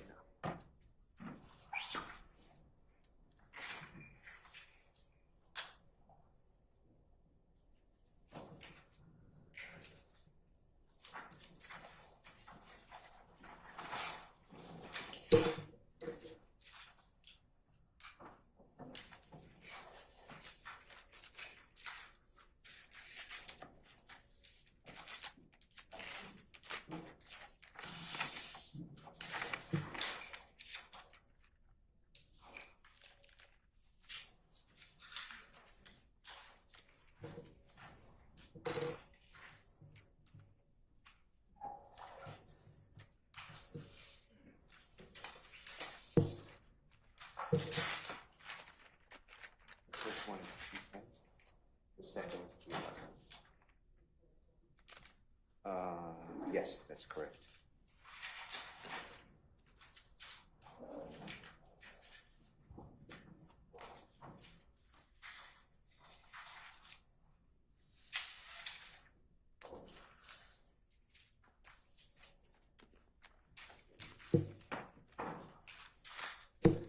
Your Honor, may I approach? You may, sir. Detective Quinn, Yes, sir. heard what you said, but may I come to you? You can always come to me, Mr. Steele. I'm going to show you what I've marked with Mr. Williams number 210, Mr. Williams number 211. I'm just separating them like this. Let's see if this refreshes your memory. And I'm just asking about Mr. Blue Shirt, Mr. Blue Shirt. Mr. Profro, and what was the second name you said? I missed it. Mr. Bean. Okay.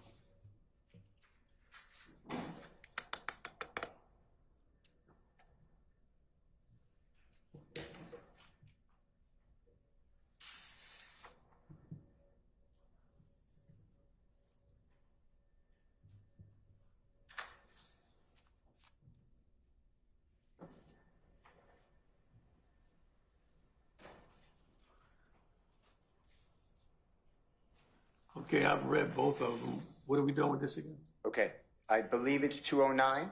If it refresh your memory, it should be on page 2. You could read the whole document, obviously. That Mr. Prothrow was in a blue shirt. I see it. And then on 210, Mr. Williams 210, if it refresh your memory, second page also, that Mr. Bean was in a blue shirt. Your objection as to who is the individual, I don't believe that. What's the basis? I think that's assuming that's my answer. Your Honor, that's not assuming anything. I'm on board with the objection. Sir, you can answer it if you can, Detective. Based on the girth and the size indicated here, that's the only reason I'm arriving at Mr. Prothrow. For 209? For 210. Page 2. May I see it, if you don't mind? I'm just looking at the height and weight. That's fine. If you look at A.B. Calhoun, he puts between 280 and 300 pounds, and no one was closer to that number than Mr. Prothrow. Everybody else in the car were flyweights. Can I just look at it? Sure. Take it back for a second.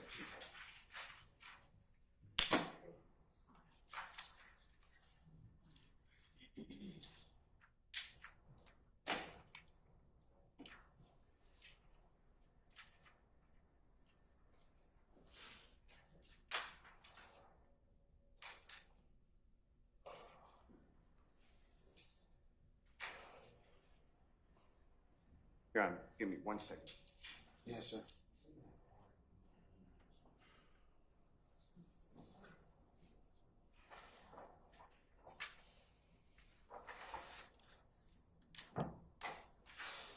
I'm going to get you another document. If we need it. Is that okay? We're going to table that for 1 second, okay? That's fine. All right. So let me ask you this. If you have any information, when the car slams into the side of the laundromat, were there citizens, when I say citizens, just people not involved who were in the area who started to run? Based off a review of the statements I got out there, there were people in the business actually conducting whatever business, washing clothes or making other transactions. And then let's go back to, and I promise you I will not forget about the blue shirt. But let's go back to Officer Roberson. How many times did law enforcement reason that he fired his weapon, discharged his weapon?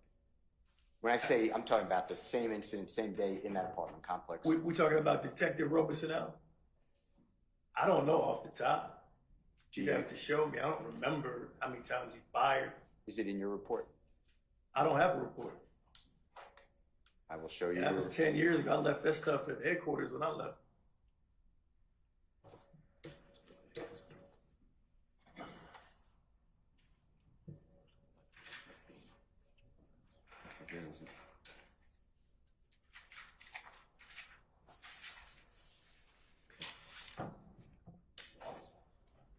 Well, do you have a, yeah.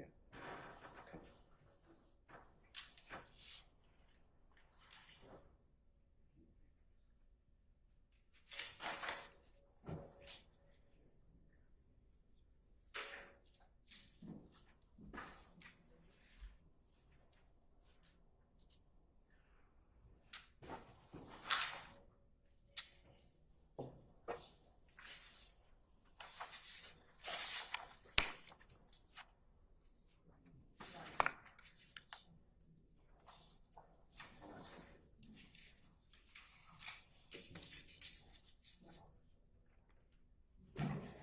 Yeah, you have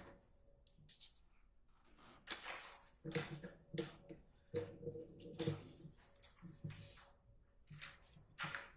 Thank you.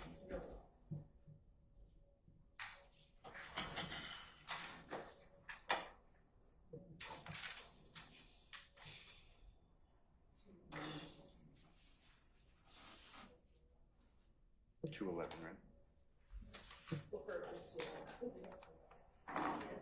You already have? The question is? Do you have the, sorry, thank you. Do you have you have Booker Higgins?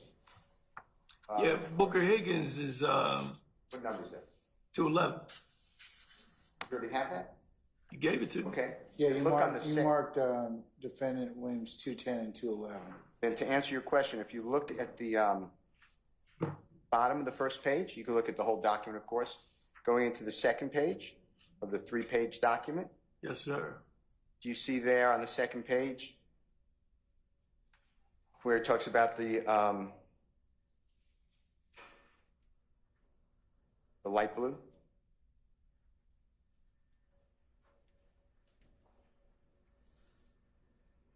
Yeah, the first sentence on page 2 Okay. indicates light blue. Okay. It says in light blue. Right. Doesn't say whether or not it's a shirt or not, just in light blue. Okay. All right. Understood. All right.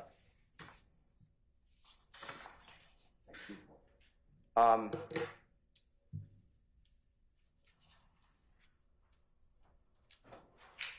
When you were talking with Adrian Bean on the recorded statement, you said something to the effect of if somebody is sitting in the thug is sitting in the rear passenger side, it's a wonder, this may not be a quote, a wonder that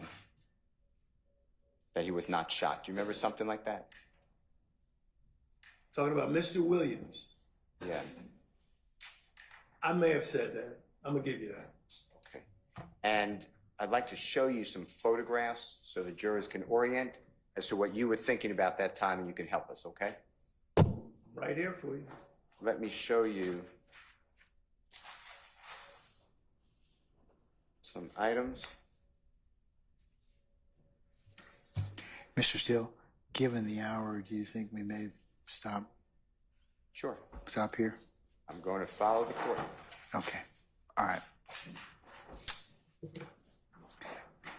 All right, ladies and gentlemen, given the fact it's about almost 5:30, we'll go ahead and recess for the day at this point in time.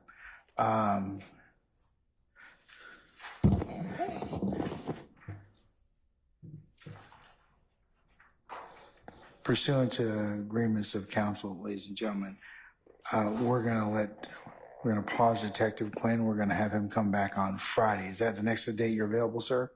Yes, sir. This coming Friday? Yes, sir. All right, sir, if I could get you to come back for this coming Friday, if you could be present for 8:45, that'd be wonderful. I'll be here at 8. All right, we'll see you then, sir. Okay, don't discuss testimony with anybody except the attorneys in this case, okay? Thank you, Judge. All right, thank you, sir. I can walk out? Yes, sir.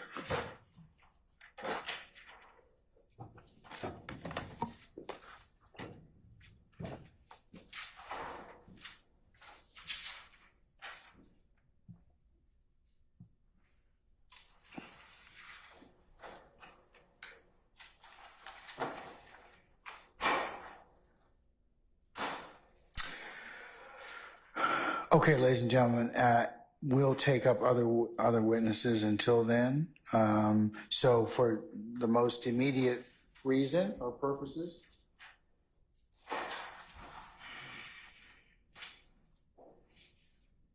tomorrow morning, if you could be here for 9 o'clock for an anticipated 9:30 start time, and then we'll go ahead and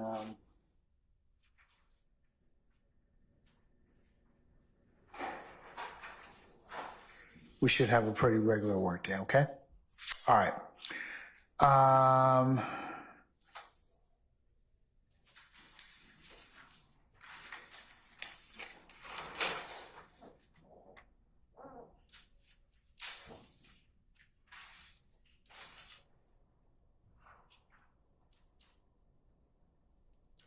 Wednesday, the 27th, we'll start at the same time. Approximately, you'll be here for 9, start around 9:30. We'll work till approximately almost 1 o'clock, and then our day will be complete. Okay, so Wednesday, we're gonna work until we'll come in at regular time, we'll work till about 1, and you're done the rest of the afternoon, okay? All right. Thursday, the 28th. We'll come in at 12:30 and we'll work for an anticipated 1 o'clock start time. We'll work to about 5. All right? And then Friday the 29th, you'll plan on coming in at 9. We'll start somewhere between 9 and 9:30. We'll have a regular business working day, okay? Then that will be then you all will have an administrative pause, as I mentioned earlier, from the 1st through the 5th of April. And then you will recommence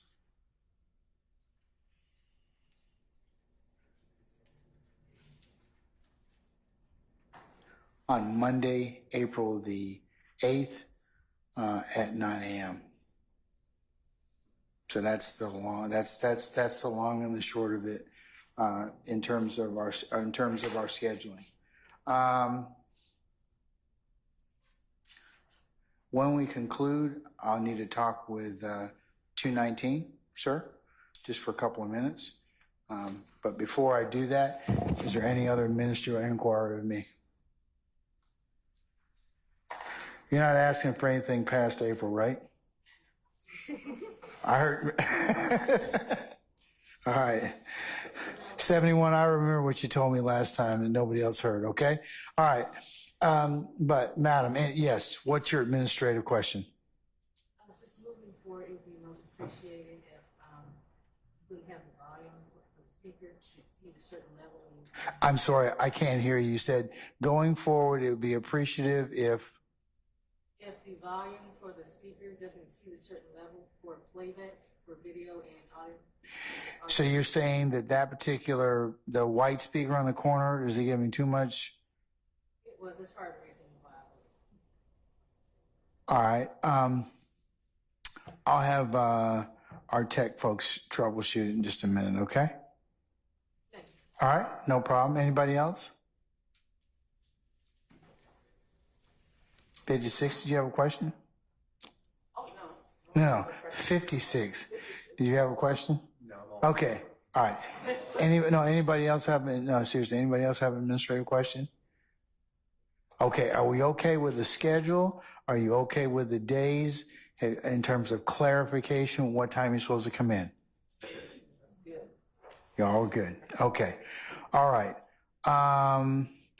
Ms. Von Kels has been by to talk with you, is that correct, our jury clerk, in terms of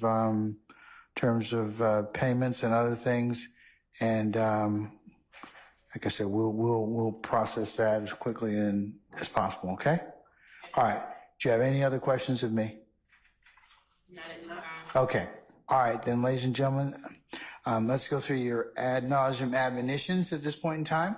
Remember, don't discuss anything that we've covered in court amongst yourselves, back in the jury room, as you leave this place, as you in groups of 1, 2, or whatever means of conveyance you may be riding or traveling in, coming to and from your headquarters, your jury deliberation room. Please, if anybody, third party should try and approach you, talk with you about this particular case, remember your duty to let me and or Sergeant Ingram know immediately. Do not, and please resist temptation of talking with anybody, your loved ones, or anyone else about anything that you've covered in the four walls of this courtroom. Remember, it would be a violation for you to also do any extra research, go by and visit the scene, or do any other cite any or attempt to access any other third-party resources to aid clarity on anything you might have heard within the four walls of this courtroom. Remember, you can only lawfully consider what is presented in the four walls of this courtroom to you. Leave your notepads in the basket as you leave, and you can pick them back up tomorrow morning. Take a juror sticker. And then, ladies and gentlemen, as I conclude every day on behalf of the parties, thank you for your patience and your attention that you've given and will continue to give upon the consideration of this matter. So unless you have anything else from me, ladies and gentlemen, we will see you tomorrow morning. For what time? 9. For an anticipated 9:30 start time, okay? All right, ladies and gentlemen, unless you have any other thing of me, then I'll see you in the morning for 9 o'clock, okay? All right, all rise. 219, can you remain with us for just a second, please?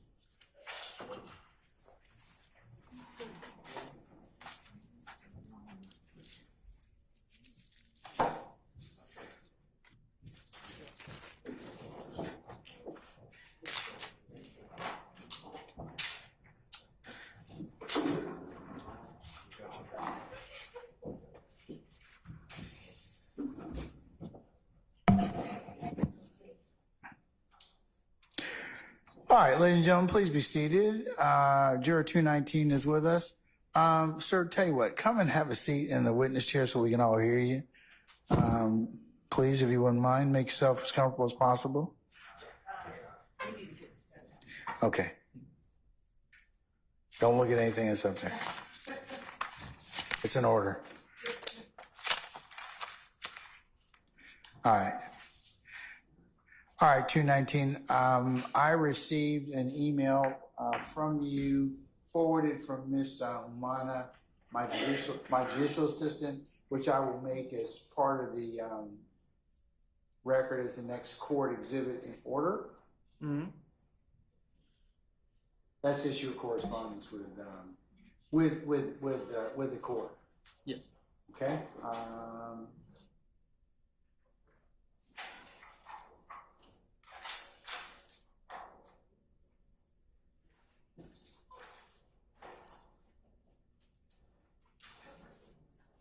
All right, if I understand the correspondence that you sent Ms. Umana to share with me, you're having some problems setting a doctor's appointment. Mm-hmm. Were you able to get anything the week of the 1st of April?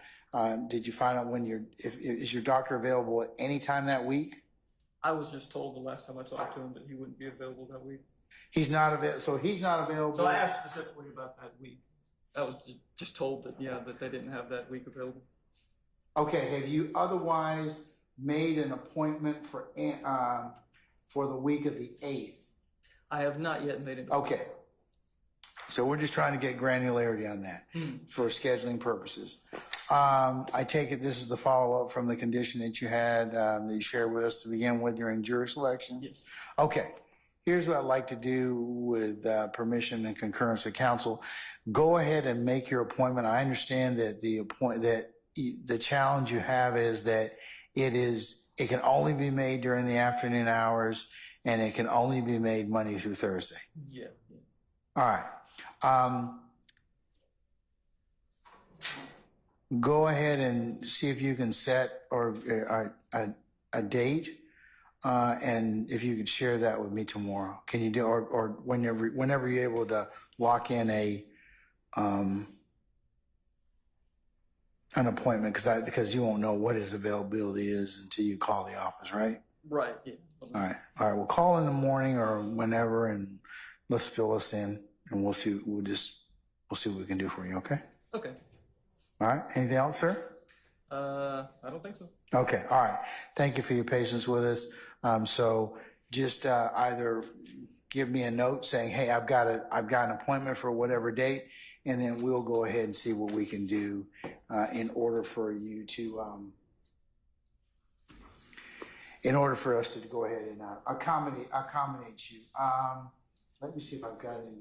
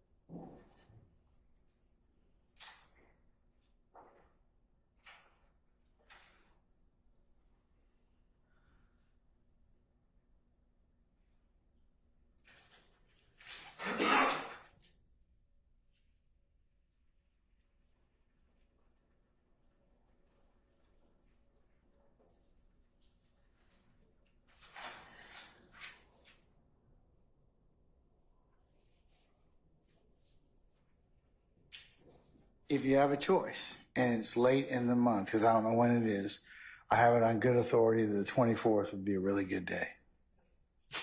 Okay. If it calendar pushes that far, but you book one as soon as you can get one, and we'll just see where we are. But if you have any control, the 24th you'll be out that day, and probably the 24th and the 25th.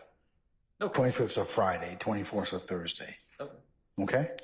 All right, but I was just taking a look at what I thought we could prognosticate, but you just need to tell us tomorrow, okay? Mm-hmm. All right? All right. Okay. All right. Unless you have anything else, have a good evening, okay? All right. Thank you. All right. All rise.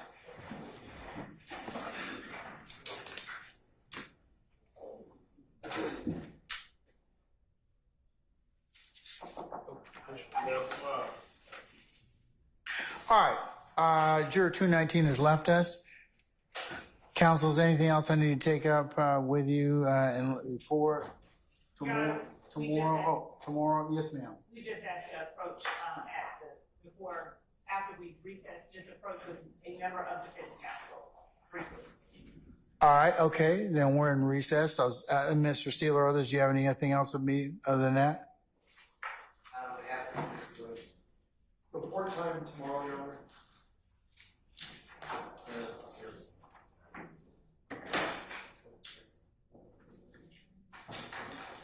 9 a.m. for anticipated 9:30 start time, sir. Okay. All right. We'll see you in the morning, okay? Thank you. All right.